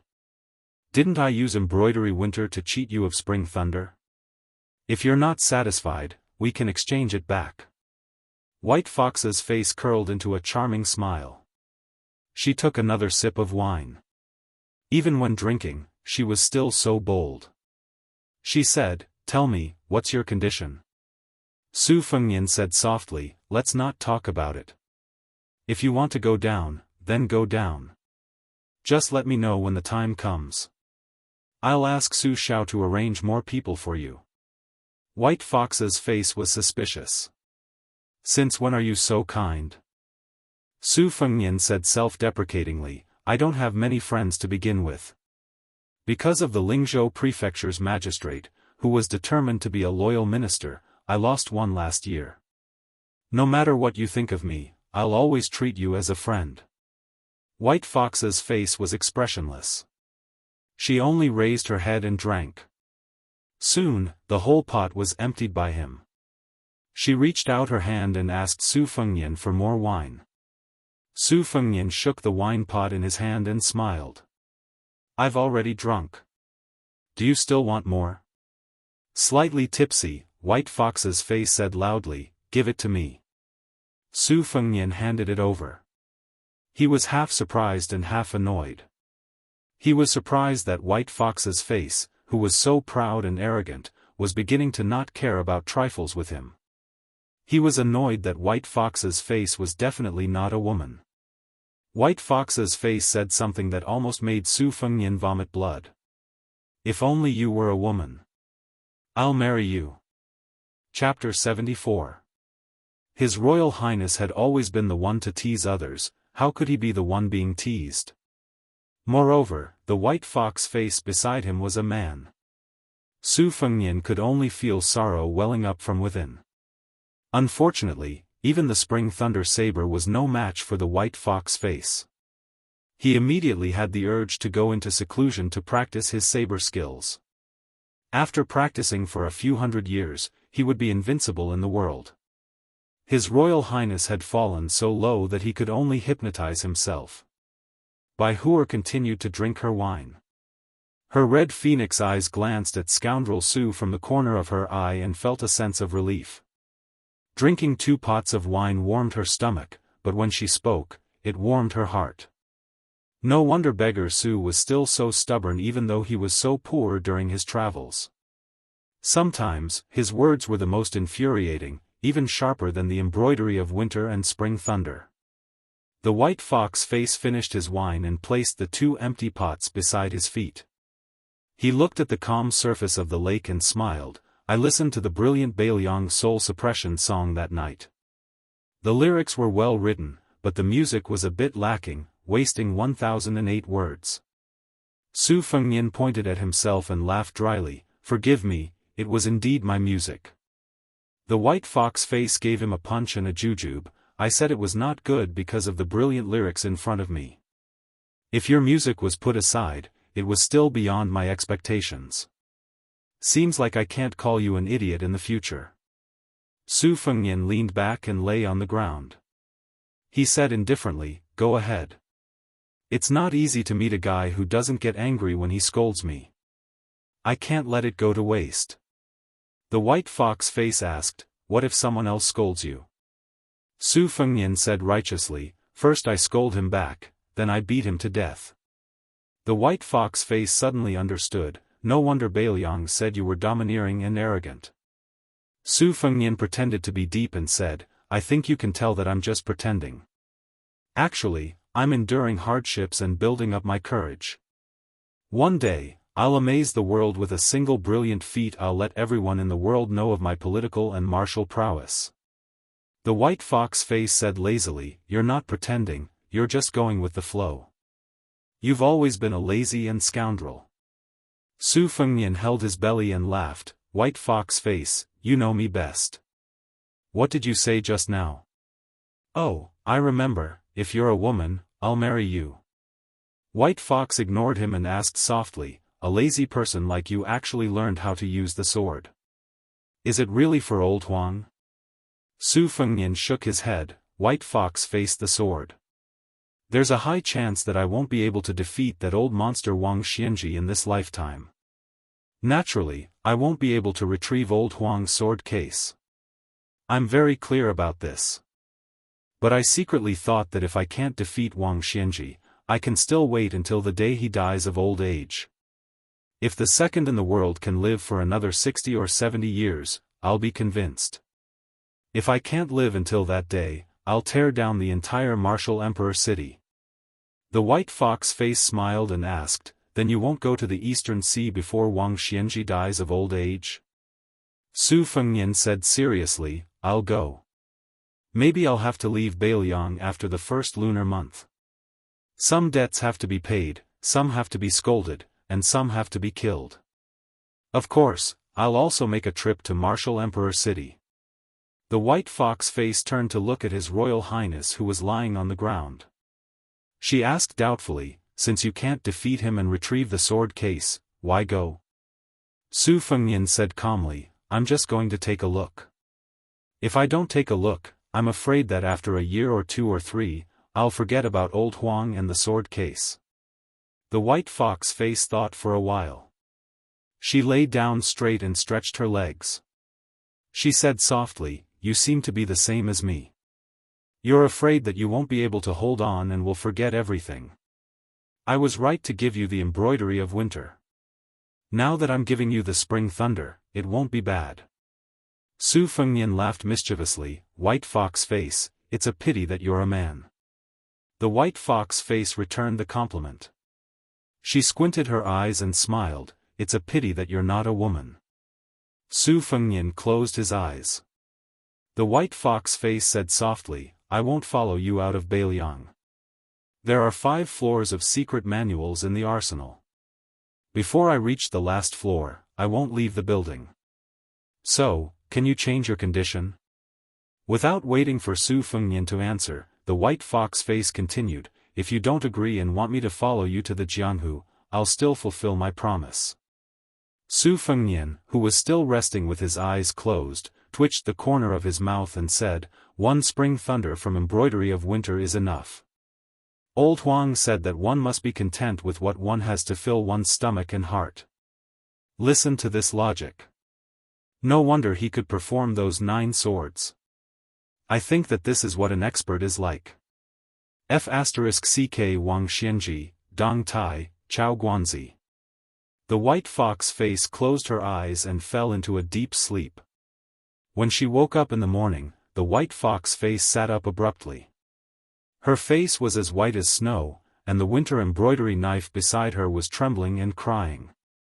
When the white fox face realized that she was wearing a familiar mink coat, she quickly calmed down and laughed at herself. Chapter 75. When Su Fengnian found Jiang, she was carrying water to wash clothes. She was reluctant to use force to wash a few thin and white clothes. When she saw Su Fengnian, the female servant who had grown from Princess Taiping to Princess Weiping with great difficulty, she turned a blind eye to His Royal Highness. Su Fengnian had heard that when his second sister returned to the palace, although she ignored him, she had secretly taught a lesson to this girl who had foolishly written the Great Gunghorn Oath to Kill post. Su Fengnian did not feel any heartache. He only rejoiced in her misfortune. "Who told you to make trouble and not properly clean that little vegetable garden?" Jiang seemed to see Su Fengnian's malicious smile from the corner of her eyes. Her face became even colder and she accidentally used too much force to wash the clothes. Her eyes were filled with annoyance and her movements immediately became lighter. She no longer cared about fighting with Su Fengnian. His Royal Highness was a prodigal son of a noble family who could casually make a set of Beiliang soul-suppressing song that was known throughout the city when he was bored. And she was just a female servant who did not even dare to use force to wash a few pieces of clothes.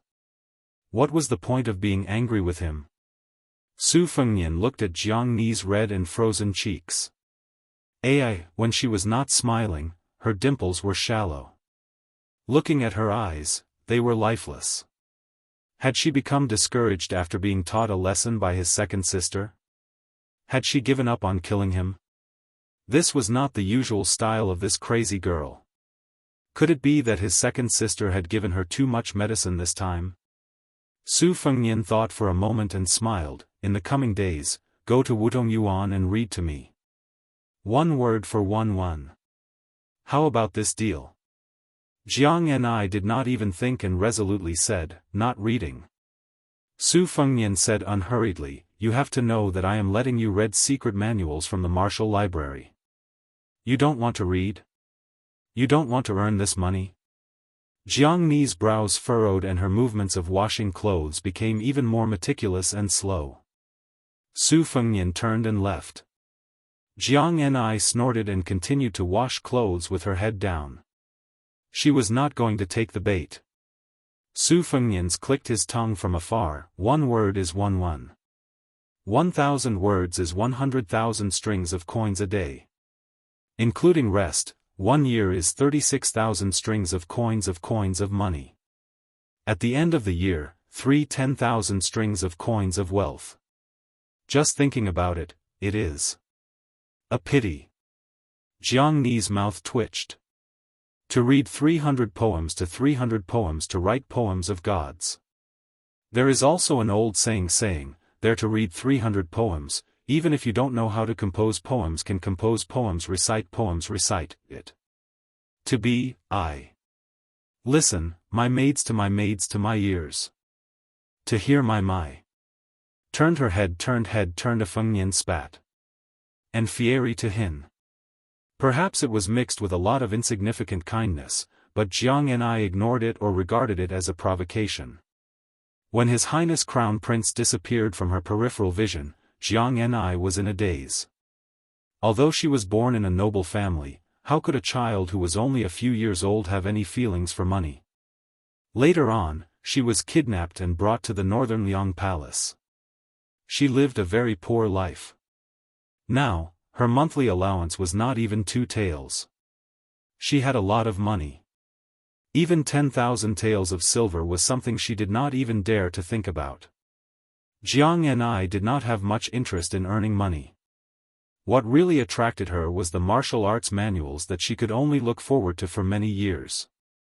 Of course, she knew that Su Fengnian, this mean and evil person, was practicing his blade with all his might in Wudong. He did not rest for even a moment.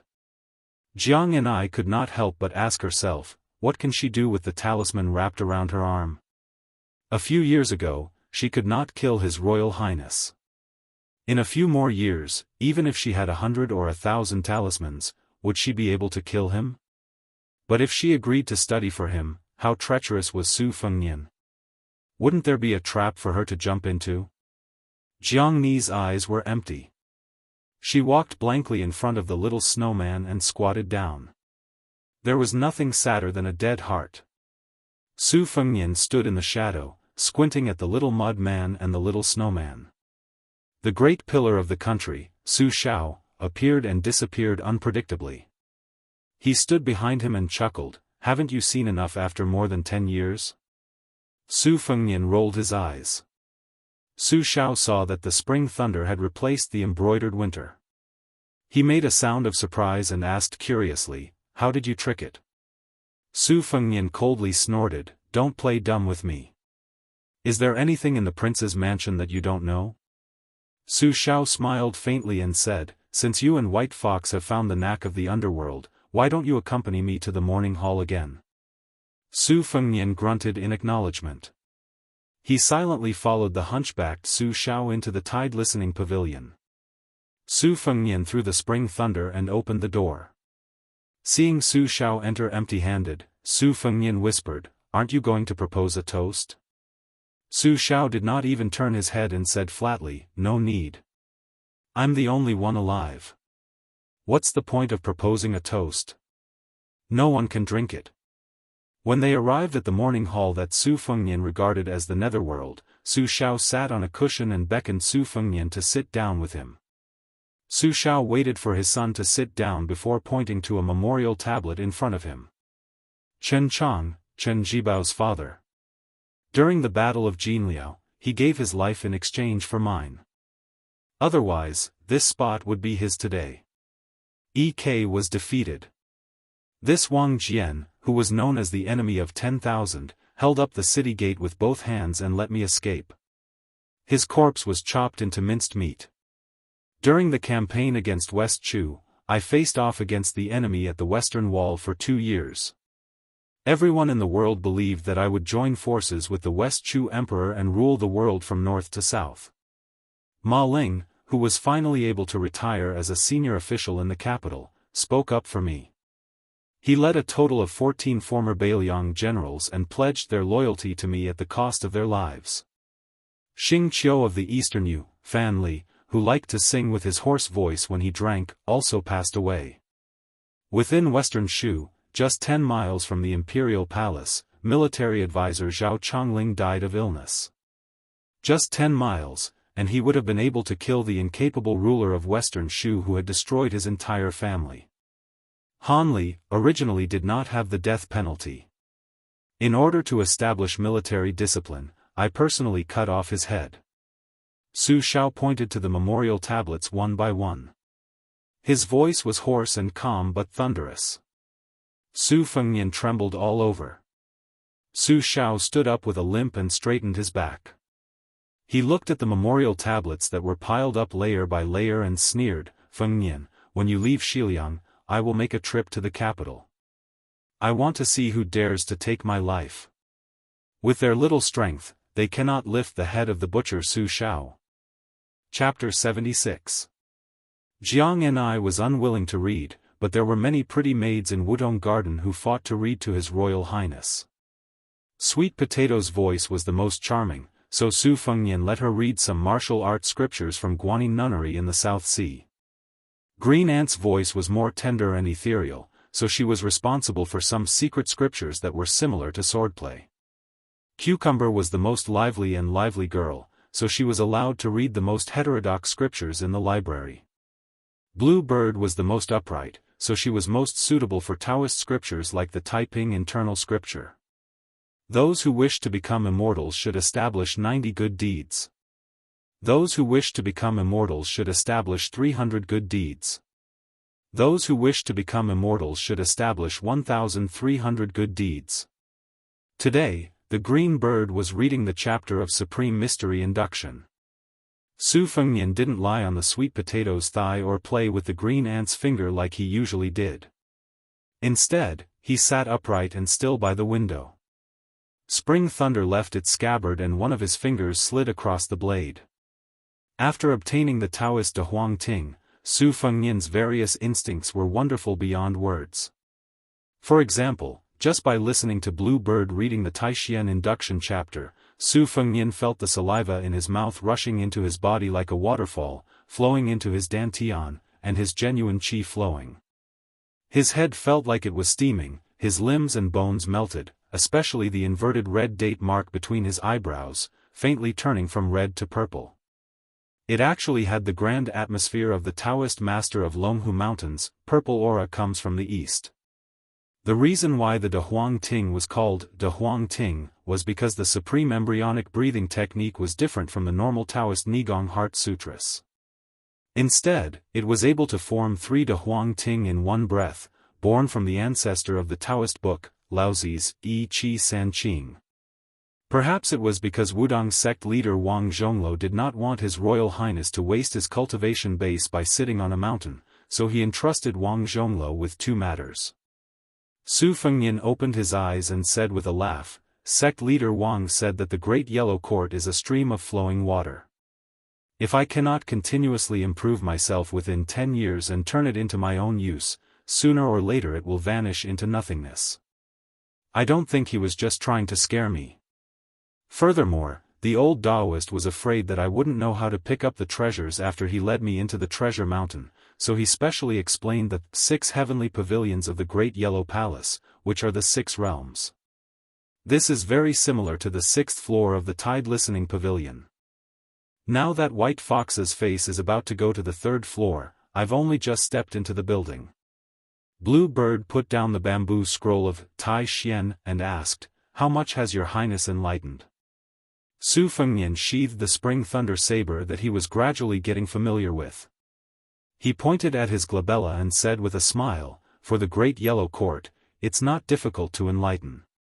The difficult part is to retain the 3 pure ones qi. The more enlightened I become, the more I lose. If I slack off for even a day, I won't be able to make ends meet." This Wudong sect leader is ruthless to himself, but even more ruthless to me. Blue Bird was stunned for a moment, but she smiled without saying anything.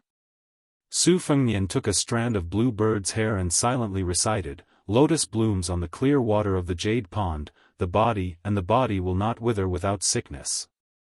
Both the body and the spirit will not die, and the immortal will be able to ascend the heavenly gate with one step." Blue Bird was puzzled and asked, "Your Highness, which book did this prophecy come from?" Su Fengnian stroked her soft hair and said self-deprecatingly, "You don't allow me to make up some nonsense?" Blue Bird was in high spirits. Second rank made Cucumber hid at the door sneakily, as if she was unwilling to come in. This was abnormal. Su Fengnian laughed and scolded, "Do you plan to stand there for the rest of your life?" Cucumber reluctantly entered the room and whispered, "Your Highness, that girl surnamed Jiang is in the courtyard. Why don't I drive her away? Su Fengnian didn't know whether to laugh or cry. He said, let her in. Don't think that I don't know that during the Mid-Autumn Festival, you acted on your own initiative and forbade Yu Wei from picking the osmanthus flowers. How come I heard that in Wudong Garden, you love to eat the osmanthus cakes she makes the most? You can eat a big box of food at a time. I was wondering why you gained so much weight this winter. Is it all because of the osmanthus cakes? If you continue to gain weight, you'll have to change out of your old clothes. Cucumber's face turned red. Su Fengnian waved his hand and the clever maid went out of the room to bring Jiang and I in. Blue Bird took the initiative to leave. Su Fengnian looked at Jiang and I looked at Su Fengnian. Neither of them admitted defeat. It depended on who had more patience. When Su Fengnian calmly picked up the bamboo scroll, Supreme Mystery Sensing Chapter, Jiang and I said fiercely, is the deal you mentioned still valid? Su Fengnian didn't play dumb and said directly, it's still valid. Jiang and I didn't have the consciousness of begging and said, I'll only read for you if you pay 2 copper coins per word. Su Fengnian said firmly, there's no room for discussion. 1 copper coin per word. Jiang and I said calmly, 2 copper coins.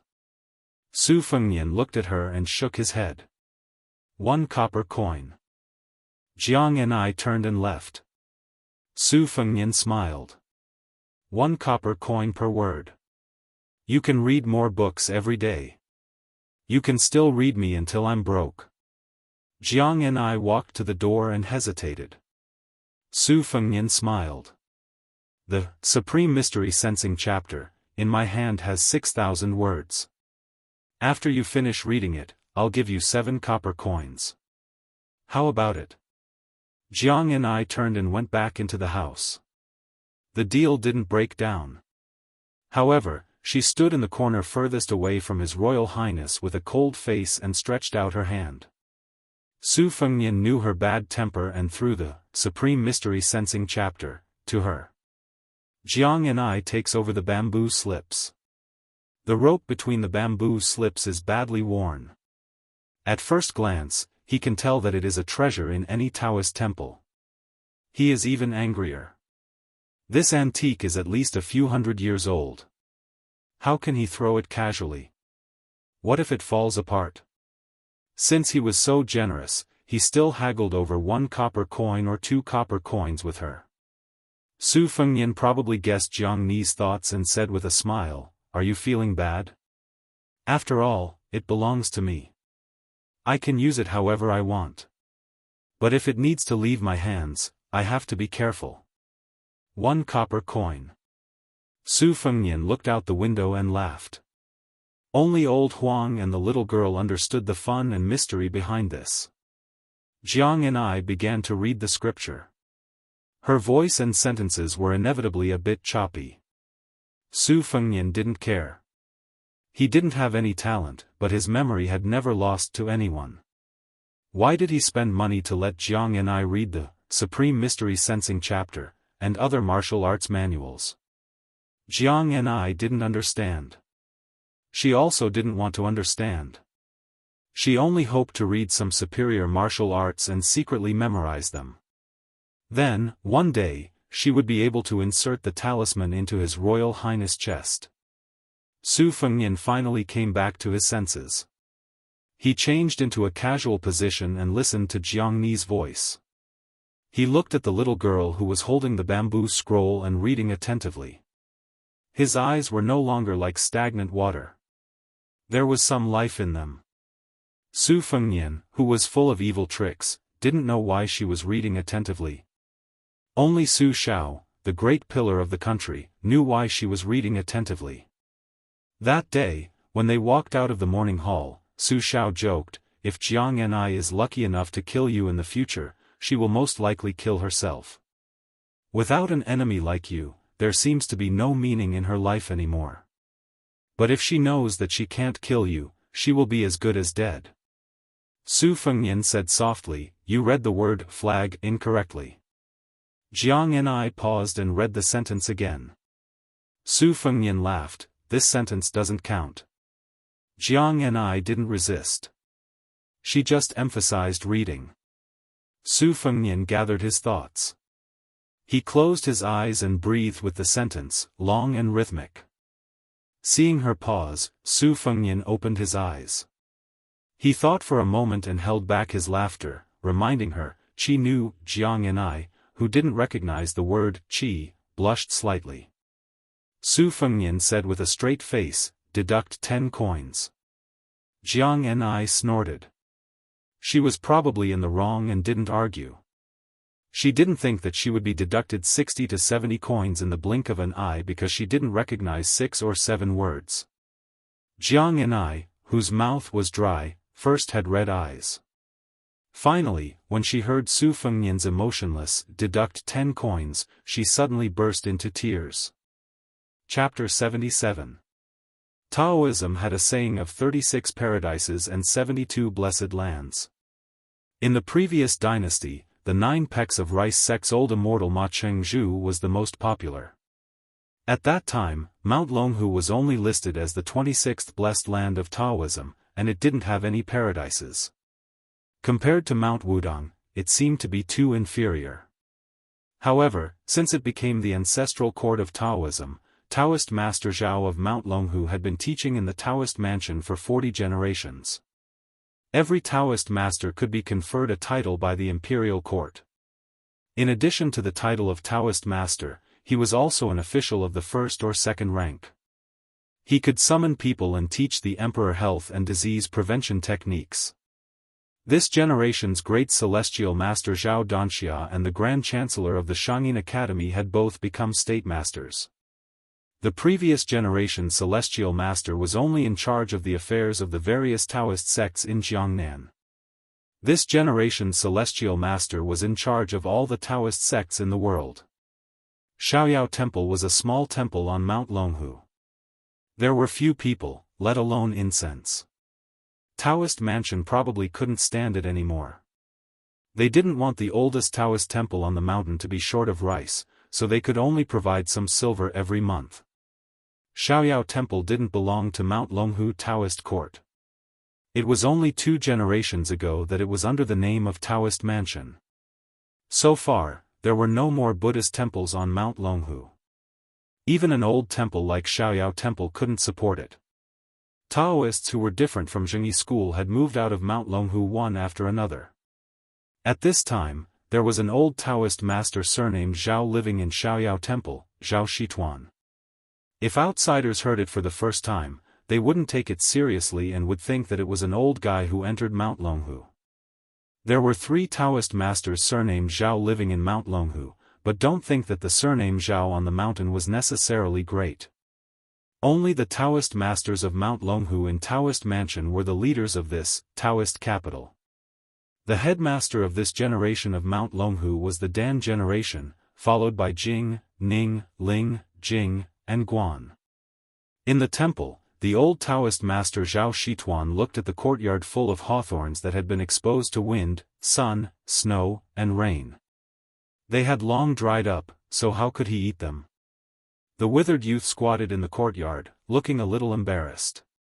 The old Taoist stood by the side. Today was a good day for a hero to talk about his past bravery.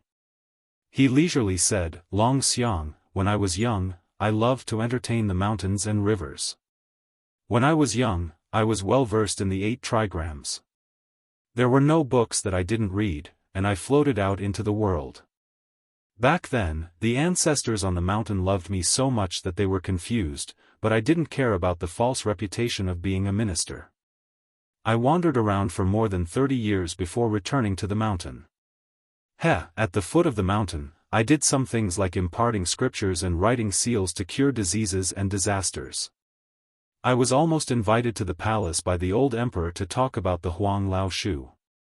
Although many people in the Taoist mansion have been to the capital and entered the imperial palace, that's because they also have the surname Zhao. Long Xiang, don't look at the hawthorns. Talk to me. We don't talk much every day. Outsiders will think that I don't care about you. My disciple, Why don't I teach you the great dream of spring and autumn that our ancestor only passed down to me? This is a Daoist immortal art that even my arrogant nephew couldn't comprehend. I'm only able to protect this carefree temple because of this great dream of spring and autumn. This mantra is comparable to Wudong's big yellow court. I can sleep for 3 years now because the old ancestor is amazing. It said that it's not difficult to sleep for 60 years. I wonder if the old ancestor immortalized back then. The old Taoist saw the youth's expressionless face and felt a little bored talking to himself. He yawned and was about to fall asleep. His left leg was bent on the ground and his right leg was placed on top of his left leg. He held his chin with one hand and fell asleep. There was no chair under the old Daoist's buttocks, but his body swayed back and forth without falling. The old Daoist of Mount Longhu's Hope generation held his chin with one hand as if he was holding a sword while the fingers of his left hand were like hooks, forming the double yang meridian incantation. The old man's murmur could be heard, sleep in spring and autumn, sleep in spring and autumn, sleep in spring and autumn, sleep in spring and autumn, sleep in spring and autumn, sleep in spring and autumn, the stone root lies high and forgets the year. Without a blanket, without a quilt, heaven and earth as a bed, draped with a bright moon. Thunder rumbled, lightning flashed, and Mount Tai was destroyed. 10,000 feet of seawater fell from the sky. Black dragons screamed, and ghosts and gods were frightened. I was sleeping soundly. Outside the courtyard, there was a young Daoist dressed in a noble yellow Daoist robe. He stood still with his eyes closed and muttered, eyes to the nose to the door of life, the heart to the interior. His breathing was continuous as he silently held on. The void was extremely quiet. Within the true energy floating core pool, inside the divine water ring 5. Call Jiating, summon the spirits of the 100. My God is out of the 9 palaces, roaming the green and jade. Looking at the sea in my dream, yin and yang are mentioned in the smoke. I don't know that 500 years have passed since the spring and autumn period. Su Longxiang saw that the old Daoist beside him was dozing off and refused to leave, so he got up and left the courtyard. The pleasure temple was not at the top of the mountain, but at the foot of the mountain. It was indeed a world of difference from the Taoist master's residence. However, when he went out, he could see the green dragon stream that was wrapped around the mountain like a jade ribbon. Su Longxiang walked to the stream and stared blankly at the 2 bamboo rafts tied to the bank. The youth was afraid of water, so he naturally did not dare to board the rafts and follow the stream. The young man in the yellow Daoist robe stood proudly by the stream and sneered, "Idiot surnamed Su, to think that Taoist master she taught you how to sleep in the spring and autumn period. Do you understand? If you don't, then go back to Beiliang. Dragon Tiger Mountain is not a place for idiots like you to stay." Su Longxiang turned a deaf ear and stared blankly at the stream. Although the young Daoist with the strange face mocked, he kept a distance from Huang Manor. The last time he came to the pleasure temple to visit his ancestor, he accidentally stepped on a hawthorn and was almost chased from the foot of the mountain to the top by this idiot. He was in a very sorry state. Many Daoist sisters and aunts on the mountain laughed at him for a long time. It was a great humiliation. However, he could see that the idiot was afraid of water. Seeing that Su Longxiang had finally turned his head, the young Daoist floated to the bamboo raft. With a light tap of his foot, the raft slowly slid to the other side of the stream. It seemed that the young Daoist had played a trick. The bamboo raft stopped in the middle of the stream. On the bamboo raft stood 5 or 6 scholars who came to Dragon Tiger Mountain in search of immortality. When they saw this mysterious scene, they were in an uproar. The Daoist laughed and said, "Huang Manor, if you have the ability, then come. I heard that you have 2 sisters. One is dissolute and the other is fishing for fame." Su Longxiang was indifferent. The Daoist continued to mock, "You have an older brother?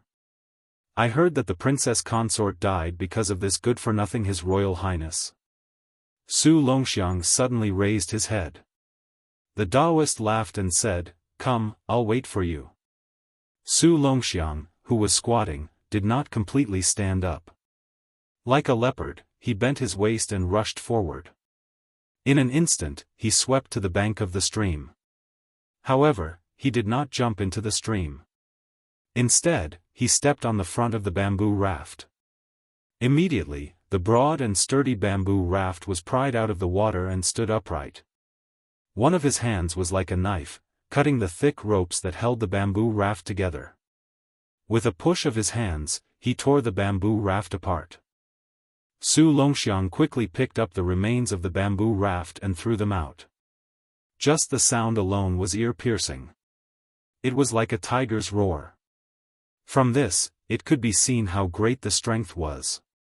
The rain of arrows fell.